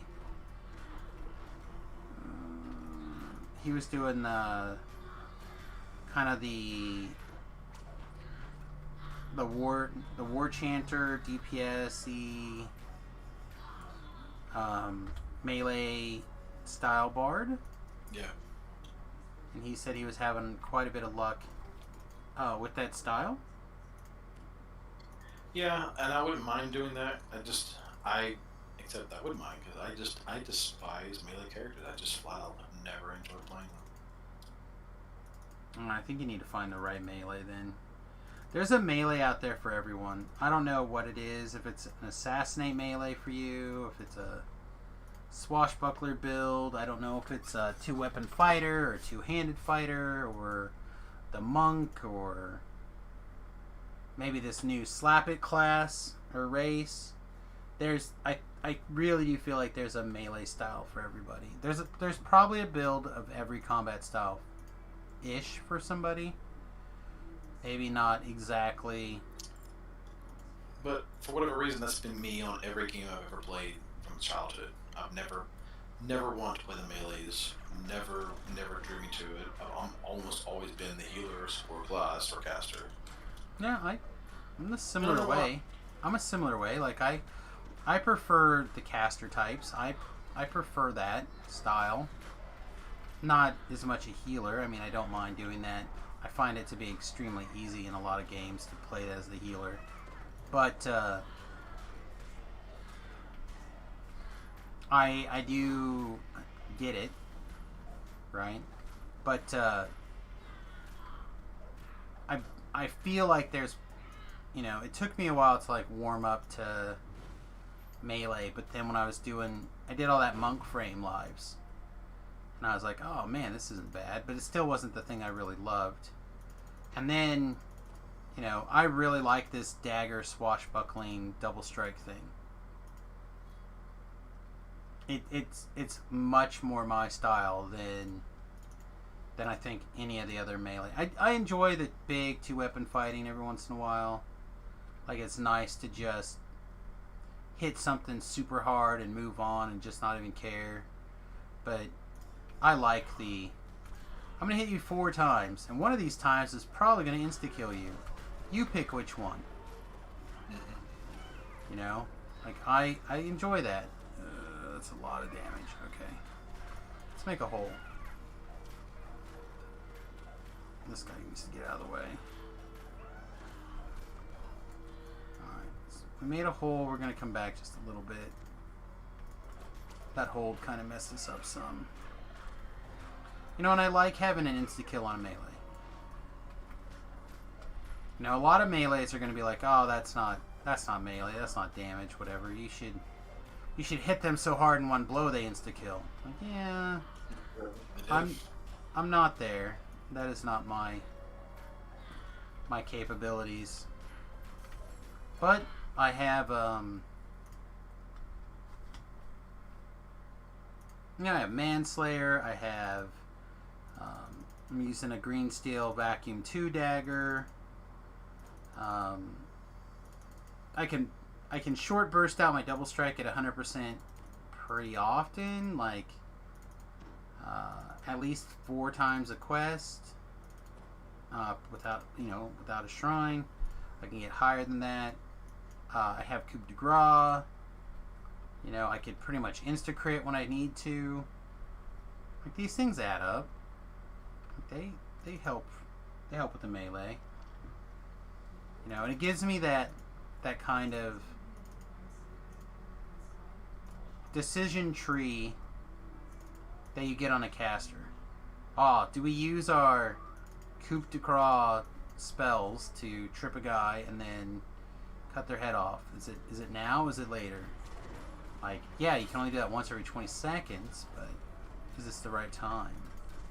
So you still get some of that.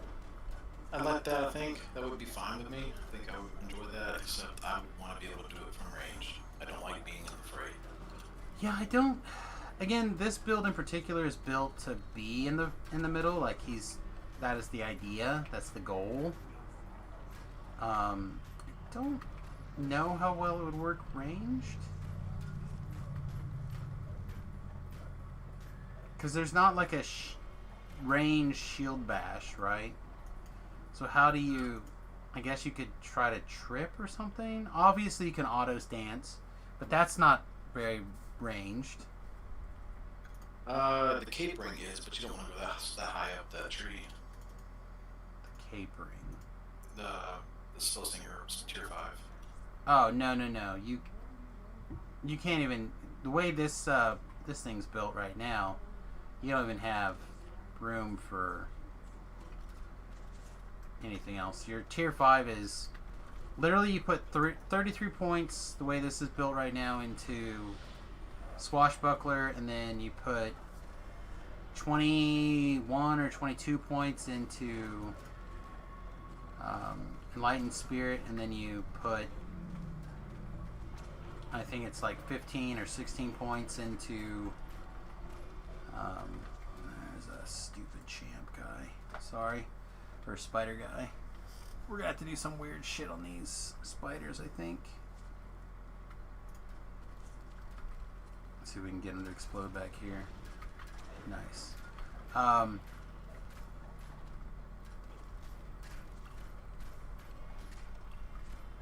Anyway, yeah, I think it'd be okay. Like I said, Tobrel's getting a lot of crowd control type effects out of what he's doing, which I also think could be really strong.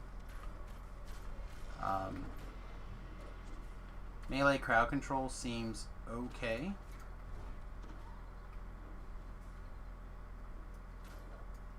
I know V-Love likes it.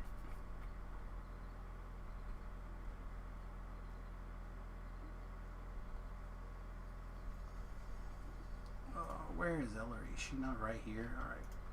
We'll just start healing ourselves this way.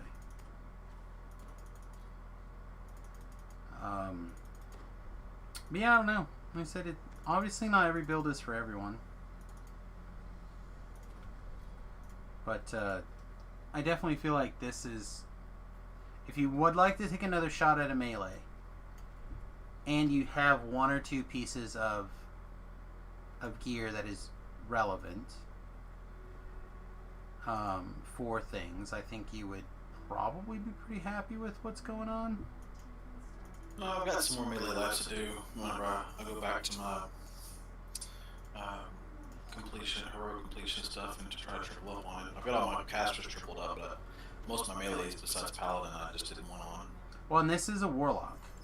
That's yeah, part so of the problem. I only did one Warlock, so I do need more Warlock lives. Oh, there you go. Then this might be good for your Warlock stuff then.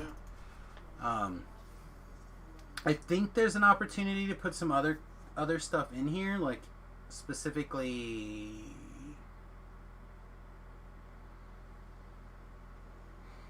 I think it would be good on an arty, which obviously is, you know, may or may not be something you have if you're done caster lives. Then that'd be fine. Like I think on a robot arty, you could probably pull something like this off. The problem is that the repair is a tier 5, so you are losing. You're losing the aura hit points, or you're losing coup de grace. Kind of have to pick. Don't think it'll matter that much because I think you could. The self-healing is okay. I think you could probably again do something similar with like a cleric life. Do like a melee cleric type frame, and then kind of get there with maybe the healing aura if you want to self-heal. Again, the big perk, in my opinion, of this build is that it gives the temporary hit points equal to your Constitution modifier every time your thing ticks off. And then, if you want, you can also get temporary hit points every time you cast like a spell. So, like, if you haste yourself, you get temporary hit points equal to your Constitution. So, like, you can get quite a bit of temporary hit points pretty much at will. I said modifier earlier, but they're both equal to your score. They're not equal to your modifier. So if you have like a fat hit point, I think you can make some shit work. Also think like if you waited and did dwarf last, you might be able to do some really cool shit with dwarf and swing your weight around. I don't know for sure yet. No, come on. I want the Medusa. Don't look like you're getting her. Oh, I know. Alright, buddy, well, you have fun with that. Yeah, I'm gonna finish this I'm quest gonna and go to log bed. off. You have a good night, my friend. Yep. Good time. Yep, I'll be here if you need me in the future. Bye, sweetheart. Alright, toodles, mate. God, I don't have a search item. Dang it. Alright. Unfortunate. It doesn't look like we have any way to, like, boost our spot any more than what we did there. Or our search, I mean. Something to think about, our search is not quite where we want it to be, I guess. For, like, all the secret doors. I just don't think that's something that we can afford to... Alright, the trapper is around. We have got to make a hole. Gotta make a hole now.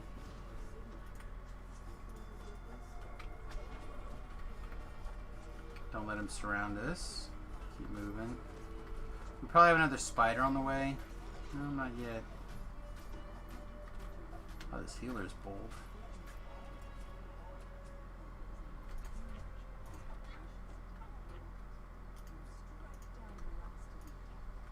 Alright, we're pretty close to the end of this quest, actually, so that's double-edged sword for you guys, and me, actually. On one hand, we're planning on wrapping up after this. On the other hand, I definitely feel my gameplay slipping. Like we should have been more prepared for this door. So aggravating. Wait, search is intelligence based, right?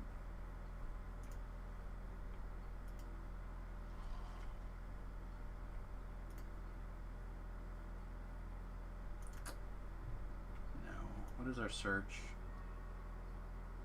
Oh, look at it, 35. Hate to see it.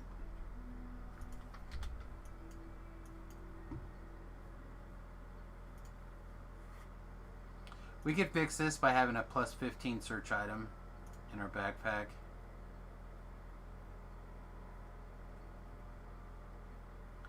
Now I have to count on random gear junk.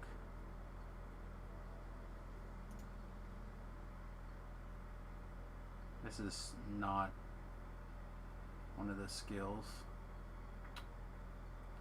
Sad day.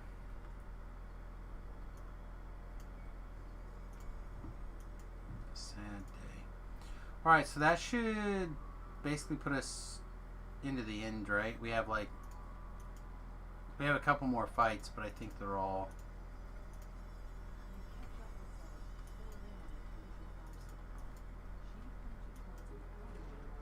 Alright, we do have a Carnage on the way. Let's get him stunned.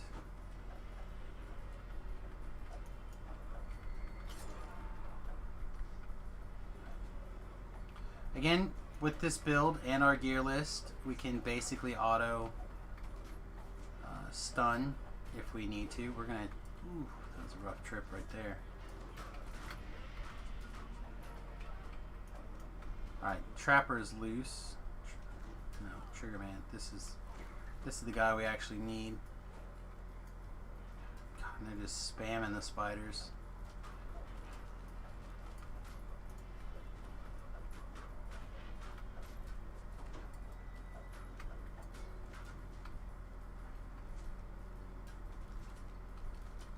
Oh, there's the Trapper. This button, this button.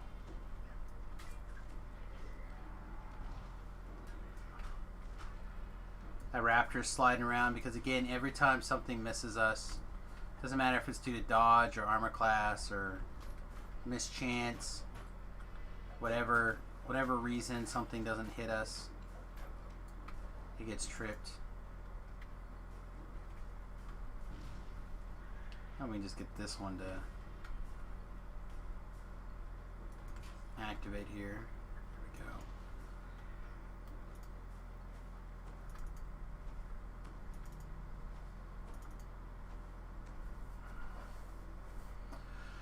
Like there's a collectible over here every time, and there never is. It's just sad.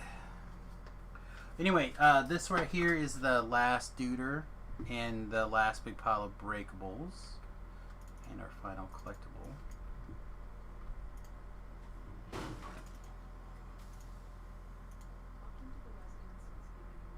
Perfect. An extra 1,000 experience points. Alright, so this fight will probably actually be pretty tough. We might want the distraction. I'm not sure. Let's fire off all of our buffs again. Things are starting to wrap up here. Oh, hello. Need this guy to undot. Let's see what kind of monster he is. Light bear. Yeah, good. Don't want to play the chase game, but I don't think we're gonna have a choice.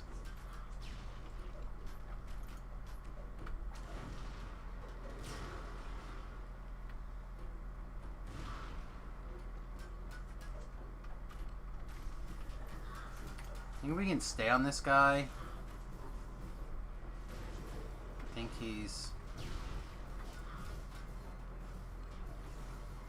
we're close enough. We can kind of make this happen, and then Chicker will come popping through. I don't know if we're going to be able to clean things up, but she will walk through here. We can talk to her, finish the quest.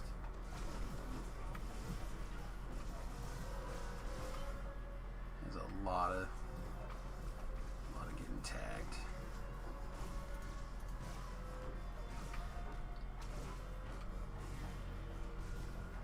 The quest is done. It was lots of fun. I'd like to get my loot and leave.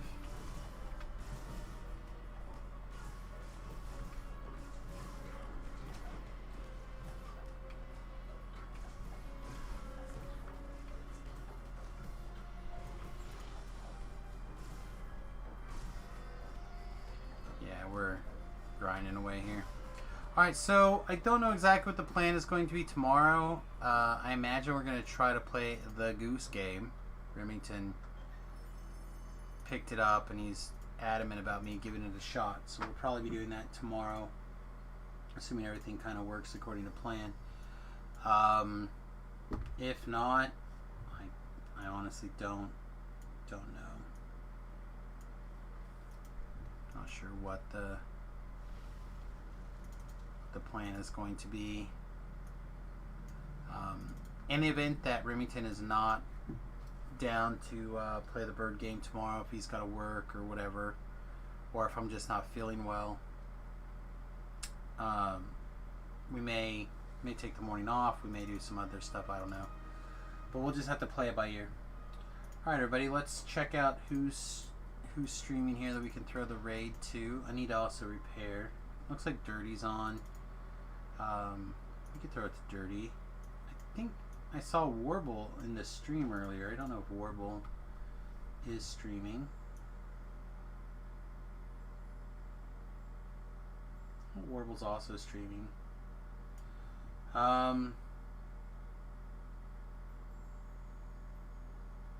We'll see which one throws up in the raid channel button here. Looks Looks like Dirty is one slot above Warble on the raid stream channel. Sorry. Or list. So we're going to go ahead and raid Dirty here. I'm also going to throw a couple of links into the chat for you guys. I'm going to throw my YouTube channel link in. I'm also going to throw my Patreon channel. If you could go and follow both of those links, one is obviously free. I would really appreciate it if you could hit the subscribe button on YouTube. I literally got the email yesterday that they're ready to approve my